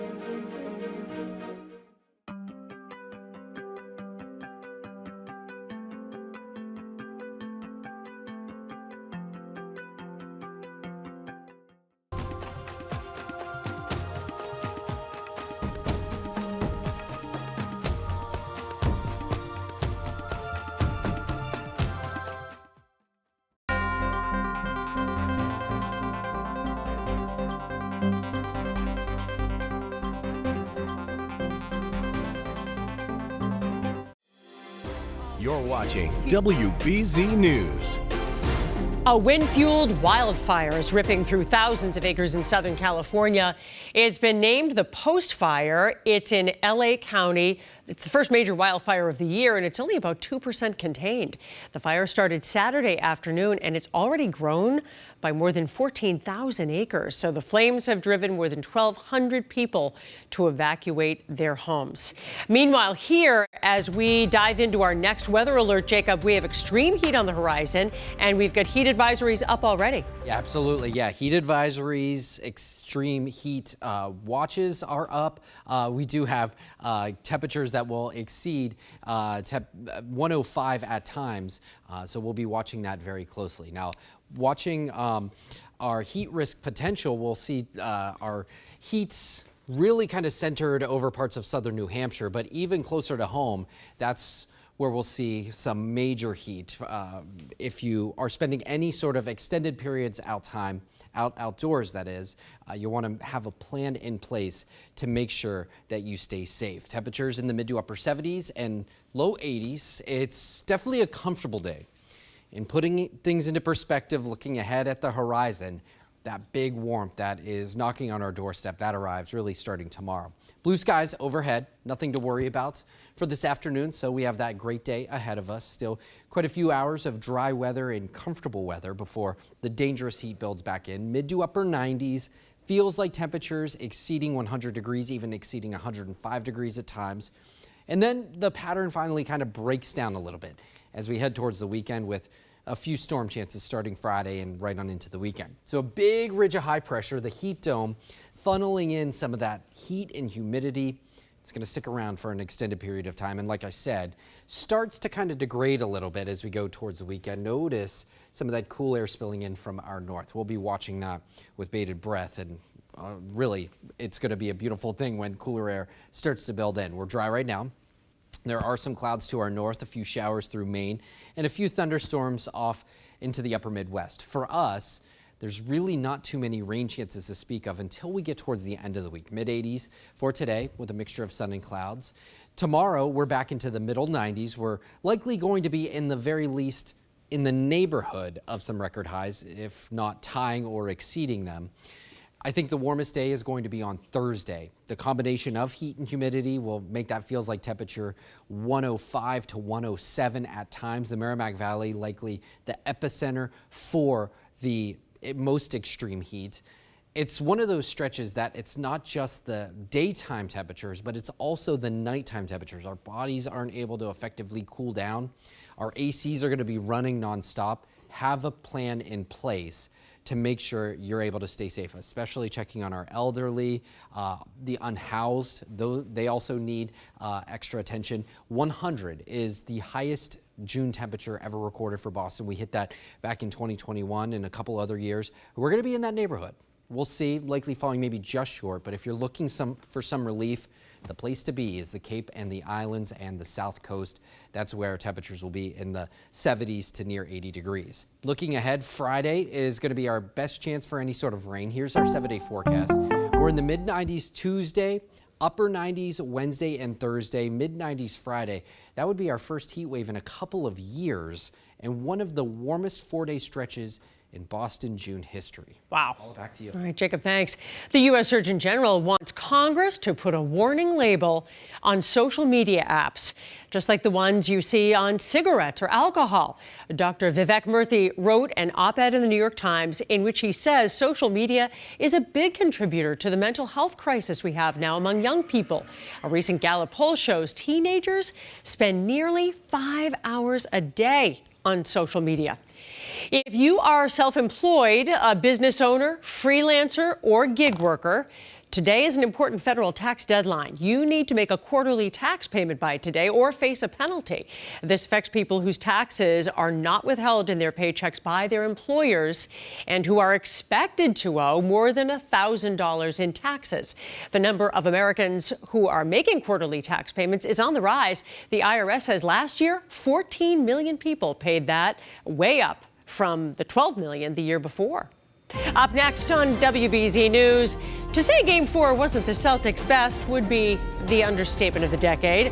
We'll talk with former Celtics star Leon Powe. He'll be in here live in studio about what the team needs to do to turn things around tonight.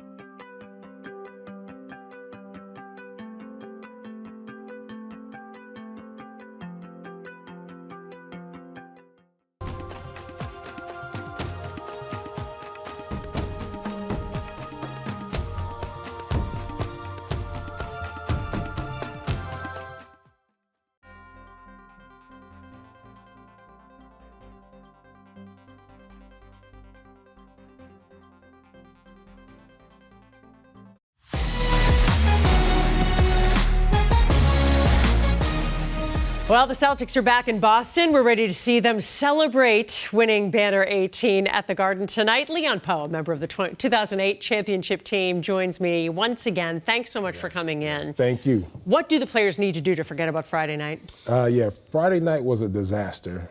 Everything that could go wrong, it went wrong. They didn't play with no force, and they need to play with more force, more aggressiveness, and just go out there, play with attitude. And so coming back home, they need to bring that attitude. Right. Well, let's talk about this because you've been there, and in 2008, you guys lost Game 5 to the Lakers, Yes. right? Came back to win Game 6. What's the mindset when you have a setback like that? How do you really gather your composure, gather your teammates, and say, we can put this past us? Yes, when we lost, our job was only to get one. And as you know, back in the day, the format was 2-3-2. Right. And we was down there for 3 games. We got Game 4, we came back, and then Game 5 we lost. But our job was only get one, and we didn't want to go to Game 7 with Kobe Bryant. Nobody want to do that. So this team, you can put that behind you. Now you got a new game. It's at your house. It's on the day that my 08 team won. Right. And so you got a new challenge, a new start to this game. So just be ready to go. Yeah, this was the day 16 years ago today. Describe the elation in that moment. Yeah, yes. When you realized you'd done it. Yes, once you realize you've done it, and especially before we rewind a little bit and we looked at that blank banner and we was like, man, it's been 20 plus years. Yeah. Let's get it done for the fans and for the city and for this organization. And now they had a chance to do the exact same thing we did. And they like, man, it's been since 2008 since we won. It's time. Yes, it's time. They got to wrap it up tonight. And we've been saying all day, it is June 17th, 617, the Boston area code. Good signs, all signs pointing to a win. Well, Leon Poe, thanks so much for coming in yet again. Let's hope they take your advice. Go out there and play with attitude. Attitude. Go Seas. All right, thanks for coming in. Up next, who took home a Tony? We've got the big winners from Broadway.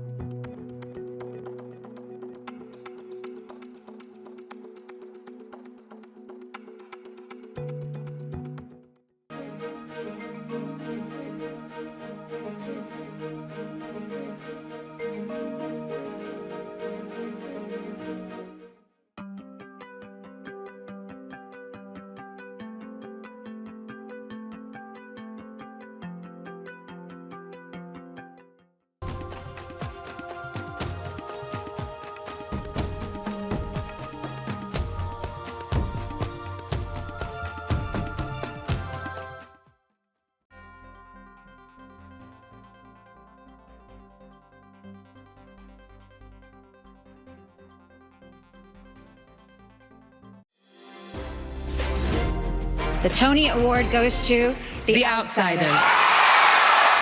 The Outsiders, the original musical based on the classic S.E. Hinton novel, took home Broadway's biggest prize, and Stephen Sondheim's Merrily We Roll Along won the Tony for Best Revival of a Musical. It also won 2 acting awards for the stars Jonathan Groff and Daniel Radcliffe of Harry Potter fame. The show flopped when it first appeared on Broadway more than 40 years ago. Stereophonic won 5 Tonys, including Best Play, Scenic Design, Best Featured Actor, and Best Director. Jacob is here now just to talk about the fact that there's a heat advisory already up. It's pretty comfy today, but we're going to slowly start to really see those temperatures rise. Have a plan in place. Yeah. Over the next few days, it's going to be vitally important that we stay cool with temperatures pushing into the mid to upper 90s. There's our 7-day forecast. Feels like temperatures Wednesday and Thursday likely exceeding 105 in some spots. We haven't had a heat wave in Boston in a couple of years, and we'll likely do that. Yeah, so people are going to probably get a lot of those window air conditioning units. Oh, yeah. Fans, get to a splash pad. All of the whatever above, you can do. Library, museum. Movie theater. Movie theater. All right, Jacob, thanks so much. We know you guys will be on it. Thanks for joining us. Have a good afternoon. We'll see you a little later.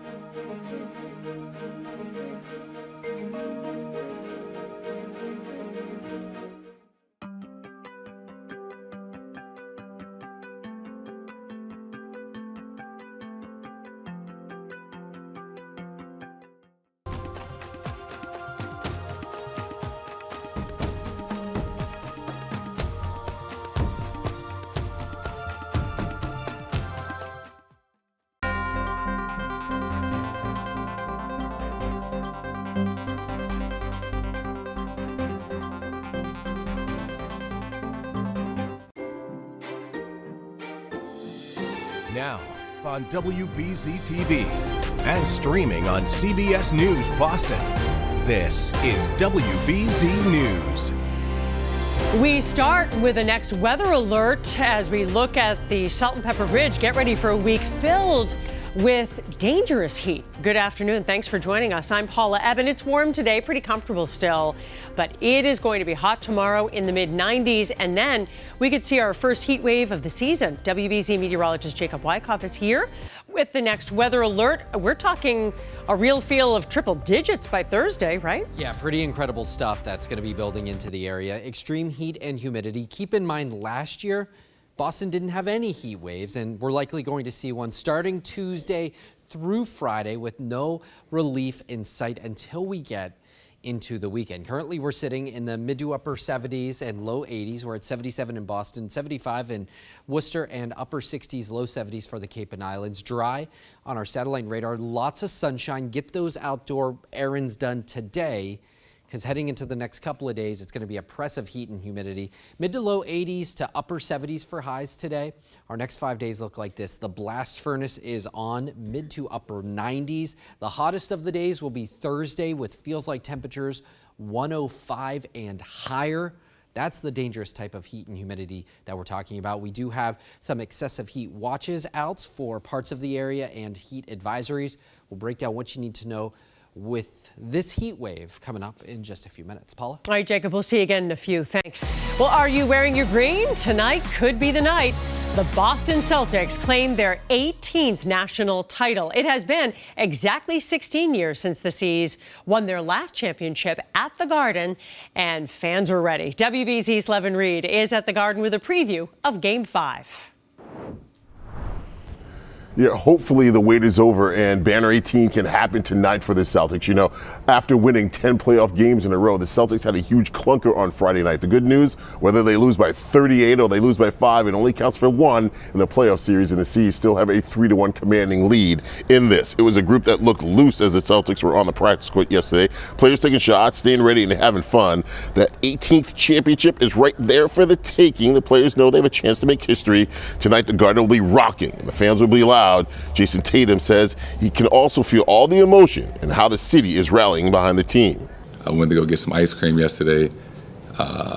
You know, it's Celtics gear everywhere, and everybody's super excited about this team and what we've accomplished and what we have the chance to accomplish. And you really just feel the love and support from everybody in the city of Boston, and how bad they want us to win. These are good guys. I mean, this is a real team. It's really a team. You know, it's fun to see that. Everybody's harping on, you know, having a star and they're needing to be a star. A team can still be a star. What is it like to know that you're a Celtics fan and you know that this is coming, this is happening? It's about time, and I've been waiting since the Warriors. We lost to the Warriors. We was up in that series. We should have won that series, but I think it was rigged. They like the Warriors, but this is the Celtics year, and this is Jason Tatum's team. Jason Tatum. And if you want to talk about the keys to the game, the players say have a short memory, have fun, and hit the court tonight with the same intensity that they would have for any other game. But Game 5 is the biggest game of the season because it's the next game on the schedule. So going with that mindset and just have fun. And that's really what we talk about today, to get back to having fun and being the team and how special we are and the team that got us here. You know, the last 3 Celtic titles have happened right there on the Garden Court. Tonight, this group would like to make that 4 in a row. At the Garden, I'm Levin Reed for WBZ News. All right, Lev, thanks. While tonight's game is sold out, you can get a ticket if you're willing to pay a lot of money, according to Game Time, an app that sells last-minute tickets. The lowest price seat is about $1,500. The most expensive tickets cost more than $37,000. You can save a little if you buy resale on Ticketmaster, where seats are starting at $1,200. Stay with WBZ and CBS News Boston for complete coverage of the NBA Finals. And don't go away. In just a few minutes, NBA Finals insider, former Celtics star Leon Poe will join me live. He'll break down what the C's need to do to forget Friday's brutal Game 4 and win tonight at the Garden. Today, a guilty plea from one of the men charged in connection with the death of Whitey Bulger. Sean McKinnon shared a cell with the man who beat Bulger to death, but lied to investigators and told them he knew nothing about the killing. He has been sentenced to time served. Bulger was beaten to death in his cell in 2018, just hours after he was transferred to that prison in West Virginia. The man who beat Bulger and the inmate who served as a lookout have also agreed to plead guilty. They'll be sentenced later this summer. Humanitarian aid is now moving into Gaza as Israel pauses daytime military operations in the region. As Nicole Skanga of CBS News shows us, there are new signs of political fallout over the way Israel is fighting the war against Hamas. Trucks carrying humanitarian supplies entered southern Gaza Monday after Israel's military announced a daily tactical pause in the fighting to allow more aid to reach Palestinians in the war zone. But on the Israeli side of the border, many pallets of food and other supplies are waiting for delivery. An Israeli spokesman is calling on the UN to do more. We've only seen around 25 additional trucks make their way into the Gaza Strip since the beginning of the war, and there is a serious need for additional number of trucks, and we have worked together with the UN to increase that. But unfortunately, the UN isn't doing enough right now. A spokesperson for the UN Humanitarian Office said a breakdown in law and order was preventing workers from using the route. In another major development, Israeli Prime Minister Benjamin Netanyahu has disbanded his war cabinet. The influential decision-making group was assembled as a coalition of rivals to promote unity during the conflict. In central Gaza, the fighting goes on as Israeli forces pursue the remaining Hamas brigades in Rafah. But Palestinian officials say 9 civilians were killed overnight when a home was struck. The Biden administration says Hamas is stalling a deal to release the 120 remaining hostages in exchange for a ceasefire. Across Gaza, war-weary Palestinians marked the beginning of the Islamic holiday of Eid el-Adha, many praying at the ruins of a mosque destroyed in the fighting. Nicole Skanga, CBS News, Washington. Up next here on WBZ News, a new push to put a warning sign on social media, just like the warnings we see on tobacco products. And Jacob, we've got big warnings about the heat later this week. Yeah, checking in with our weather watchers. A lot of them showing temperatures that are in the 70s and 80s. Thank you to Rich and Clinton for that 80-degree reading. Mid-70s in Hopkinton. Upper 70s in Littleton. I think all eyes on the potential heat wave over the next few days. Write down what you need to know as you head out the door today. Coming up in just a few. WBZ's Next Weather Alert is brought to you by Safety Insurance.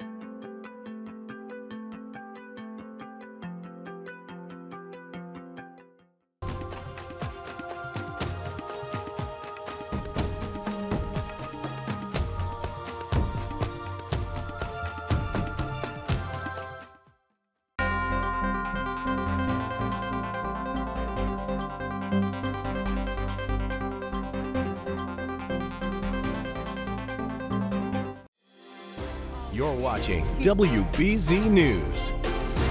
A wind-fueled wildfire is ripping through thousands of acres in Southern California. It's been named the Post Fire. It's in LA County. It's the first major wildfire of the year, and it's only about 2% contained. The fire started Saturday afternoon, and it's already grown by more than 14,000 acres. So the flames have driven more than 1,200 people to evacuate their homes. Meanwhile, here, as we dive into our next weather alert, Jacob, we have extreme heat on the horizon, and we've got heat advisories up already. Yeah, absolutely. Yeah, heat advisories, extreme heat watches are up.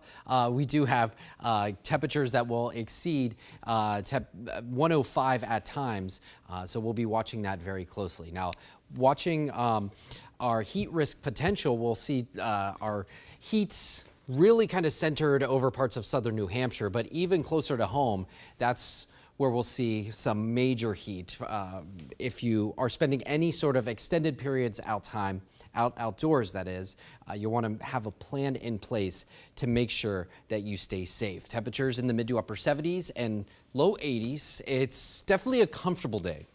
In putting things into perspective, looking ahead at the horizon, that big warmth that is knocking on our doorstep, that arrives really starting tomorrow. Blue skies overhead, nothing to worry about for this afternoon, so we have that great day ahead of us. Still quite a few hours of dry weather and comfortable weather before the dangerous heat builds back in. Mid to upper 90s, feels like temperatures exceeding 100 degrees, even exceeding 105 degrees at times. And then the pattern finally kind of breaks down a little bit as we head towards the weekend with a few storm chances starting Friday and right on into the weekend. So a big ridge of high pressure, the heat dome, funneling in some of that heat and humidity. It's going to stick around for an extended period of time. And like I said, starts to kind of degrade a little bit as we go towards the weekend. Notice some of that cool air spilling in from our north. We'll be watching that with bated breath. And really, it's going to be a beautiful thing when cooler air starts to build in. We're dry right now. There are some clouds to our north, a few showers through Maine, and a few thunderstorms off into the upper Midwest. For us, there's really not too many rain chances to speak of until we get towards the end of the week. Mid-80s for today with a mixture of sun and clouds. Tomorrow, we're back into the middle 90s. We're likely going to be in the very least in the neighborhood of some record highs, if not tying or exceeding them.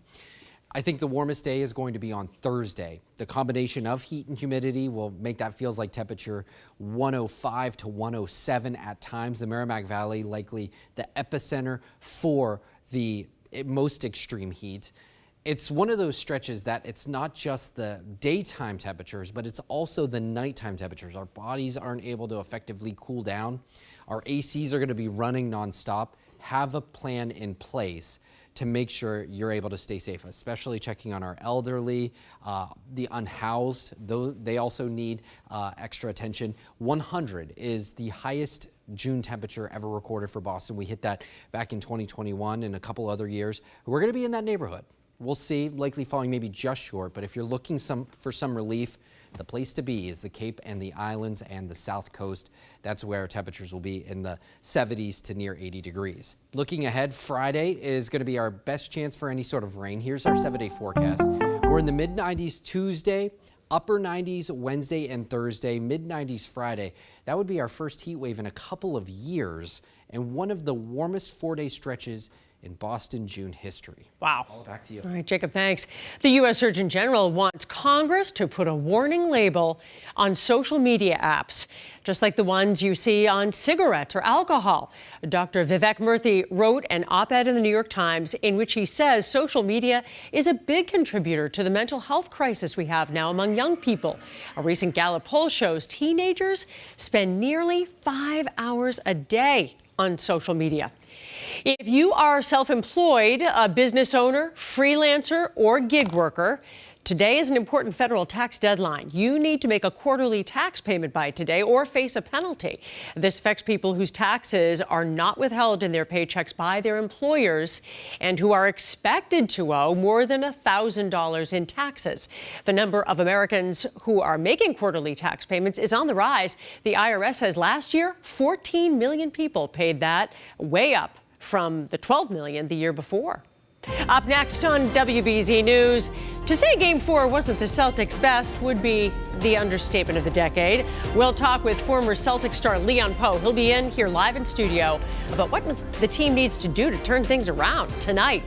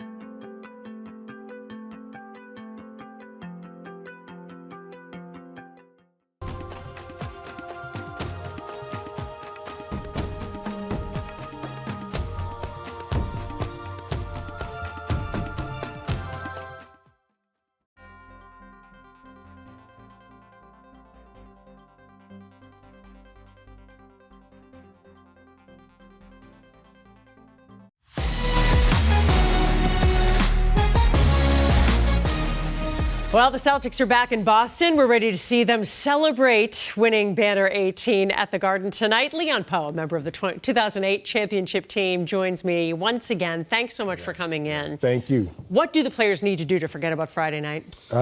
Friday night was a disaster. Everything that could go wrong, it went wrong. They didn't play with no force, and they need to play with more force, more aggressiveness, and just go out there, play with attitude. And so coming back home, they need to bring that attitude. Right. Well, let's talk about this because you've been there, and in 2008, you guys lost Game 5 to the Lakers, right? Came back to win Game 6. What's the mindset when you have a setback like that? How do you really gather your composure, gather your teammates, and say, we can put this past us? Yes. When we lost, our job was only to get one. And as you know, back in the day, the format was 2-3-2. Right. And we was down there for 3 games. We got Game 4, we came back, and then Game 5 we lost. But our job was only get one, and we didn't want to go to Game 7 with Kobe Bryant. Nobody want to do that. So this team, you can put that behind you. Now.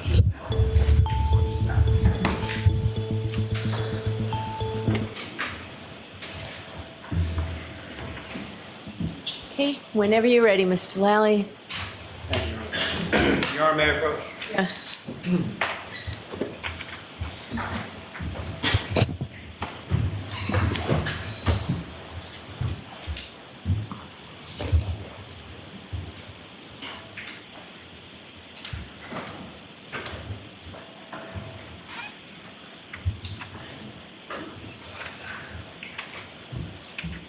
Start showing you another document. Thank you. I do, yes. And what do you recognize that to be? This is the entire Google URL that was found on the browser state record. So broken down into each of its important sections. May I approach again, Your Honor? Yes. I'm going to seek to introduce and admit as the next exhibit. Okay. Same objection as before, Your Honor. Okay, there are a couple of different objections. I need to see it, Cyber. I don't know what you're talking about.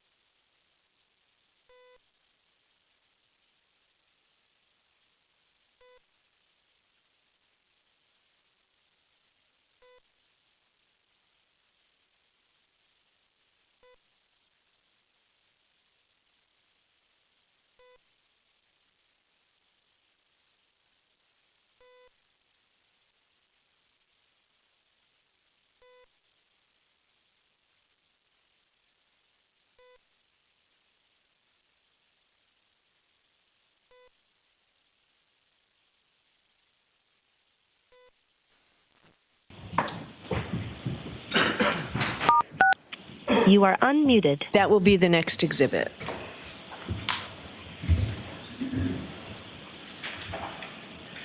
Exhibit 682. Thank you. May I return to the witness, Your Honor? Yes. Thank you. Please publish it for the jury. Yes.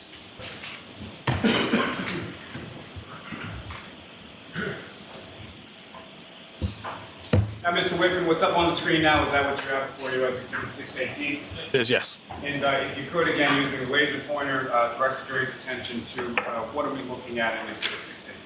Okay, so the left side of the table is the entire URL that was recovered from the browser state record. What I've done is broken it down into each of its individual components and explained what each of those components means. So the very first row is google.com/search. That just tells the browser that we're going to the Google website and that we want to run a search. The second part, the Q equals, is telling the browser what the query term is. So the query term here is host long to dying cold. The little plus symbols in between is in place of a space because spaces can't be part of a URL. Next, we have the input encoding and the output encoding. Just explains what kind of characters to use and what language to use when you're accepting the search query and giving it back to the user. And finally, the important part is the and client equals Safari. This is something that just tells Google that this query is being done using the Safari client. Again, if I was to use Safari and just visit the Google webpage and type that in, or type a search in, that part of the string wouldn't be there. That's only there because I used the Safari search bar as part of the Safari application to do that search. Thank you, sir. Ms. Gilman, you can take that down.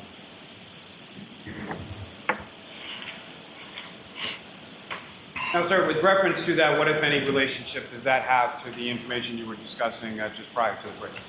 Again, that confirms that this search was conducted via the Safari search bar feature that's part of the Safari browser application, the same one that caused the records to be recorded in the plist. Your Honor, may I approach the witness again? Yes.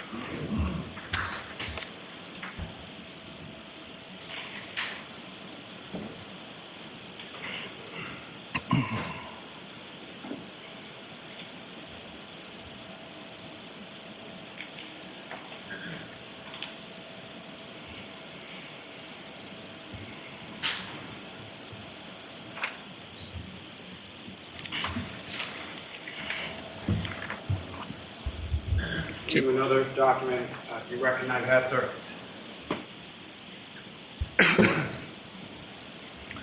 I do, yes.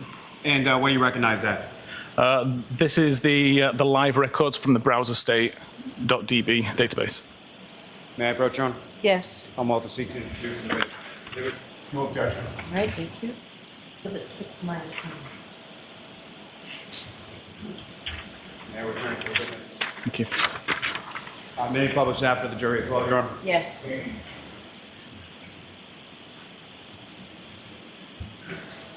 And Mr. Whitman, do you recognize what's up on the screen now is what you have before you as Exhibit 619? I do, yes.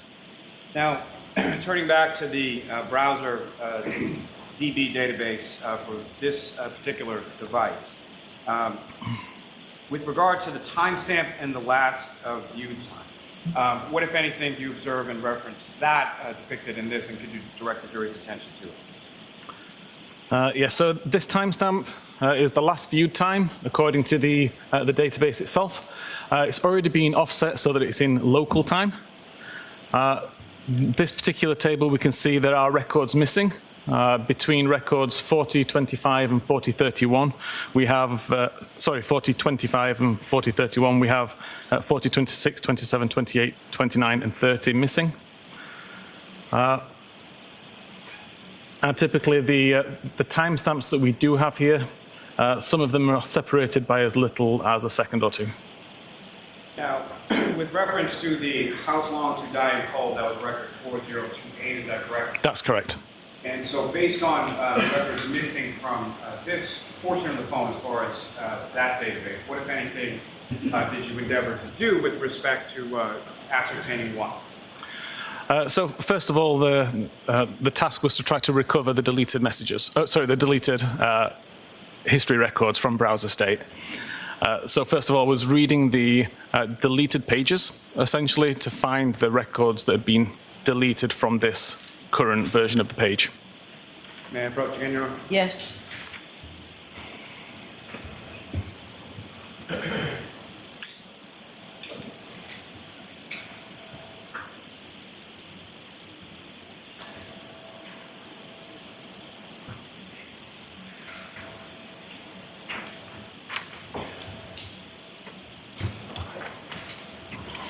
Sir, I'm showing you another document. I'll ask you to do that. Help me finish.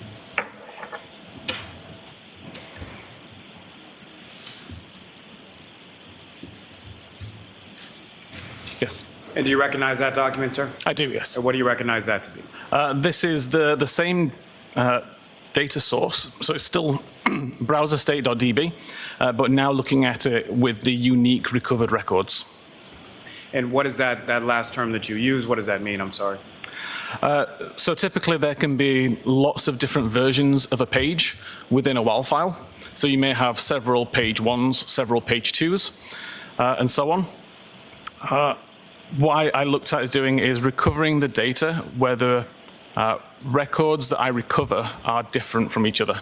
So if I recover the same record multiple times, I can ignore it, but if I recover the same record with a slight change, then I would show it in this view. May I approach, Your Honor? Yes. I'll seek to introduce him as the next exhibit. No objection. Okay. Exhibit 620. Thank you. With court's permission, may I publish that for the jury? Yes.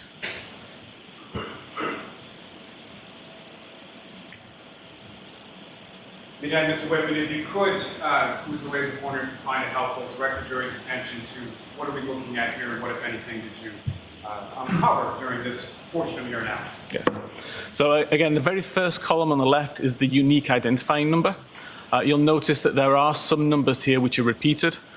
This is, as I say, because the records are recovered from multiple versions of the same page.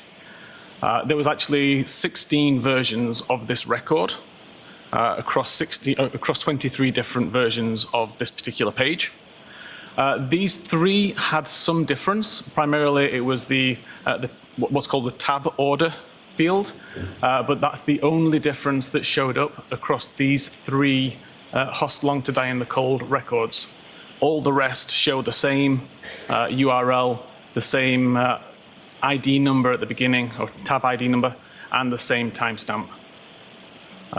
Worth noting, there is no title shown in this particular record. Again, that speaks to the fact that this page didn't successfully complete loading. Otherwise, there would be a title of Google search, Costs Long to Die in the Cold, as you saw on some of the other examples earlier. Now, sir, with respect to the table up here, is there any indication in regard to private browsing that you were talking about before? No, in iOS 15, as I mentioned, if you are using private browsing mode, there is no records recorded in this database at all. So the fact that that's not listed in this table, what, if anything, does that tell you? Everything that was recorded in this database was conducted not in private browsing mode. Now, with respect to your work within your field, are you familiar with a term called a session? Yes.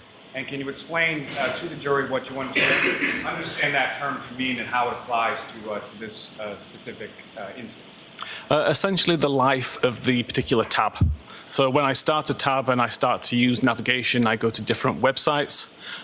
All of my navigation events would be considered part of the same browsing session, essentially. Now, sir, if I could turn your attention to the Knowledge C database for a moment. And again, if you could, maybe bear repeating, just as far as, can you explain to the jury what you understand that term to mean as far as what is the Knowledge C database in respect to the other databases you've been talking about? Yeah, so far the bulk of what we've discussed, the history.db, the browser state DB, and mobile safari.plist are all particular to the Safari application on iOS. Knowledge C is much more global. It's much more ingrained within iOS. Everything is essentially recorded in there on iOS 15. So again, backlight activity, unlock activity, application state activity, and web usage activity is all recorded as part of Knowledge C. May I approach you, Your Honor? Yes.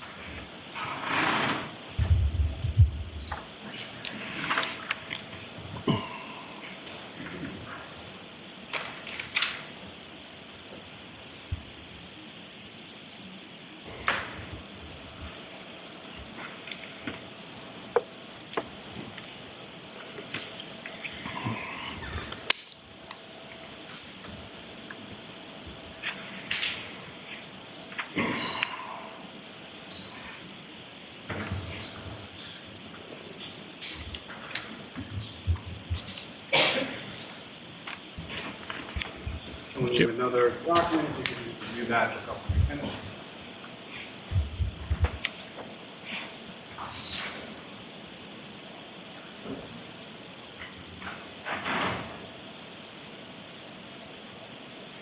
Yes. And do you recognize that document, sir? I do, yes. What do you recognize that? This is a document I created based on the Knowledge C web usage records. May I approach, Your Honor? Yes. I'm off the seat to introduce and admit that the exhibit. No objection. Thank you.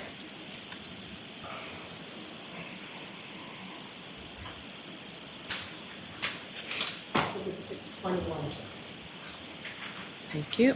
Thank you. And Your Honor, with the court's permission, may we publish that to the jury? Yes.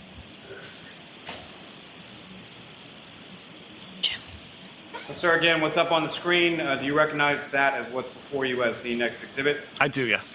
And if you could, again, Ms. Gilman, if I could ask you to scroll down just a bit to the green tabs. Thank you. Now, if you could, sir, again, using that laser pointer, if you could direct the jury's, well, first, can I ask you, what is it that we're looking at in this exhibit? Okay, this is a particular, what's called a stream within Knowledge C.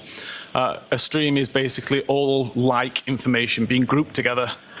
So in this particular case, the stream is related to Safari. And it's telling us what web page was visible on screen, what time it started and what time it finished. Now, with respect to this particular tab, there are portions that are highlighted in green and portions that are highlighted in blue. Is that correct? Correct. Can you explain to the jury what the portions highlighted in green represent? I highlighted the sections in green due to their timestamp. So typically these items last between 2:27:37 a.m. and 2:27:53 a.m. So around the time of the Google search, if you were to believe the browser state. And with respect to the items highlighted in blue, what if any? What are those? The ones in blue are the actual Knowledge C records that show when the Hoss Long to Die in the Cold and the How Long to Die in the Kickd web pages were actually visible on screen. And so from this, what, if anything, were you able to ascertain as to the searches or the time associated with the searches from your analysis here? At 2:27:40, the only websites that were visible on screen were related to Ozone Basketball and Hockomock Sports, and that the How Long to Die in the Kickd first appeared on screen at 6:23:56, and Hoss Long to Die in Cold first appeared on the screen at 10:33 a.m. So those two searches from your review of this extraction in this device never appeared on the screen prior to 6:23 in the morning, correct? Correct.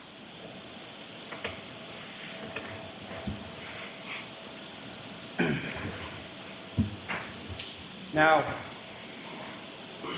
from all this, sir, what, if anything, were you able to conclude with regard to these searches?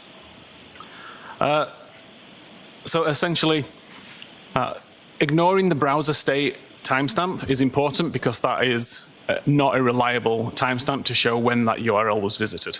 We have mobile Safari.plist record searches that show 6:23 and 6:24, and we show the same searches with very similar timestamps within half a second as showing up on screen in Knowledge C for the How Long to Die in the Kickd.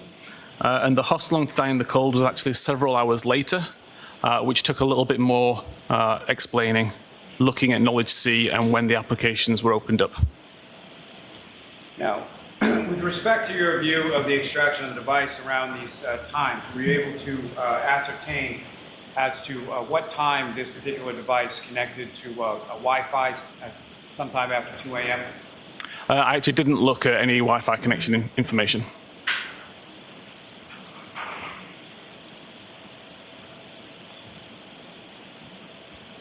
And with respect to 2:27 in the morning, 2:27 a.m., what were the websites that the device had visible, and what were the websites that the device was connected to at that time? So according to the Knowledge C records, which were mostly also reflected within the History DB as well, it was the Hockomock Sports, YouTube, Ozone Basketball, and that's it for the main domains. Now, with regard to the Wi-Fi connection, is your memory exhausted as it pertains to that? Yeah, I don't remember looking at Wi-Fi history. John, may I approach? Yes.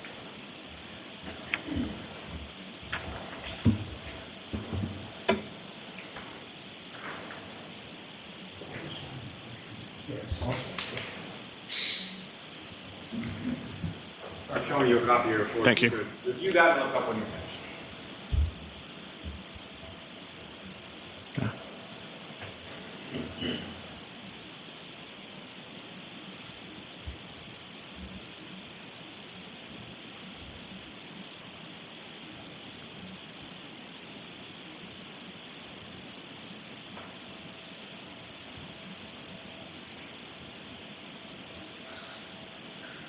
Okay. And sir, I'm sorry, in the interest of time, if I could ask you just to look at the next page as well, just briefly.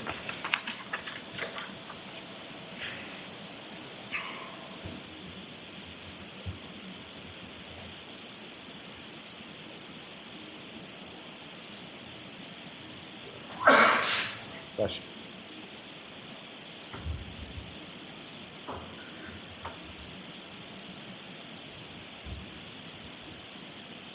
Okay. Does your memory refresh, sir? I do, yes. May I approach to retrieve? Yes. So, Mr. Whiffen, from your review of the extraction report in regard to this device of Ms. McCabe's, about what time was the connected to a Wi-Fi network called McCabe? I believe it was 0207. I didn't actually remember the timestamp just then. And with respect to the disconnection from that, do you know when that was? I can't recall. Your Honor, if I may approach. I mean, just the time, Your Honor, may the witness. Yes. Thank you.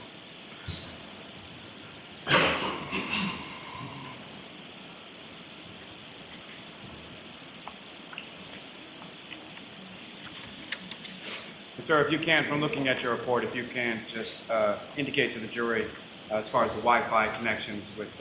Okay. The Wi-Fi was connected at 0212 and disconnected at 0539. There was no further Wi-Fi activity until 11 a.m. Thank you, sir. May I approach this to retrieve, Your Honor? Yes.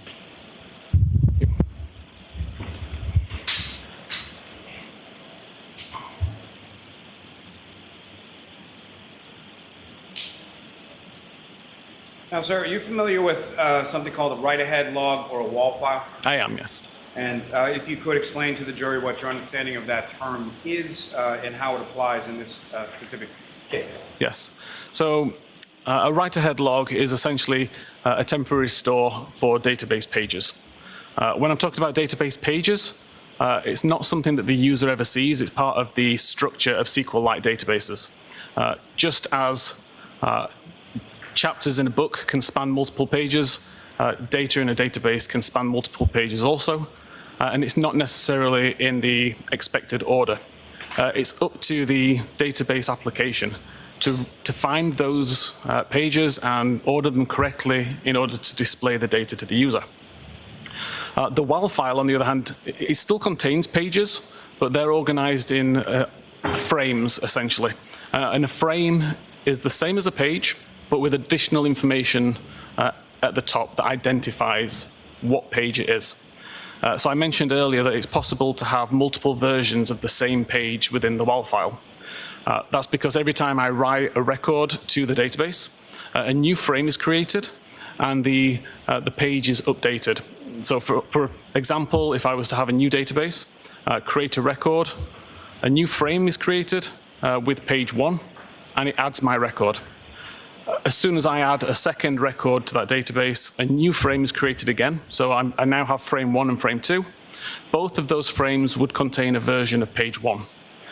The first frame would contain only record 1. The second frame would contain records 1 and 2, and so on. Forensically, where it gets interesting is on the edit or deletion of a record, because the same process is applied. So now a new frame is created. The page number is the same as previously, so we'd still have a page 1. But now only the records that I don't want to delete are copied across. So I could end up in a situation where I have 4 versions of page 1. One has record 1, one has records 1 and 2, one has records 1, 2, and 3, but the most recent version of the page only has record 1 and 3, for example. Now, a normal piece of database software will only look for the most recent version of the page, so you would only see records 1 and 3. The forensic software can look at all previous versions of the page as well, and that's how we're able to recover record 2 in that instance. And that's essentially how we were able to recover the browser state record from WAL. Now, sir, turning to that issue as far as deletion, what, if anything, well, let me ask you this first, just before we leave the WAL file. So with regard to the WAL file, what, if any, relevance is there that certain data only exists within the WAL file? So again, if I create a record that's in the WAL and delete it before it gets committed, which means when it gets merged into the main database, then it exists only in the WAL. It could be that it's a brand new record that just hasn't been written yet, or it could be one which was deleted from the database prior to the commit occurring. When you say commit, what exactly is, what does that mean? Commit's a process where essentially the database looks at all of the most recent versions of each page in the WAL file, copies them out from WAL and puts it into the main database, and then deletes the WAL file altogether. So at that point, we lose the ability to recover data from WAL because the WAL doesn't exist, but we have all the most recent versions of the page. Now, sir, turning to the concept or the topic of deletion of data, what, if anything, did you find with regard to deletion of data with respect to this search as it applied to the P list that you discussed before? Recovering data that's been deleted from a P list is not really possible. So all we can say is if this record exists within the P list, it hasn't been deleted. Now, same question with regard to issues of deleted data with regard to the history DB. There was no records of any, so there's no evidence of any records being deleted from history.db since early January. I think it was like the 3rd of January up to February 2nd. And how were you able to tell that with regard to the history DB? Again, every record is given a unique number, and there'd be a gap in that numbering system if a file or if a record had been deleted. The fact that there was no gaps indicates that nothing had been deleted. And with regard to deletion, what, if anything, were you able to ascertain with regard to deletion versus web usage in the Knowledge C database? Knowledge C contains such a large amount of different type of data that's always being added and deleted for various reasons, none at the discretion of the user. It's a completely system-driven event to delete information from Knowledge C. So we can't say what was deleted from Knowledge C, but we can see that during the times of Safari usage, records exist within Knowledge C that indicate, or certainly appear to indicate, that nothing was deleted. What, if anything, were you able to find with regard to deletion in respect to the browser state DB database? Browser state did have numerous records that had been deleted. Some we were able to recover. 3 records from browser state all had a timestamp very similar to 22740. These were 3 records that had been deleted at some point. What are some of the options for deleting data from the browser state DB? So the first most prominent option is to delete absolutely everything from the device, or delete all history from the device, which, as I mentioned earlier, we know that didn't happen because we still have other records. So the only other real option is to delete selectively. That could mean delete one at a time, and it could mean delete either the full day, the last 2 days, or the last hour. But in all of those cases, the record must exist in history.db in order to be deleted from browser state. The fact that this record, the hoslong and the how long today and the kikti don't exist within the history database would mean that the user would never have the option to selectively delete that record. May I approach Sean? Yes.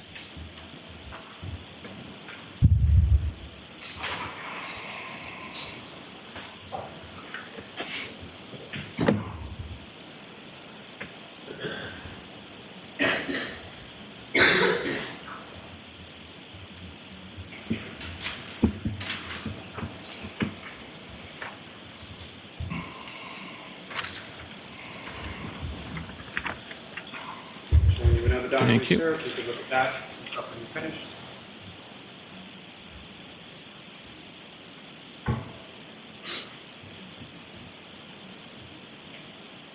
Yes. Do you recognize that, sir? I do, yes. What do you recognize that to be?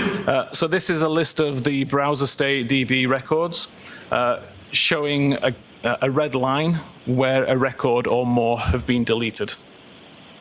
And again, the term deleted, as far as it applies to this particular area of the database, what exactly does that mean again? It means the record has been marked as deleted. If you were to read this database in a regular database application, you would not see it, but it doesn't necessarily mean that we can't recover it. May I approach again, Your Honor? Yes. I'm also seeking to introduce and admit as the next exhibit. The exhibit? I have no objection to the exhibit if that was the question. That is the question. Okay, we're good. Thank you. Your Honor, with court's permission, may we publish Exhibit 622 to the jury? Yes. And again, sir, what's up on the screen, is that what you have before you as Exhibit 622? It says yes. And if you could, please, using the laser pointer, direct the jury's attention to what, if anything, of significance you observe in this. So again, we can use the number down the left side, which will identify the unique identifier given to each of these records. And we can see that the red line between the first 2 records indicates that records between 3986 and 3993 have been deleted. We can see that record 4001 is deleted.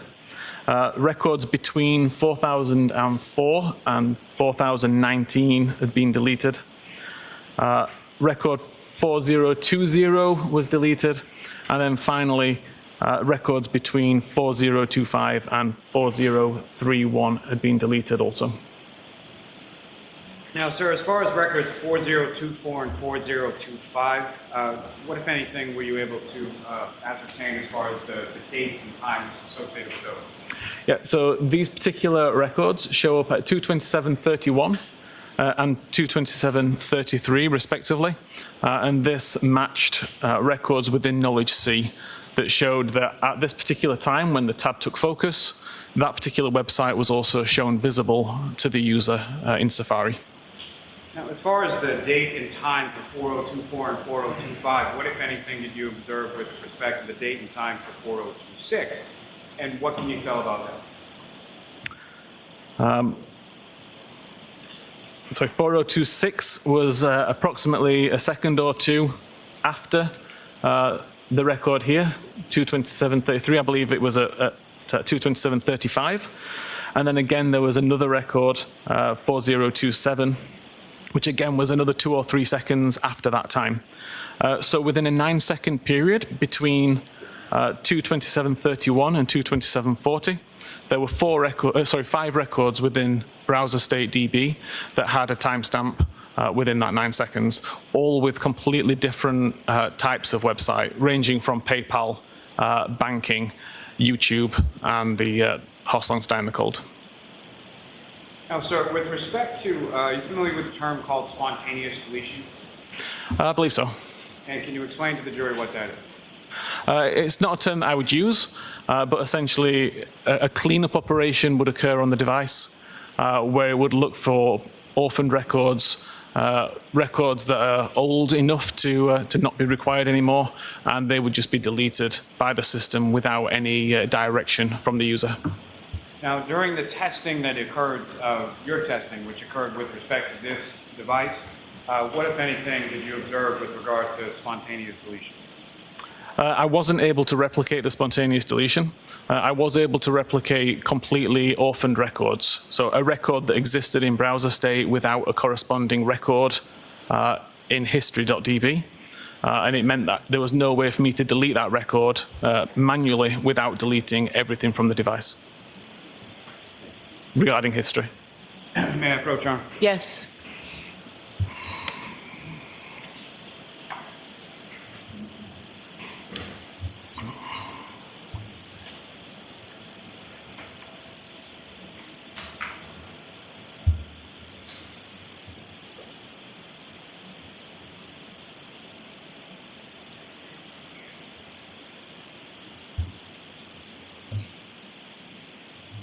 May we approach, please? Okay, could you turn the lights on, please, Tony? Thank you.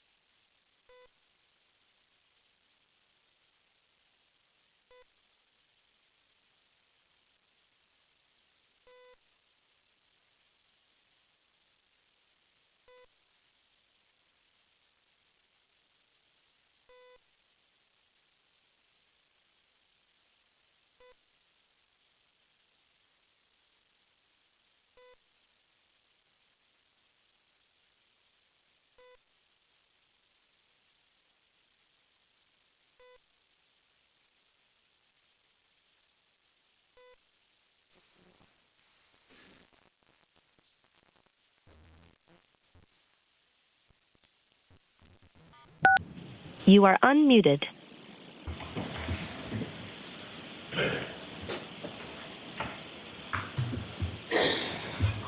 All right, so you're introducing those 4 pages or whatever it is, Mr. Lally? Yes, sir. As one exhibit? As the next 4 exhibits. Okay. All right, so that will be Those will be admitted. 23.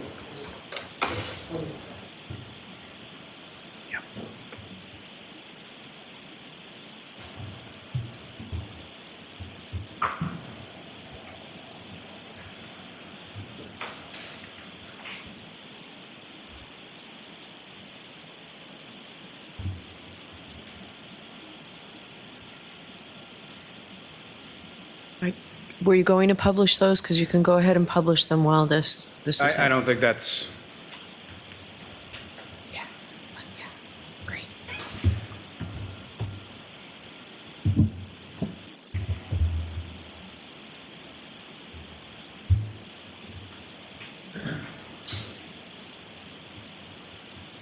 May I have just one moment, Your Honor? Sure. Your Honor, if I can't take them just one by one, I think that might be. Okay. I'm showing you documents. You recognize that? I do, yes. What do you recognize that to be? This is a report from my Artex tool showing the history database at 21:39:34 on the 27th of January and 22:55:09 on the 27th of January. May I approach again, Your Honor? Yes. I'm going to seek to introduce the minutes of the next exhibit. All right, so all four are in. Okay, so you don't need to, you already marked them? No? They have not been marked.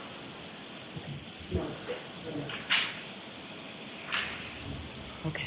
Exhibit 623. May I have one moment, Your Honor?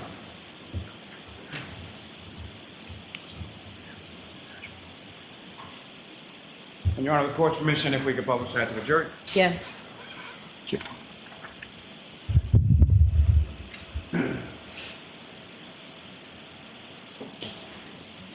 Now, sir, with regard to this, we're looking at record number 4026, is that correct?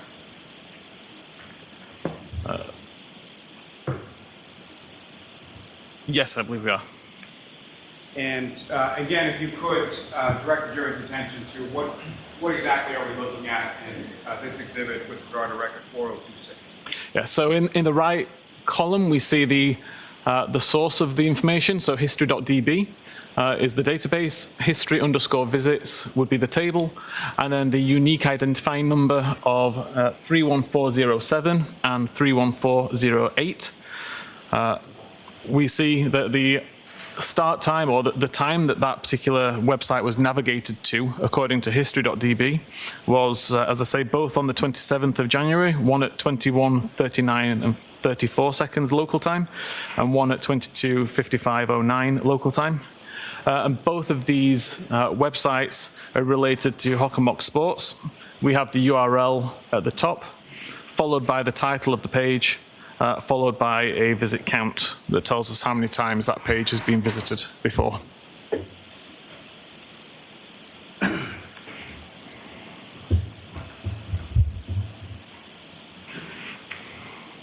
Sorry, one moment, Your Honor. Yes.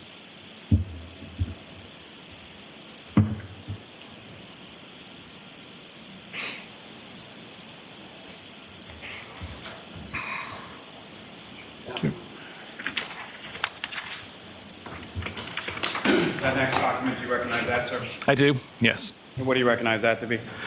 This is the same kind of report. This is related to the YouTube record that was part of the browser state database, related to It's Raining Men on YouTube. And is that the record number 4027, is that correct? It is, yes. Your Honor, may I approach again? Yes. That's the remark for the next. Okay. Exhibit 624. Your Honor, very briefly, may we publish that for the jury as well? Yes.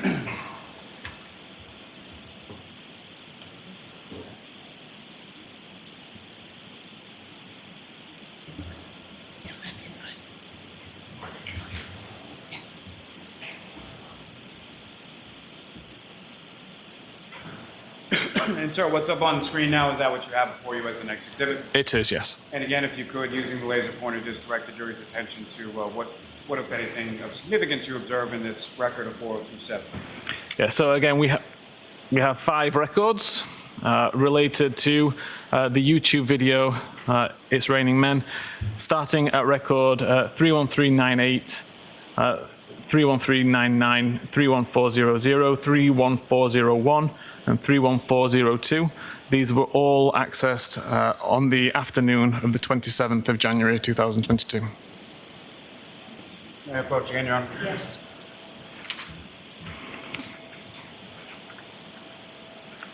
Another document, do you recognize that? I do. What do you recognize that to be? This is the same again, related to record 4029. Shows that a website was visited on the 28th of January 2021. And you want to ask that this be marked?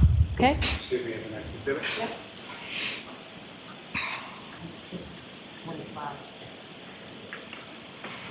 Keep.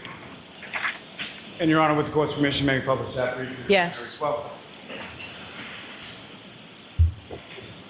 Sir, what's up on the screen, is that what you have before you as the next exhibit in regards to record 4029? It is, yes. And again, if you could explain to the jury what are we looking at here?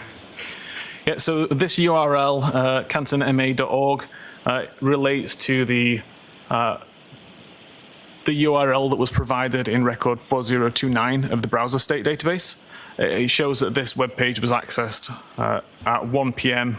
And 17 minutes and 0 seconds, and 1 p.m. 17 minutes and 8 seconds on the 28th of January 2022. May I approach again, Your Honor? Yes. Another document, sir, do you recognize that? I do. And what do you recognize that to be? Again, the same kind of report, again, this time for record 4030 from browser state, and it shows access to Ozone Basketball. And with regard to that report, as far as the same kind of report, that's from your tool, the ArtX tool, is that correct? Correct. And that ArtX tool, is that a widely available tool used within the field of forensic investigators? Yeah, it's something that I say I've worked on for around 5 years. I've given it away free to the digital forensics community for 5 years. There's approximately 600 users globally, and it's taught as part of the SANS digital forensics training courses. Thank you. May I approach again just to retrieve, Your Honor? Yes. I'll move that as the mark as the next Yes. exhibit. Thank you. May we publish that for the Yes. Your Honor? With regard to this exhibit up on the screen, record 4030, again, if you could just draw the jury's attention or direct the jury's attention to what, if anything, of significance you observe in this exhibit. Yeah, so again, we have records from the history database related to Ozone Basketball, and it shows that this website was accessed at 11 a.m. and 26 minutes on the 25th of January 2022. May I approach, Your Honor? Yes. Ms. Gilman, you can.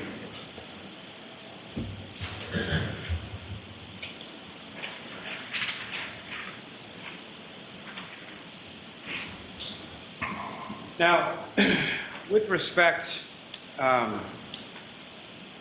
sort of the totality of your analysis, Mr. Whitman, what, if any, conclusions did you come to as to the timing of the two searches in question with relation to what you observed in your analysis and testing of this device? Yes. So, in conclusion, I determined that the tab that was used was focused at 227.40. So the tab was opened at that time, at which point it was being used to show Ozone Basketball and Hockomock Sports websites.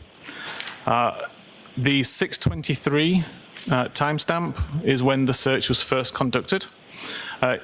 Never loaded the page, otherwise there'd be a record in the history database. And while that page was still loading, a secondary search was conducted for Hoss Long to Die in the Cold. Again, that page never loaded either, although these both did show up in the Knowledge C database to show that the browser was trying to display these pages. Safari was closed prior to the Hoss Long to Die in the Cold record being shown on screen at all. But when it was reopened at 10:33, in regards to whatever other Safari activity was to be conducted, it appeared on screen. So we have a 10:33 record where Hostlong to Die in the Cold was shown on screen, even though the page never successfully loaded. And with respect to your analysis and your testing, Keir, what, if any, opinion do you have as to whether or not any of the data marked as deleted was actually user deleted, or a user actually actively went through the process of deleting the data? Yeah. So again, we know that she didn't, we know that nobody deleted the entire history. So that leaves the only option to be selectively deleting records.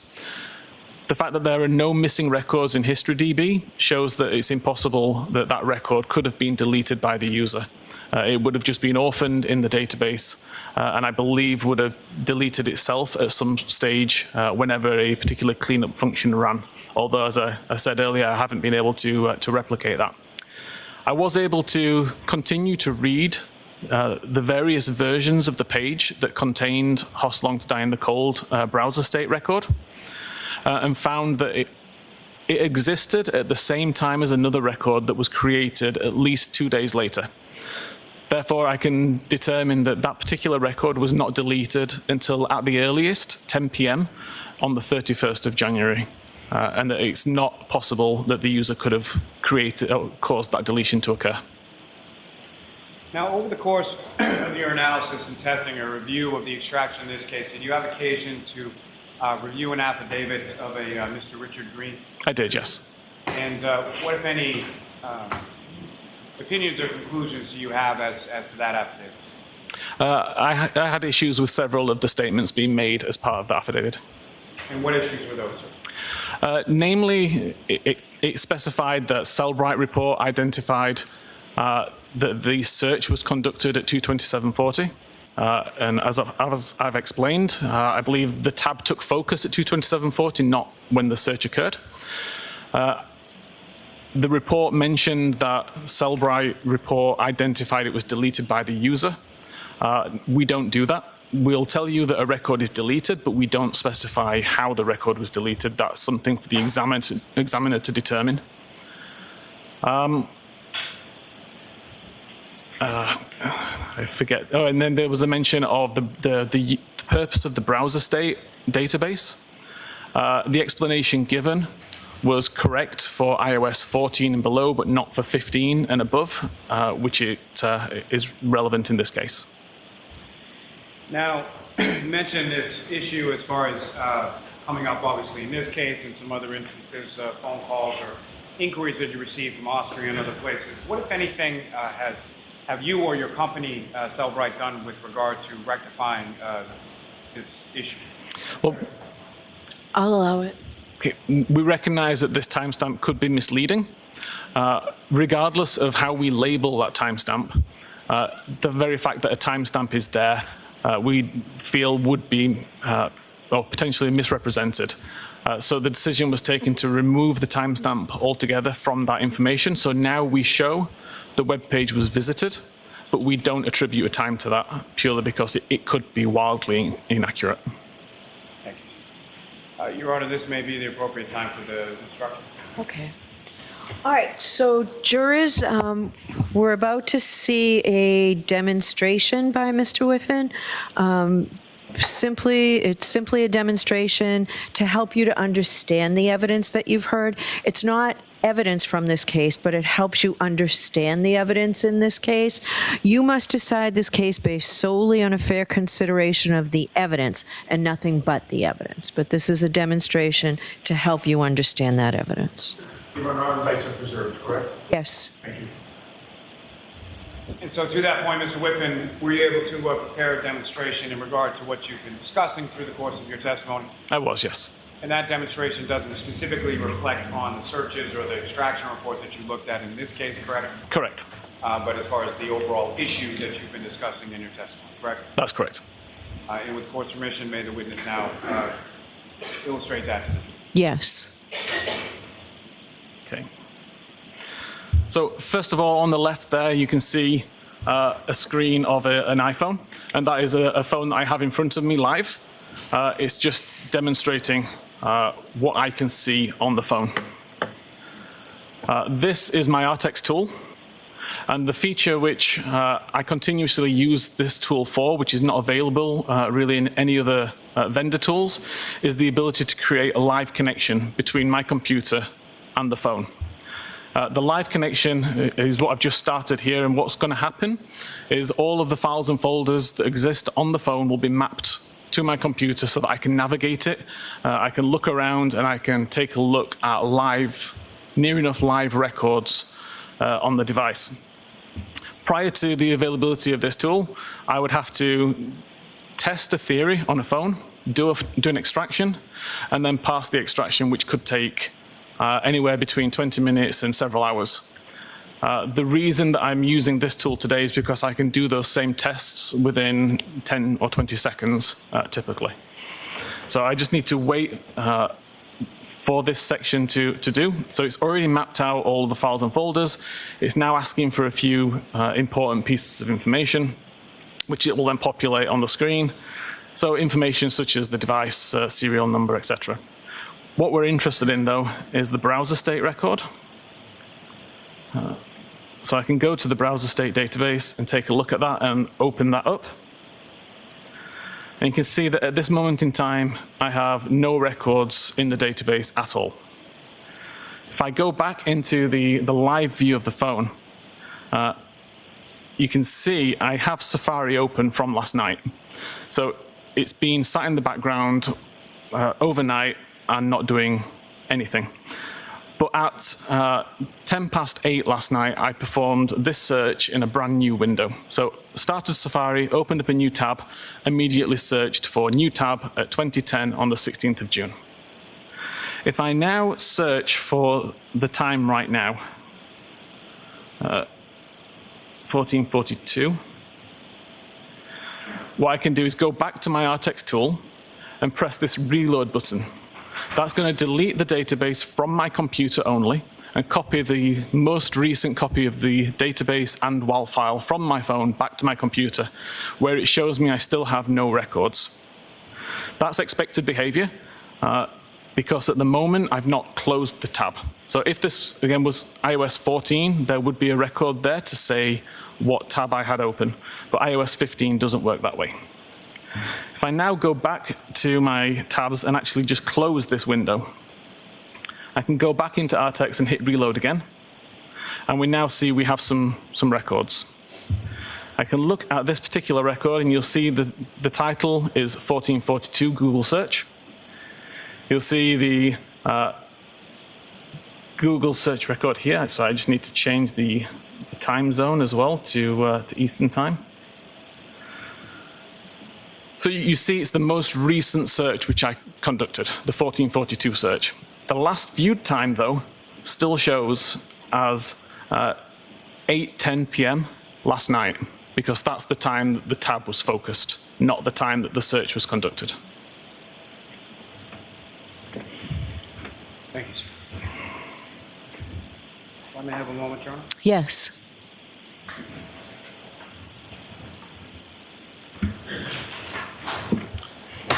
Thank you, sir. I have no further questions, Your Honor. Okay, Ms. Giannetti? Thank you, Your Honor.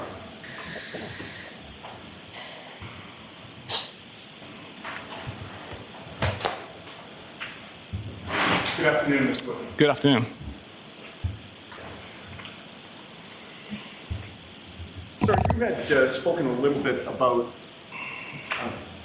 what was your assignment here in terms of the data that was sent to you. And I believe that you testified regarding that 2:27 a.m. or 2:27 and 42nd a.m. timestamp that it didn't make sense to the investigators, correct? Correct. Were you told that one of the investigators was Trooper Michael Proctor? I don't recall any names being mentioned.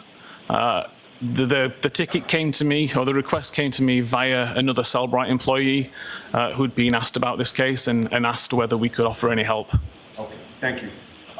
You would agree with me that when you're making or doing a simulation, you want it to be as close to an apples-to-apples comparison as you can get?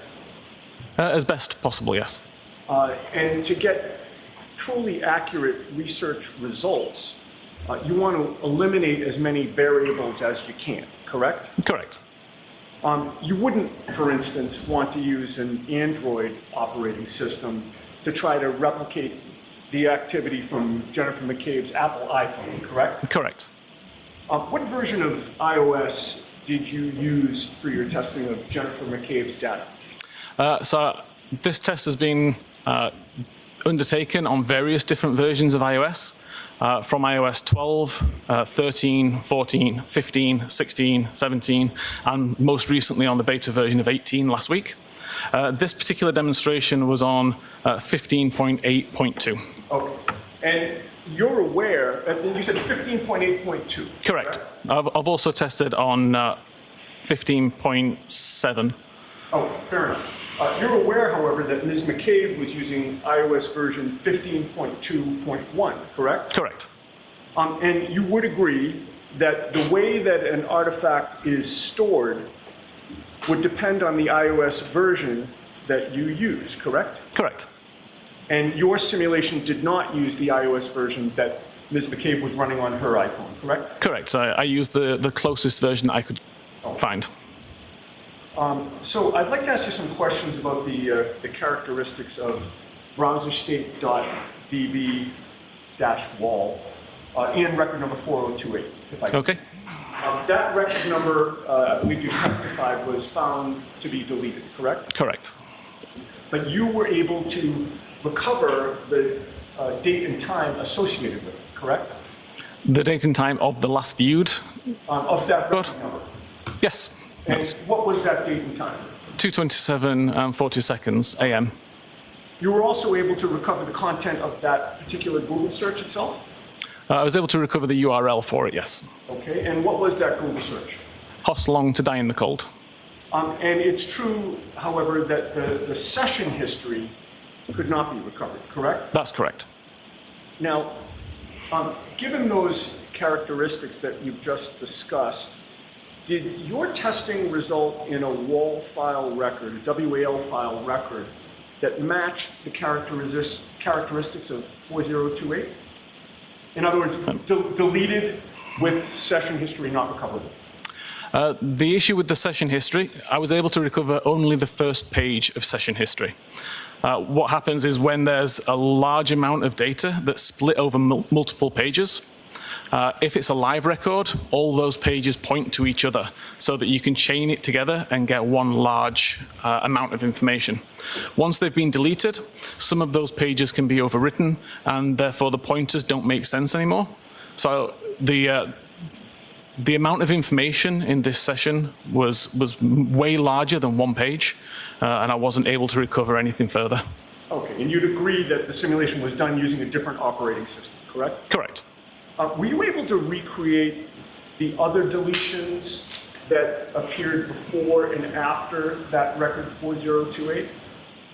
Which deletion, sorry? Well, you had testified, and I believe there was an exhibit that was introduced that showed that there were multiple deletions both before and after, correct? Correct. Were you able to recreate those deletions? When I manually deleted records from the history, then the records also were deleted from the browser state. Now, I believe that you testified, and if you didn't, I believe it's in your report, that there are essentially 5 mechanisms for record deletions in the browser state database, correct? Correct. You ruled out 4 of them pretty quickly, correct? Correct. And I believe you've testified to that today, correct? Correct. The only remaining option was selective deletion by a user, or there's some internal mechanism for record deletion that is not fully understood, correct? Correct. All right. And you know of, as you testified today, you know of no internal mechanism for record deletion that's not fully understood, correct? I've not been able to replicate that function, no. All right. If there is no unknown internal mechanism for record deletion that's not fully understood, that would leave selective deletion by a user, correct? Not in this case, no. All right. Well, selective deletion, you would agree, means that a user selects what to delete, correct? Correct. And regarding the user, the term user. What is that? Who is that? Whoever's using the phone at the time. Okay, so it's actually somebody who is using the actual iPhone itself, correct? Correct. Not necessarily a computer expert, correct? Correct. Would you agree with me that somebody who had access to the data before it was extracted and sent to you could have made selective deletions of the data? Objection. I'll allow that. No, I don't. Are you aware of an app called MySQL? Yes. What is MySQL? MySQL is just a method for viewing SQLite databases. All right. If someone had access to the raw data, again, before it was sent to you, and used that app, they could make selective deletions of the data, couldn't they? I assume you're talking about opening up the extraction, taking out the particular file and editing it? I'm sorry, I interrupted you. You're right, Your Honor. I apologize. And I apologize to you. If you could restate your answer or give me your full answer. Okay. So it would be possible with the extraction to take out particular databases, alter them, and put them back into the extraction. But there's something called a hash mechanism that we have in place that would it essentially hashes the original data, and then it can be hashed again at a later date. It results in a long string of characters, and if there's any changes to the original data, then we'd see that it's been modified. Would you agree with me that someone with access to that data and an appropriate application or program could also delete and renumber history.db and knowledge.cso so that it would appear as though there was no break in the numbering, so that it would also appear that nothing was deleted? It's potentially possible, but would require a large amount of knowledge and skill to do in a way that can't be detected. Thank you very much, sir. Mr. Lally?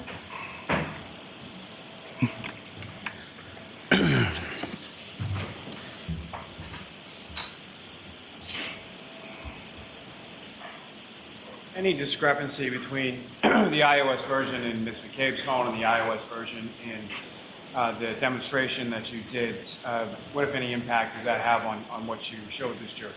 So in this particular case, every iOS version that I tested, as I mentioned, from 12, 13, 14, 15, 16, 17, and 18, the timestamp is always referring to the time that the tab took focus.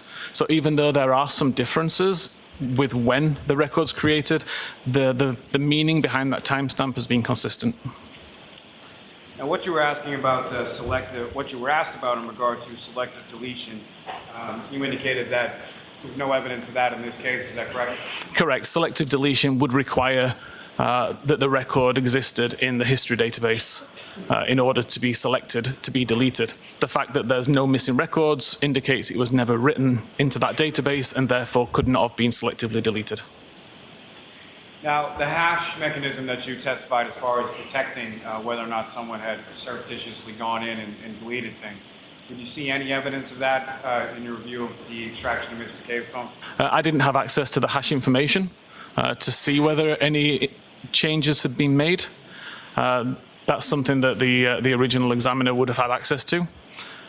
From my point of view, there was nothing in there that would indicate that tampering had occurred. The timestamps all made sense for the files. The historical pages all made sense. It's probably possible, but it would take a large amount of skill to do. Now, with regard to your analysis and your testing in this case, again, what is your opinion or conclusion as to when these two Google searches were conducted? I'm of no doubt that the only time those two searches were conducted was at 6:23 and 6:24 on the morning of the 29th. Thank you, sir. Nothing further on. Prior to today, have you ever heard of spontaneous deletion? It's not a term that I'm familiar with. Thank you. All right, sir, you are all set. Thank you very much. Thank you. Do you need a couple minutes to take your stuff down? I can probably be quite fast. Thank you.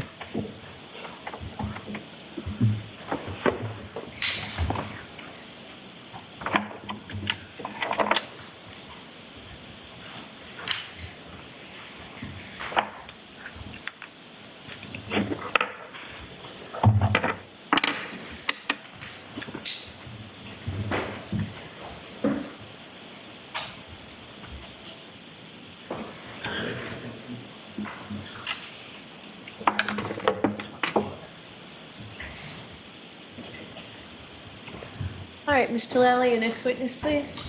Yes, Your Honor. The Commonwealth called Trooper Nicholas Carino to the stand. Okay.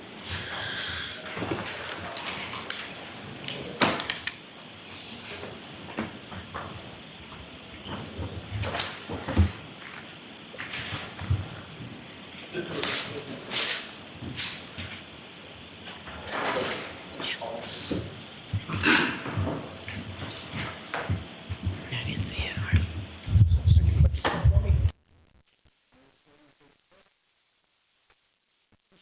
I should give the court and jury the case down here to the truth, the whole truth, and nothing but the truth, so help you God. Yes, sir. Thank you. Good morning, Your Honor. Oh, good afternoon now. Good afternoon.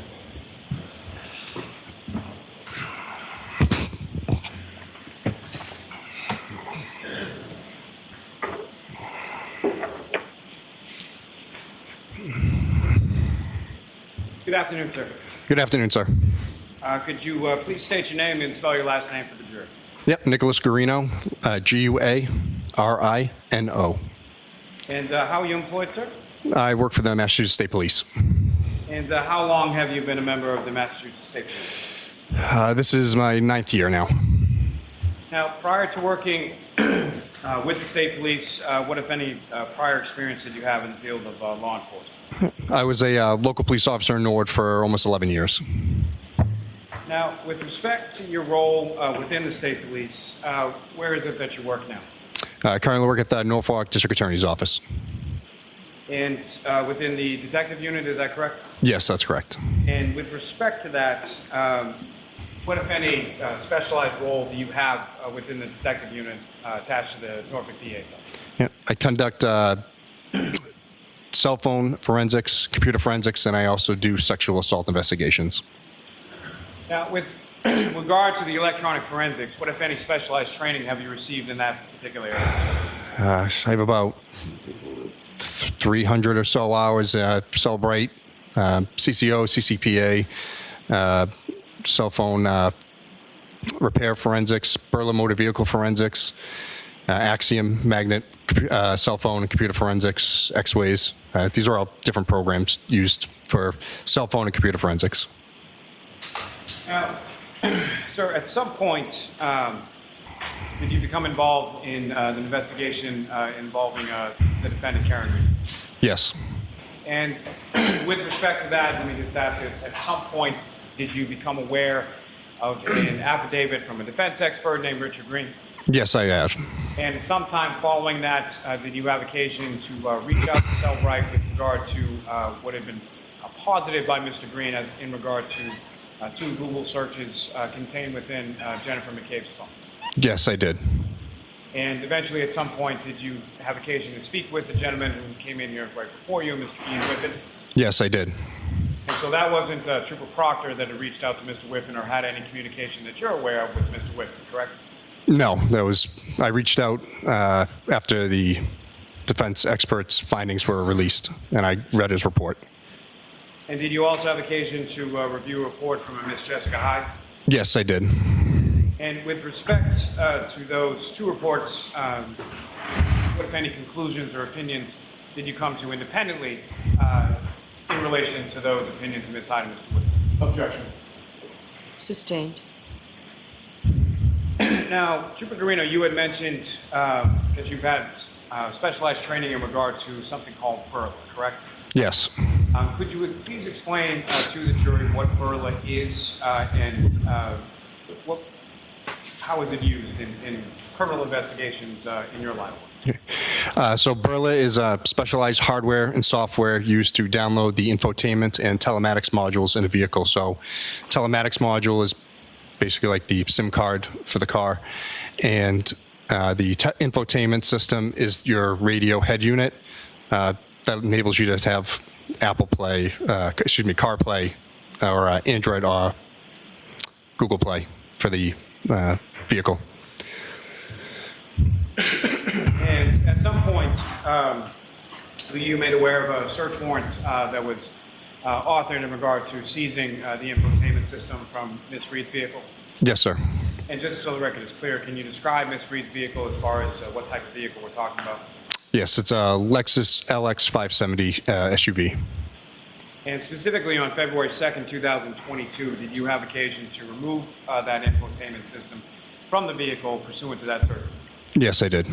And once that item was removed from the defendant's vehicle, what, if anything, did you do with it? After we removed it from the vehicle, it was brought back to the Norfolk DA's office for a data extraction, or attempt to. And that data extraction, if you know, based on your training experience, sort of how is that conducted, or what is the process of extracting data from using Burla? Yeah. So depending on the system, it's dismantled. They have this specialized hardware that actually goes onto the motherboards of these systems, and we're able to pull the data. Or the other option, if that's not viable, is to do a chip off, where we have to basically destroy the motherboard and take the memory chips off the devices to try to get the data that way. Now, with reference to this specific device, what, if any, efforts did you undergo in order to extract the information without using a chip off? So at the time that we pulled the system, it was not supported. I emailed Burla and called them, see if they had a timeline of when this might be supported so we could get the data. We deemed chip off as a last resort, because it is a destructive process. So once those memory chips are taken off, the likelihood of trying to reattach them and get it to work again is very slim. Let me stop you there for a second. When you talk about an item being supported, what does that mean? Whether or not Burla has the ability to pull the data from that vehicle. And how is that sort of determined, or how are you able to ascertain whether or not a particular vehicle, make, model, manufacturer is supported by the Burla device? They have an app, and they also have their tech support. But if you put in the VIN of the vehicle, or if you don't have the VIN, you have the make, model, and trim level, like limited or XLE or whatever, you would be able to go in and look it up and basically say, Burla will tell you, yes, it's supported for GPS points, or it's supported for diagnostic data, or whatever that they're able to get out of the vehicle. And they work with the automakers to get these, get this data. So. And approximately how many different types of if we're looking at sort of the entirety of different makes and models and manufacturers, if you know, sort of what percentage of those types of vehicles are actually supported and Burla can actually extract information? I don't know as of right now. It's a lot, and they're constantly updating it, so they are able to do more vehicles as time goes on. Now, at this particular time, as you sit here today, on June 17th, 2024, the vehicle that the defendant was operating on January 29th, 2022, is that vehicle available or supported by Burla at this time? The trim level that the defendant had is not still supported. There is Toyota and Lexus support now, but it's not, unfortunately, for her model. Now, you mentioned that you had reached out to the Burla company for updates as far as the availability or when the defendant's vehicle might be supported. Is that correct? That's correct. And about how many times and over what time period are we talking about that you reached out to ascertain? Immediately when I did the extraction, I should say extraction, but when I took the system out of the vehicle, I had to reach out to Burla, because where it wasn't supported, they actually had to send me tech diagrams so I could go in and, again, not destroy the whole vehicle as I just took those components out. Over the next, almost 2 years, year and a half of going back and forth with them with their support and their sales team. And when you say going back and forth, about how often were you reaching out to them, or how often were you getting a response in regard to the book? Usually every few months, I want to say every 3 months, give or take. I forget the exact number, but phone calls or an email to them asking. Now, beyond that, are you familiar with a national cyber crime conference? Yes. And do you attend that on an annual basis at least? Yes, I do. And with respect to that, what, if any, time at those conferences did you spend dedicated to ascertaining the availability or the supportability of this vehicle with reference to Burla? So Burla has a booth at the National Cybercrime Conference. I spoke with their sales team there. Their response was to keep calling Burla, keep pestering them, and they might actually get the support sooner than later. And again, were you ever able to ascertain or get the support to download the information from them? No, unfortunately. Now, at some point, were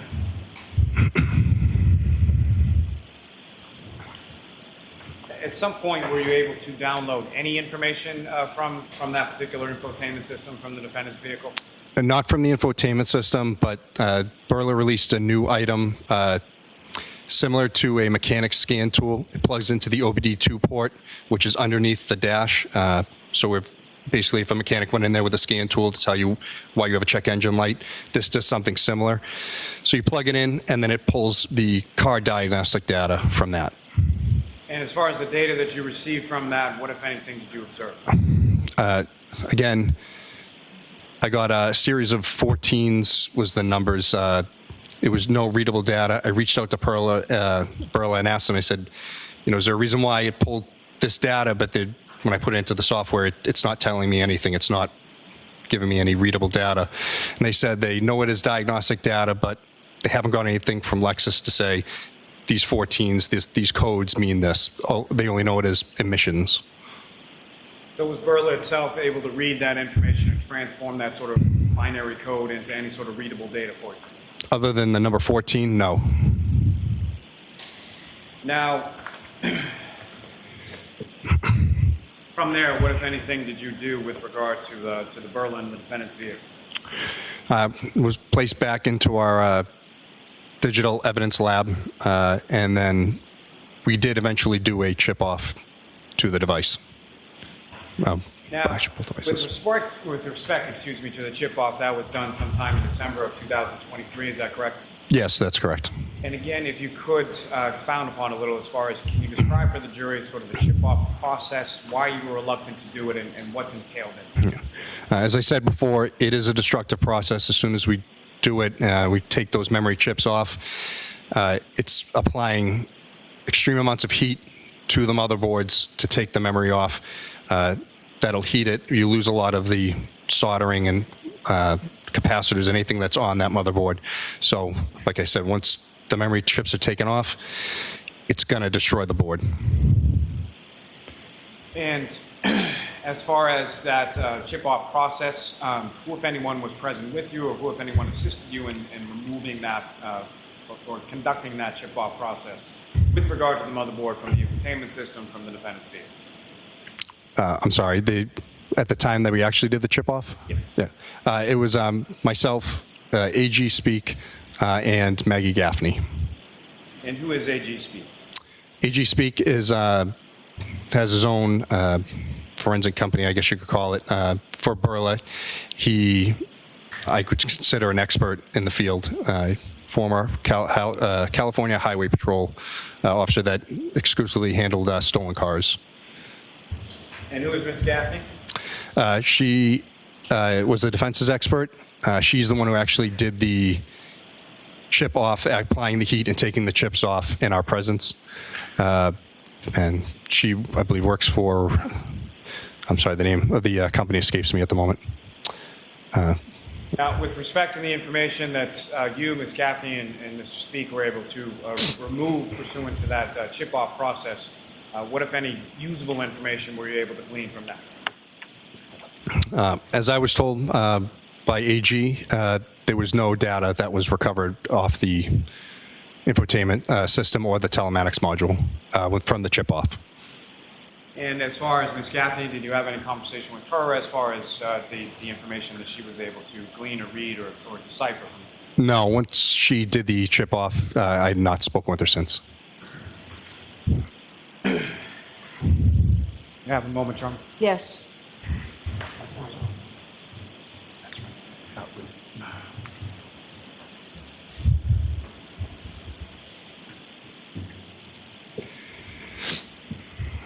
Now, Carino, at some point in late January, early February 2020, were you provided with some a laptop and/or desktop computers from the home of Mr. O'Keefe? Yes, I was. And what, if anything, did you do with those? One was a Dell laptop, the other was a HP all-in-one desktop. I removed the hard drives from both systems and used... Objection, may be seen, Your Honor. Okay.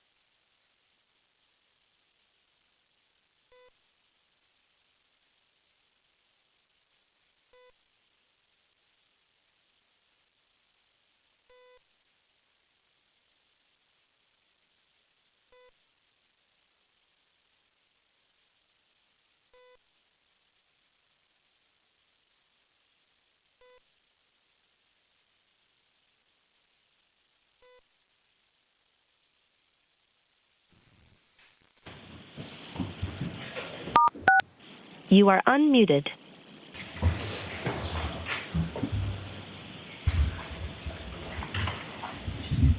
All right, Mr. Lally, you can continue. So, Trooper Guarino, there was a Dell laptop and an HP Pavilion all-in-one desktop, correct? Yes. These were taken from Mr. O'Keefe's home, is that correct? Yes, they were.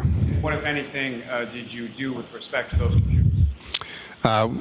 As I said, I took the hard drives out of both machines. They were imaged, and the images were loaded into Axiom to view the data that was on them. Now, when you say something was imaged, can you explain to the jury what you mean by that? It's a bit-for-bit copy of the hard drive. Instead of us turning it on and going through it, which would change data, by taking the hard drives out and imaging them, it creates a one-for-one copy, so that way we can view it without changing anything in the system. And you mentioned a tool called Axiom, is that correct? Yes. And can you explain to the jury sort of what is that Axiom tool and how does it work? Yeah, it's another forensic tool that we use. Can do cell phones and computers. You use it to load the images so we can view the data. And with respect to the imaging that was done with regard to the Dell laptop and the desktop, what, if anything, was it that you were looking for specifically on those devices? We were looking for Ring video to see if either computer was used by Officer O'Keefe as a login machine to handle the account.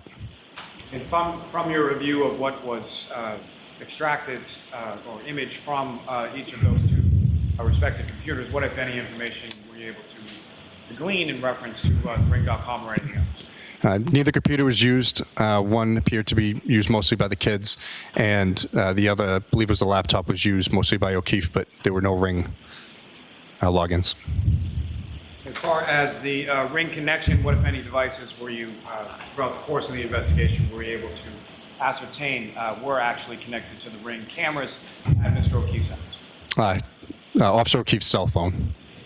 Now, if there were any other devices, whether they were Mr. O'Keefe's or someone else's, ascertained from either the Ring footage or the information provided by Ring, whether or not there were any other devices beyond Mr. O'Keefe's cell phone that were linked to that account?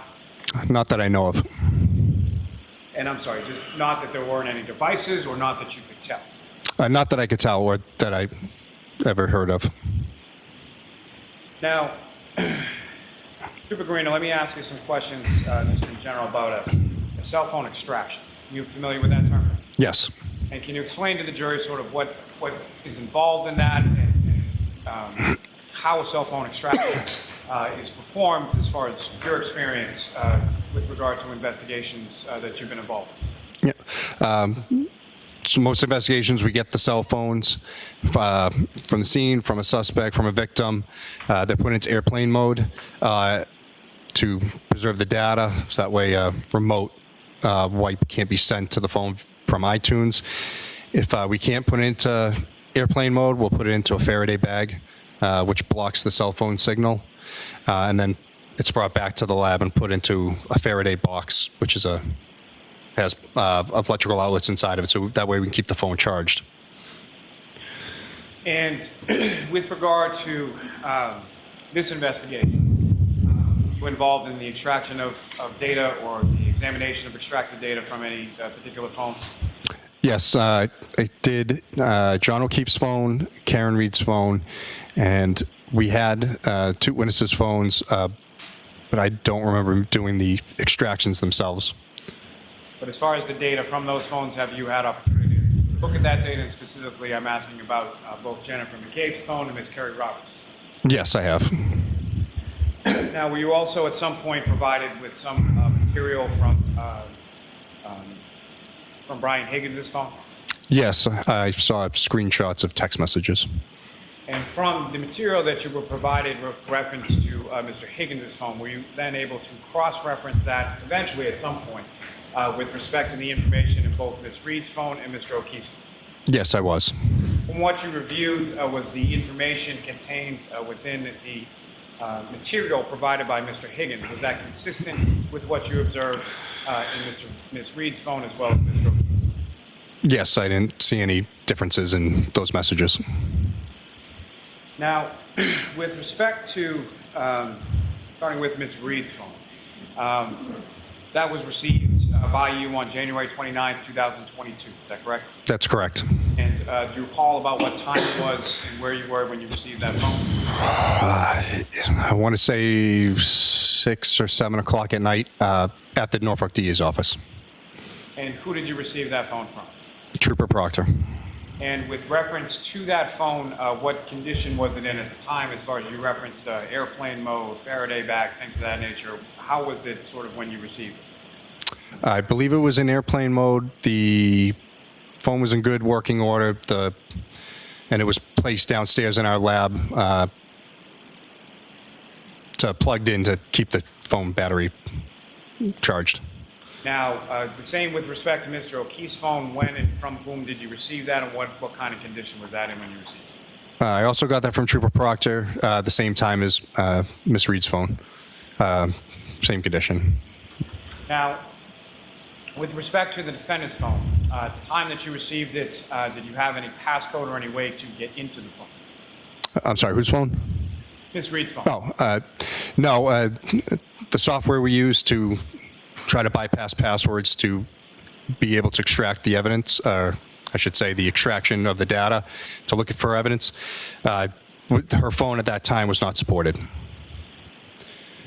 Now, what, if anything, did you do with her phone in regard to that? Again, made sure it was in airplane mode and just kept it plugged in until such time as the phone was supported, and then we could download it. Familiar with a device called a Gray Key? Yes. And can you explain to the jury what that is and what, if anything, you did with regard to the defendant's phone and the Gray Key device? Yep. So Gray Key is, again, specialized hardware and software used to plug in the phones, can do Apple or Android phones to bypass passwords. And how does that sort of function, or how does that work as far as when you hook something, a cell phone or a cellular device up to a Gray Key tool? What is it doing and how does it work? If I knew that, I'd be a millionaire, but it basically installs software onto it, and instead of when you put in 10 passcodes to an iPhone, on the 10th one, if it's wrong, it kills the phone forever. This has some secret software that's able to bypass that and basically keep hitting the phone with passcodes until it finds the right one. So it essentially runs a bunch of different combinations of passcodes into the phone until it comes up with one that actually opens the phone. Yes, that's correct. And at some point, did the Gray Key device actually break into the defendant's phone? Yes, it did. Do you know about when that was in relation to when you received it? Yeah, so we got the phone in January. It took, I believe support came out in, I want to say May or June, I don't remember the exact month, but we didn't actually get the passcode until August 16th of 2022. And once that passcode was essentially broken into by the Gray Key device, then you're able to look into the phone, is that correct? Yes, once the passcode's obtained, we download the data, and then we're able to take that extraction data and then open it up in Cellbrite or Axiom or whatever tool we're going to use to view it. And the tools, as far as you were referring to, Cellbrite and Axiom, are you familiar with those tools through your course of your work as an investigator with regard to electronic devices? Yes. And if you could explain to the jury sort of when you say Cellbrite and Axiom, as far as then tools are concerned, how do they work and sort of what is it that you do with the device with reference to Cellbrite? So what do we do with the extractions once we go to open them? Well, how is the information extracted, first of all, and then what, if anything, do you do with the map? So Gray Key will pull the extraction. It just, once the code's received, it again uses its software, pulls the data out, puts it into an encrypted,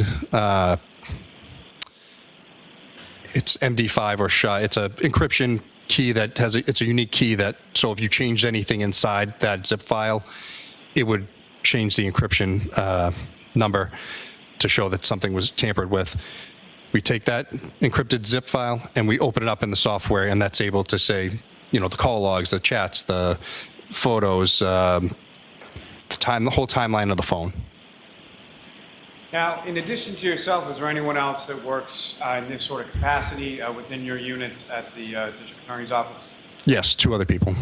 And who are those 2 other people? The director of our lab, Samantha Vogt, and Trooper Connor Keefe. Now, beyond yourself, Trooper Keefe, and Ms. Vogt, anybody else from the detective unit, as far as the troopers, would they have access to these devices, being the defendants, Mr. O'Keefe's, Ms. McCabe's, or Ms. Roberts? If they're in the digital evidence lab, no. Once the data is extracted from them, normally we give them back to the investigator or return to family. So that would be the only time that they would have access to the devices, or unless we kept them in the lab for just for, I don't want to say safekeeping, but just for storage reasons. Now, with reference to your review of any of the extractions related to any of those 4 devices, at any point in time, did you observe anything in reference to any information being taken off or deleted from any of those devices at any point in time? No, sir. Now, with respect to Ms. Reed's device, the defendant's device, it was sometime in August of 2022 that the gray key was able to break into the passcode and get into the device, correct? That's correct. And so then, once an extraction is done, that's then subsequently reviewed by someone within your unit, is that correct? Yeah, so again, normally the investigators for the homicides know far more information about the crime and what occurred. So if need be, I'll load the phone up for them. They can go through it because they know what they're looking for. If they ask me, I'm happy to go through. If they can say, I'm looking for calls between this time period, or, GPS locations, things like that. Now, with reference to the defendant's phone, at some point were you made aware that there was some privileged information contained within her phone? Yes, I was. So as a result of that, what, if anything, happened with the phone from there?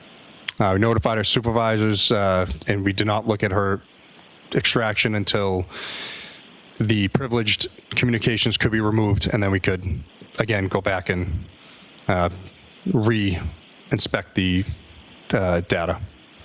Now, as far as that whole process that was undertaken in regard to that, how long a time period, or when was it that you were able to have the privileged information extracted and then actually get to look at the defendant's phone? It took months. I don't think we got it back from the AG's office until later, springtime of 2023-ish. Now, with respect to the extraction from each of these 4 respective devices, that being the defendants, Mr. O'Keefe's, Ms. McCabe's, and Ms. Roberts, what kind of tools were used to conduct those extractions, sir? Gray key, Windows 10, and then Cellbrite Physical Analyzer and Axiom, their program, Magnet's program. And so as far as, I guess my question is, as far as the different devices that are used, why are there different devices, and what is it that, say, one does versus the other? So they both do great work with, decoding the data. I've noticed that Axiom does a better job at pulling GPS spots because it gives a speed and a estimated range of how strong the GPS signals are, as opposed to Cellbrite. They give native locations, but they don't have that extra data with it. So I like to look at both tools to make sure that I'm seeing everything that I need to. Now, with respect to the defendant's phone, you at some point reviewed the extraction from the defendant's phone, correct? Yes, I did. And with respect to that phone, what, if anything, did you observe with regard to GPS locations associated with that device? I didn't see that many, maybe a handful showing different spots in Canton, but nothing that stood out to me. Now, with respect to your review of the phone, what, if anything, were you able to ascertain as to whether or not those GPS locations were allowed or permitted or turned off or on by a user? I can't say. I didn't see anything, like I said, that stuck out to me. Normally, if the GPS points aren't there, then location services are probably turned off. So what I'm asking, though, is the device itself was capable of retaining that data as far as GPS locations, correct? Yes, if it's turned on. and there were no real GPS locations to speak of that you observed in your review of the extraction of the defendant, correct? That's correct. Now, with regard to Mr. O'Keefe's phone, what, if anything, were you able to ascertain from that as far as GPS locations were concerned? There's quite a bit, especially on January 29th. Now, sir, before we get into that, if I could ask you some questions in regard to Ms. McCabe's excuse me, phone extraction. You had occasion to review that, is that correct? Yes, sir. And so, in regard to that also, you had mentioned that you had reviewed an affidavit from a defense expert or defense witness named Mr. Richard Green, correct? That's correct. And based on your review of that, what, if anything, based on your review of what Mr. Green said or did, what, if anything, did you then do with regard to Ms. McCabe's phone? So I basically went point by point through his report to confirm or deny if what he was placing in there was true. And what, if anything, were you able to ascertain or learn from going through Ms. McCabe's phone with reference to what Mr. Green had stated? Objection. I'll allow that. It was mostly incorrect. And when you say mostly incorrect, what was mostly incorrect? So he states that there's a Google search that's done at 2:27 in the morning that immediately stuck out to me because when I went back and looked, that file that was parsed was not from the database that should have showed searches. This came from the session state tabs for Safari, which is a big red flag. It also came from a wall file, which is a dropping ground for where data is put before it's actually put into the main database itself. And then once it reaches a certain point, that data is automatically deleted by the device, not by a user, which Mr. Green had stated that a search was done and then it was purposely deleted. There was also items regarding phone calls being deleted. Again, they came from a wall file. Looking at it, again, it's stored in the knowledge seed, the main database. It's also stored in the biome, showing in the extraction, which is another storage area that Apple is using. Again, nothing. Most of the stuff that I was reading in his report was either incorrectly, I don't know, written down, or he's interpreted it incorrectly. Now, with regard to the phone calls or the contacts that Mr. Green indicated were user deleted or deleted by the user, what, if any, information did you look in regard to that? What, if anything, did you ascertain in regard to that? Yeah, so he stated that Ms. McCabe had deleted 18 phone calls from the morning after John O'Keefe's body was found. Looking at the data from her call log, those calls, while they do show marked as deleted, again, they come from the wall file and they're also located in two other parts of the database. Again, as a user of an iPhone, you can't go in and just delete these files. They're handled by the operating system. It's impossible. So as far as, what, if any, opinion do you, well, let me ask you this first. As far as a wall or a writing log file, can you explain that, what you understand that term to mean to the jury as it pertains to these particular items? Yeah, so as I said, these files are dropping ground. So when you're using your apps, using the phone, it takes that data, puts it into this wall file until you either close the app or you shut down the phone, or it reaches a certain number of data in the phone. That wall file will automatically delete from the phone. So this can be on a first in, first out basis. Again, like I said, it could be when data reaches a certain level, but those calls that are being marked as deleted, Celebrate seeing, it doesn't mean the user deleted them. It just means they're being removed from the wall file. And you indicated that from your review of the phone extraction, there were other areas or other databases, within the phone that contain that same information? Yes. So the main database of the iPhones is the Knowledge C database. They're also using Biome, and then if you're using the newest software now, it's another area I won't bore you with, but depending on the iOS you're using for the phone, it's going to depend on where that data is being stored. Now, specifically with respect to Ms. McCabe's phone, one of the contentions Mr. Green had was in regard to a contact for Brian Albert. Is that correct? Yes, that was another one.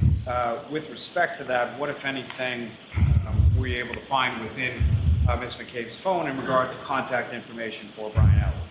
Yeah, so Mr. Green's report said that he located a deleted screenshot of Brian Albert's contact. That was in her phone. The contact for Brian Albert was still in her phone, not deleted. So, I don't know, maybe she just deleted the screenshot. Now, with respect to Ms. McCabe's phone, what, if anything, did you do with regard to the call log history in Ms. McCabe's phone? I exported it all out to a PDF so I could view it. And again, like I said, there's, I think, 1,104 phone calls from going all the way back to October of 2020, I want to say. And phone calls, FaceTime, the calls are there, all the records, and they're all stored in different areas of the phone. The only ones that show the WAL file deleted were the ones from the 29th going up to the end, towards the end of the day on the 29th. And now, with respect to the call history, where or how is that typically stored within an iOS device? I believe that's stored in the call stored SQLite database. And with reference to what, if any, difference storage-wise is that SQLite database versus the WAL file? So again, that database where the call logs are sent, it's going to have a corresponding WAL file where the data is going to be put temporarily. And then, as I said, it gets automatically deleted by the iOS, by the operating software. It's not user enabled. And so from your review of those 1,104 phone call history records contained within this extraction of Mr. McCabe's phone, what, if any, opinion do you have in regard to whether or not those items were deleted by any user? I don't believe they were. And I will say one of the phone calls was from the actual main call stored database. That could have been user deleted, but again, it's in two other spots in the operating system, so I don't know how or why the iOS stores it the way it does, and then marks what.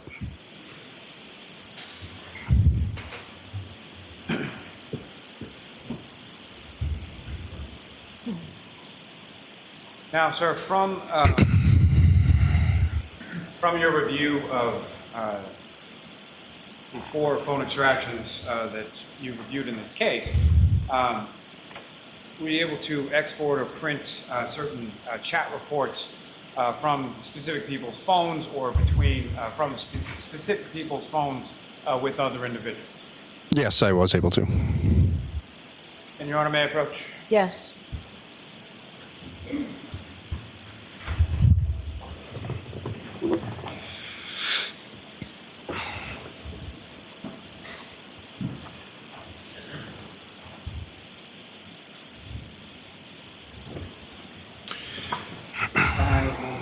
Yes.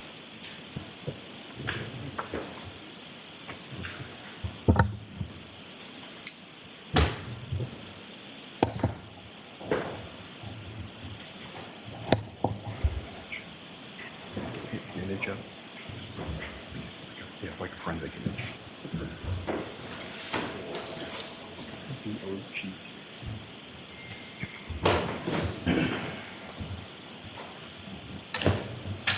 Sir, I'm showing you what's been marked as Exhibit 48. Okay.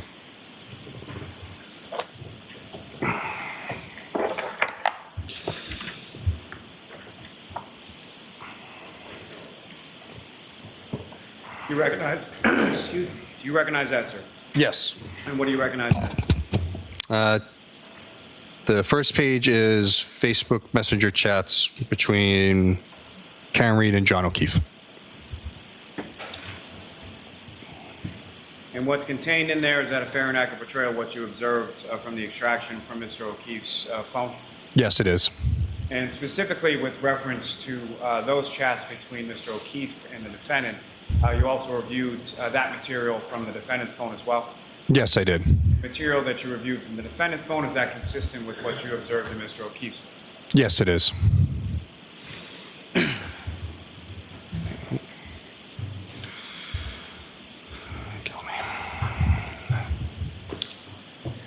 Your Honor, with the court's permission, if I could request certain portions of what's been marked as Exhibit 48 being published to the jury as we go through them. Okay.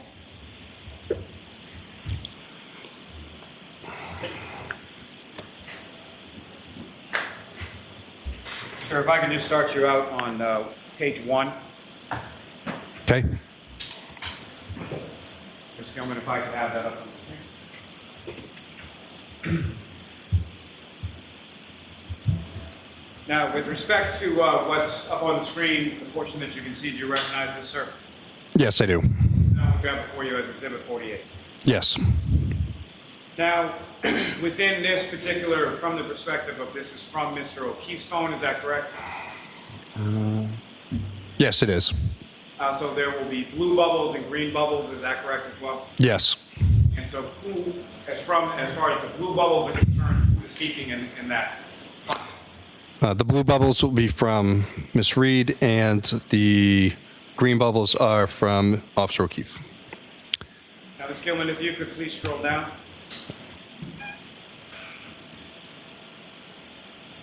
Now, with respect to what's contained on this page 1 at the bottom, if you could read the date and the time and indicate who is speaking and what is said there, sir. Yeah. So the blue bubble is Karen Reed at 1/28/2022 at 3:30 p.m. Hello. John says hi at 3:35 p.m.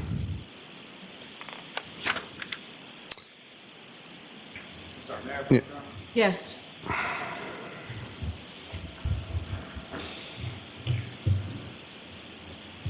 Yep. Those are the Facebook ones.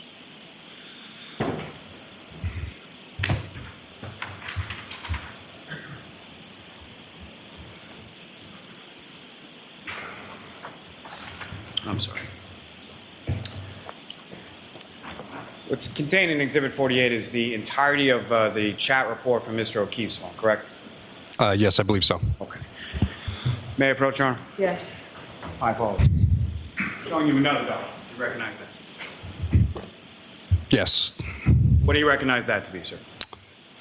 These are the native chats, native messages from John O'Keefe and Karen Reed. So these are just specifically broken down as far as the chats between Mr. O'Keefe's phone and Ms. Reed's phone, correct? Correct. And as far as your review of both of the extractions from both of those phones, the material contained within Mr. O'Keefe's phone is consistent with the material contained in the defendant's phone, correct? Yes, that's correct. Okay. Your Honor, may I approach? Yes. Come with the seat to introduce and admit as the next exhibit. Okay. Okay. So that's 6:20. 627. Yes. If that could be returned to the witness, Your Honor, if we could, with the court's permission, if we could publish that. Yes.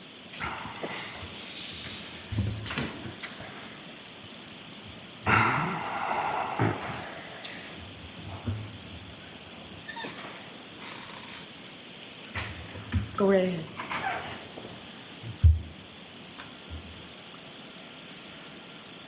And now, Trooper Carino, do you recognize what's up on the screen as the next exhibit, sir? Ms. Gilman, I'm sorry, if you could scroll down just a little bit. Yes. And again, from this first page, if you could, the blue bubble is from Ms. Reed, is that correct? Yes, that's correct. Being from Mr. O'Keefe, is that correct? Yes. And if you could, again, read from this first page as far as date, time, who is speaking, and what is said. At 9:49 a.m., Karen says, "You've really hurt me this time." 10:02 a.m., "I'm sorry. This is, sorry, it's kind of hard to read. I'm sorry, this has been an issue with me for 8 years. It physically hurts me to see everyone else in their life do things for them, and I'm forced to always be the bad guy."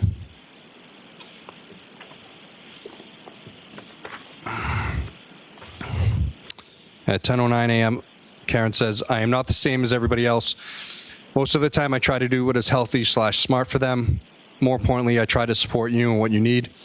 You just lashed out at me and said terrible things. I don't know how you've gone to this point with me when I'm just trying my hardest. You made the point, I made your point and continue to beat me down. I have a lot going on too. Physically, I'm falling apart and trying to get answers and help." If I could stop you there, sir. If I could direct your attention to... A little louder, please, sir. My apologies.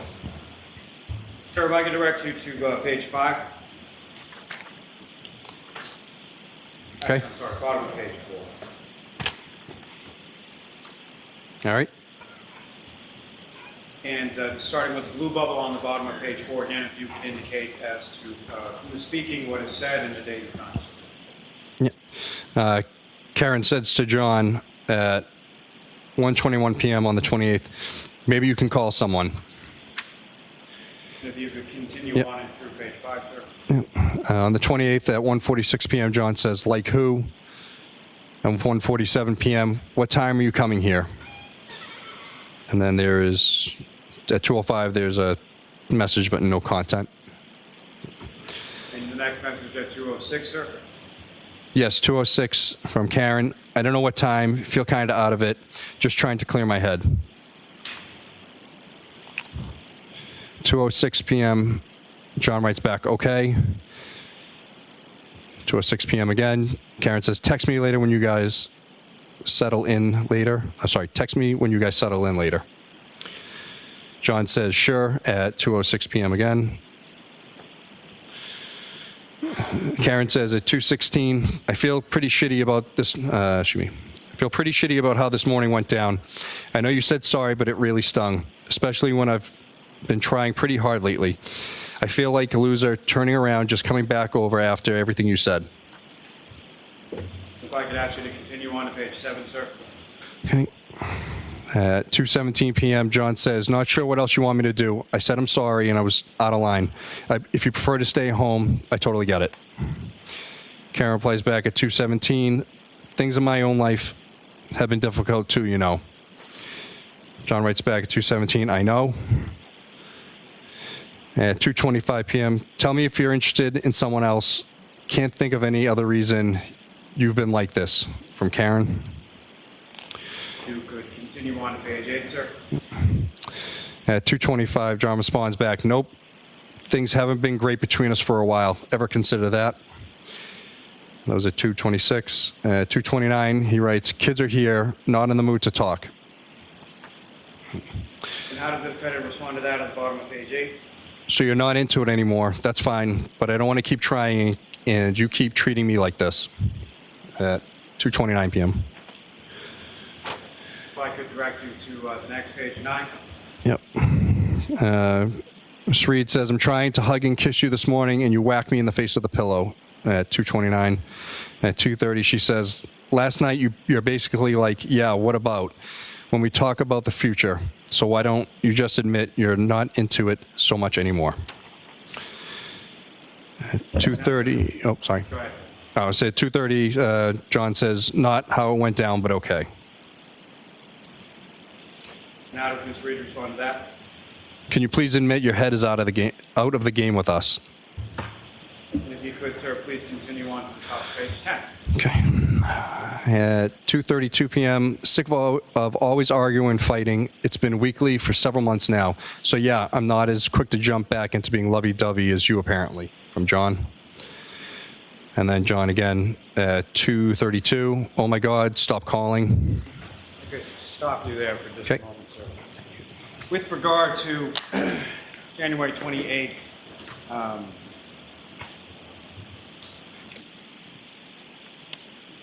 You were also able to extract a report specifically in regard to calls received by Mr. O'Keefe on that date? Yes, I was. I mean, on that date into the next date of January 29th? Yes. I approach, Your Honor. Yes.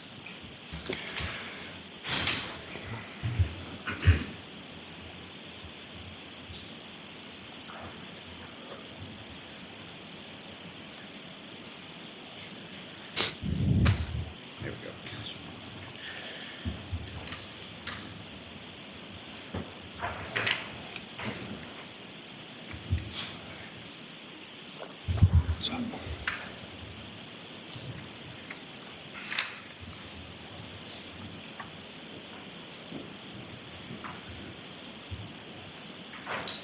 Sabrina showing you a document. I just review that up when you finish.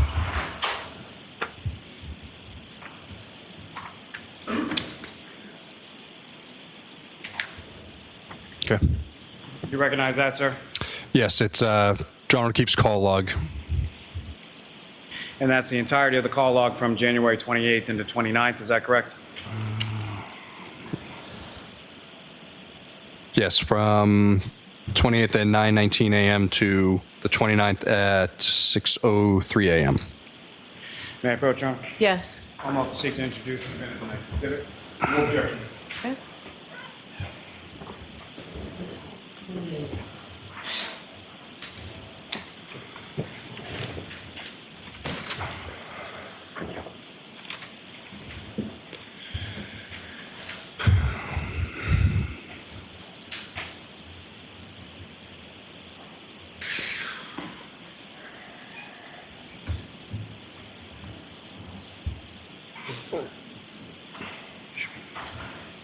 May I approach again, Your Honor? Yes.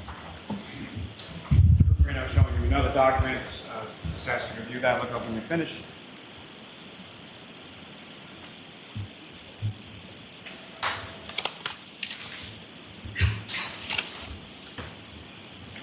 Do you recognize that, sir?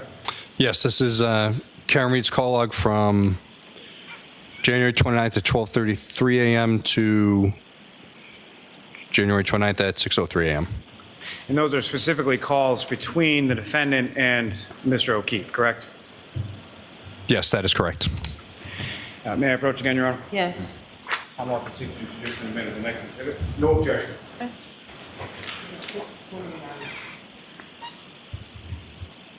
Thank you.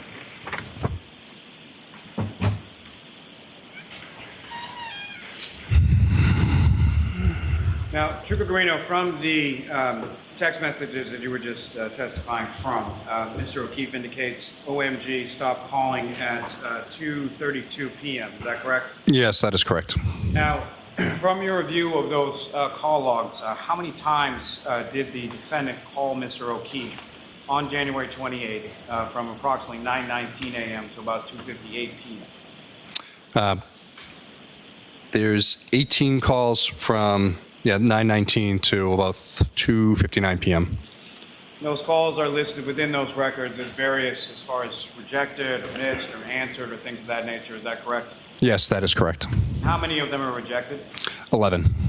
How many of them are missed? 4. And how many are answered? 3.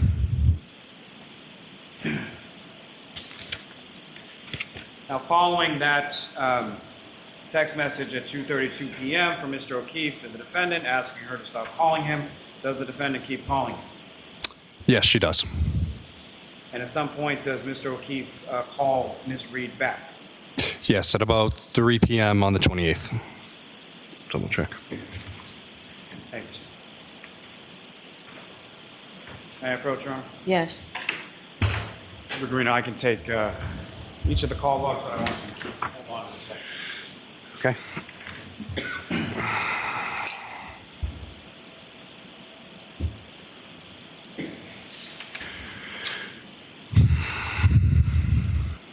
Now, sir, if I could turn your attention back to page 10 on those text messages with respect. Okay, so, Mr. Lally, when you put your head down and when you walk away, we can't hear you. And so there won't be a record of this, so you have to keep your voice up.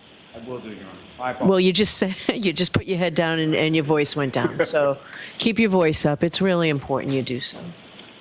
Trooper Guarino, turning your attention back to page 10 of these text messages, would read from Ms. Reed's response to Mr. O'Keefe at 2:32. Yes, so 2:32 p.m., she says, why would you start with me this morning? And then followed up by 2:33, you're setting me up to fail. If I could turn your attention to page 11 and ask you to continue from there. Ms. Reed says, you start a number of fights from your end. John, and that's at 2:33. At 2:33, John writes back, I've explained it a few times already, not doing it again. And how does the defendant respond to that? So you're not into this anymore. And then John says, not into fighting all the time, correct. That's at 2:34 p.m. And if I could turn your attention to the top of page 12. Yes, 2:34, Ms. Reed says, if you tell me you're interested in someone else, you will never hear from me again.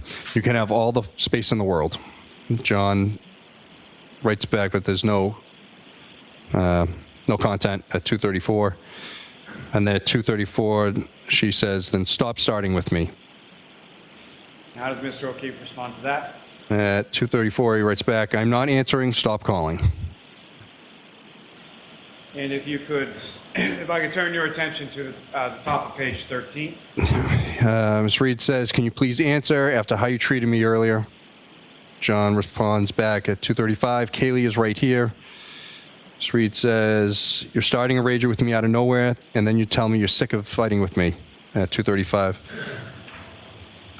She writes at 2:38, I'm going to grab a drink in a bit. If I could direct you to the top of page 14, sir. She says, can you answer please at 2:38? He writes back at 2:39, no, Karen, not sure why you need to announce that you're going drinking, but have fun. Karen writes back at 2:40, seeing if you want to meet me later. Can you please call me right after that? And again, if I could direct you to the top of page 15. John writes back at 2:40, have to take him to the doctor, he has practice.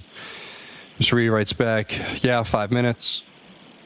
John writes back at 2:43, my father just walked in. Aaron writes back, okay, can you please call me for 2 minutes at 2:44. The top of page 16, sir. 2:44, John writes back, not right now. Aaron writes back, I'm there when anyone else needs me at 2:44. 2:46, yes, John, you gave me utter grief this morning. I'd like you to call me for a minutes. And the last one from that page, sir. Yeah, 2:47, I've been trying to get over the hump with is arguing, and now you tell me you're not into things. And if you don't want to fight weekly, but fly off the handle at 8 a.m. with me, like you're setting me up to fail. Sir, if I could draw your attention to page 42.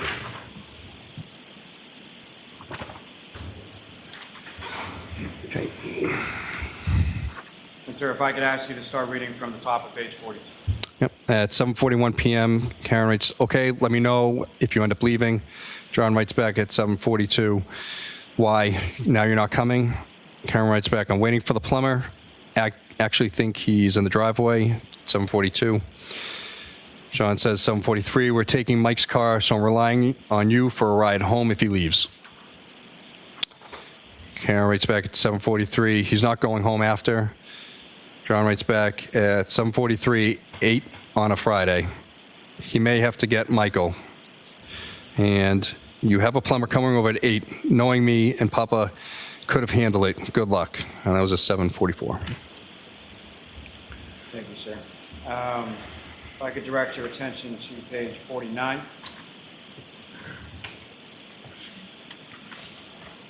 Okay. If I could ask you to start from the page 49, sir. 8:29 p.m. Yeah, but he lives right down the road. John writes back at 8:30. Karen, this storm is going to be intense. Can't drive. 8:30. She writes back, okay, well, if he can't, he can't. John writes back, I'll do it Monday. Karen responds at 8:31. Ha, I better not still have this problem on Monday. John writes back, plan on being there. Karen writes back at 8:32, I'd like to know, I could take a hot shower here if I need to. John writes back, figured you'd be in Canton till Monday. If I could direct you to the top of next page, 51.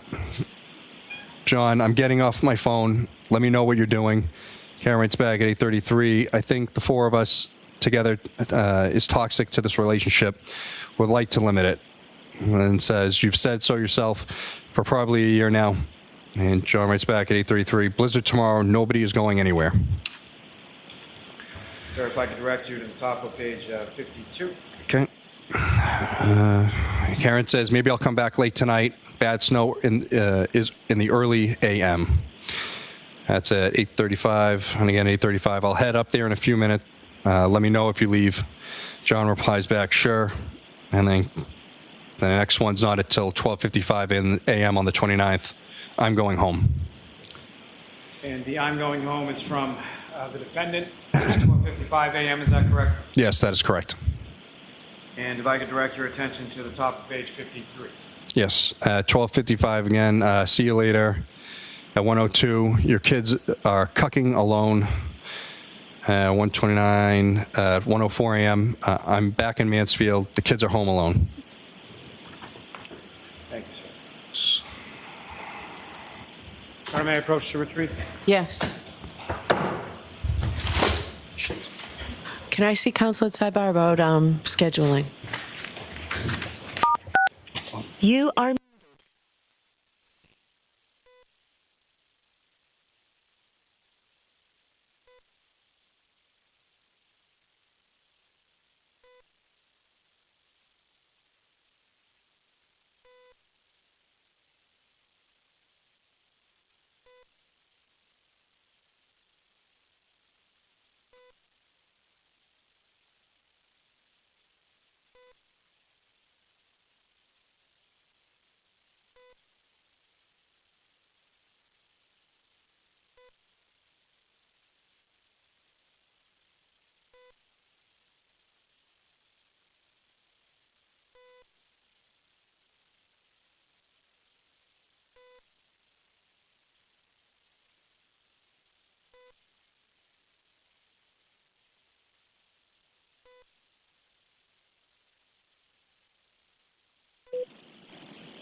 with this witness, but can we go until 4:15? I know it's been a long day, but does that work for you all? All right, thank you very much. So why don't we do that, and then I'll talk to you about scheduling after. All right. You are unmuted. May I have one moment? Yes.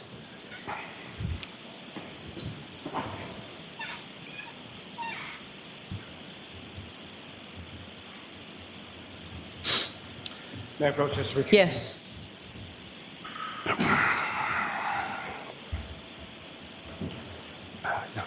Now,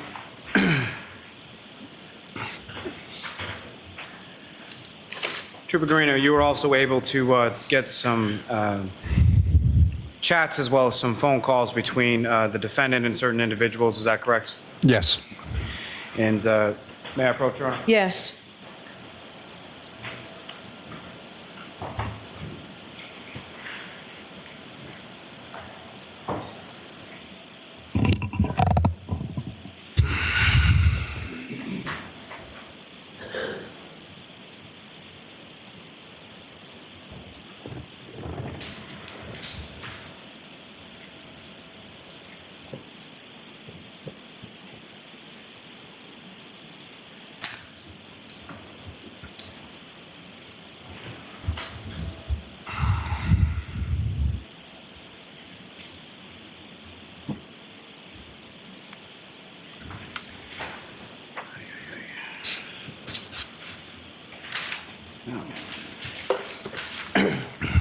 So I'm showing you two documents, just have to review those. Finish. Okay.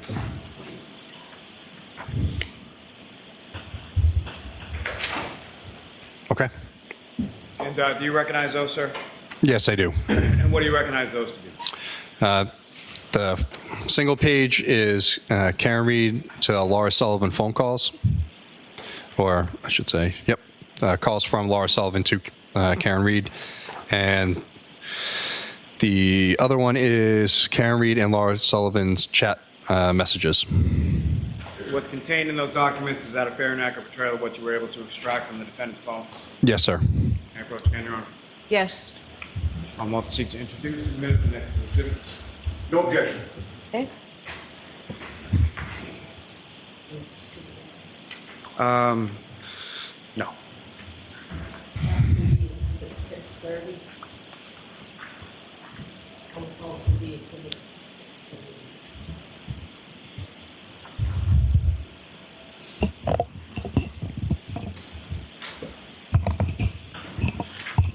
Thank you.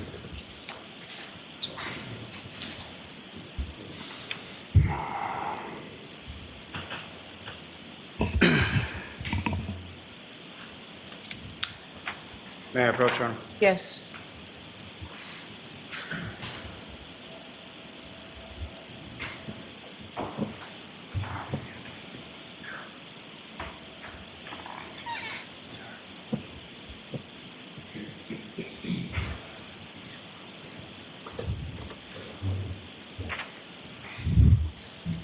On your document, sir, you recognize that?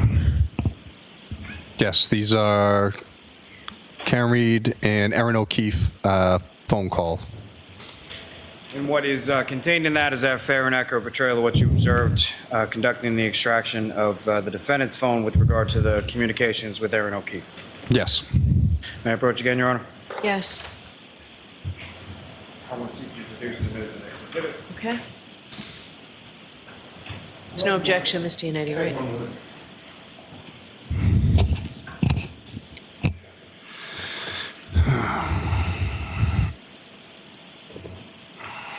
No objection. Okay. May I- 6:32. I'm very Thank sorry, you. Madam Court Reporter. Your Honor, may I approach the witness? Yes. I'm showing you what's previously been marked as exhibits 51 and 52. Ask if you recognize those. Yes, these are phone calls between Karen Reed and Katie Camerano. And 52 is chats between Karen Reed and Katie Camerano. May I approach this to retrieve, Your Honor? Yes. What's contained in those exhibits 51 and 52, is that a fair and accurate portrayal of what you observed during the extraction of the material from the defendant's phone? Yes.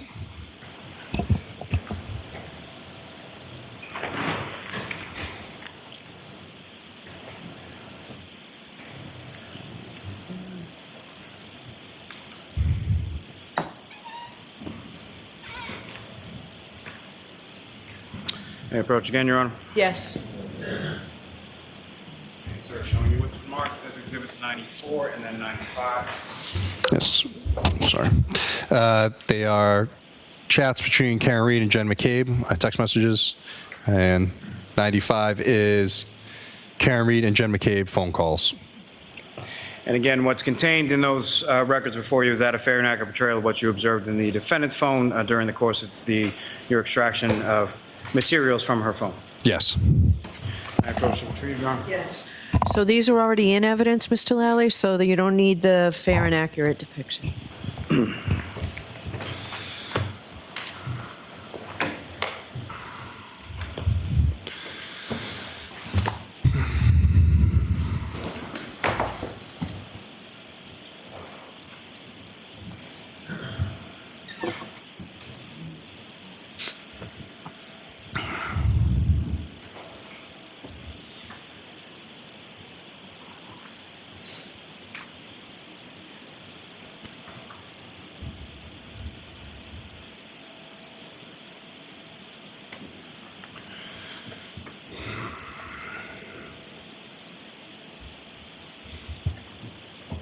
May I approach again, Your Honor? Yes.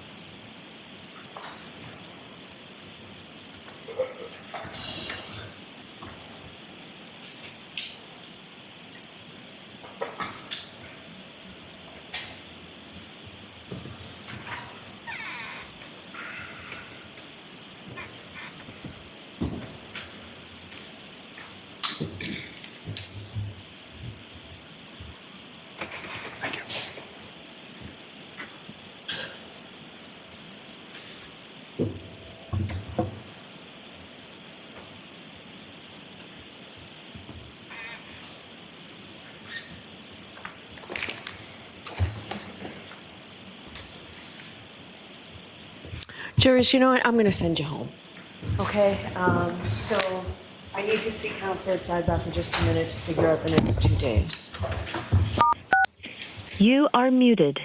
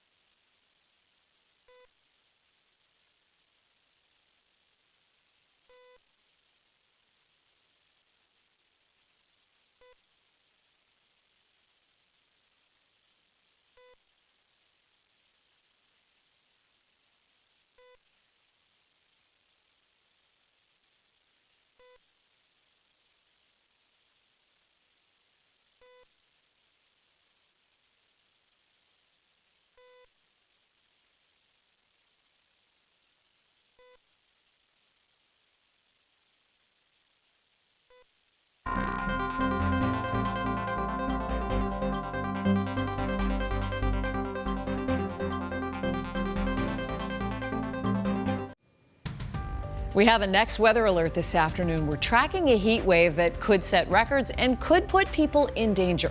Thanks for being with us.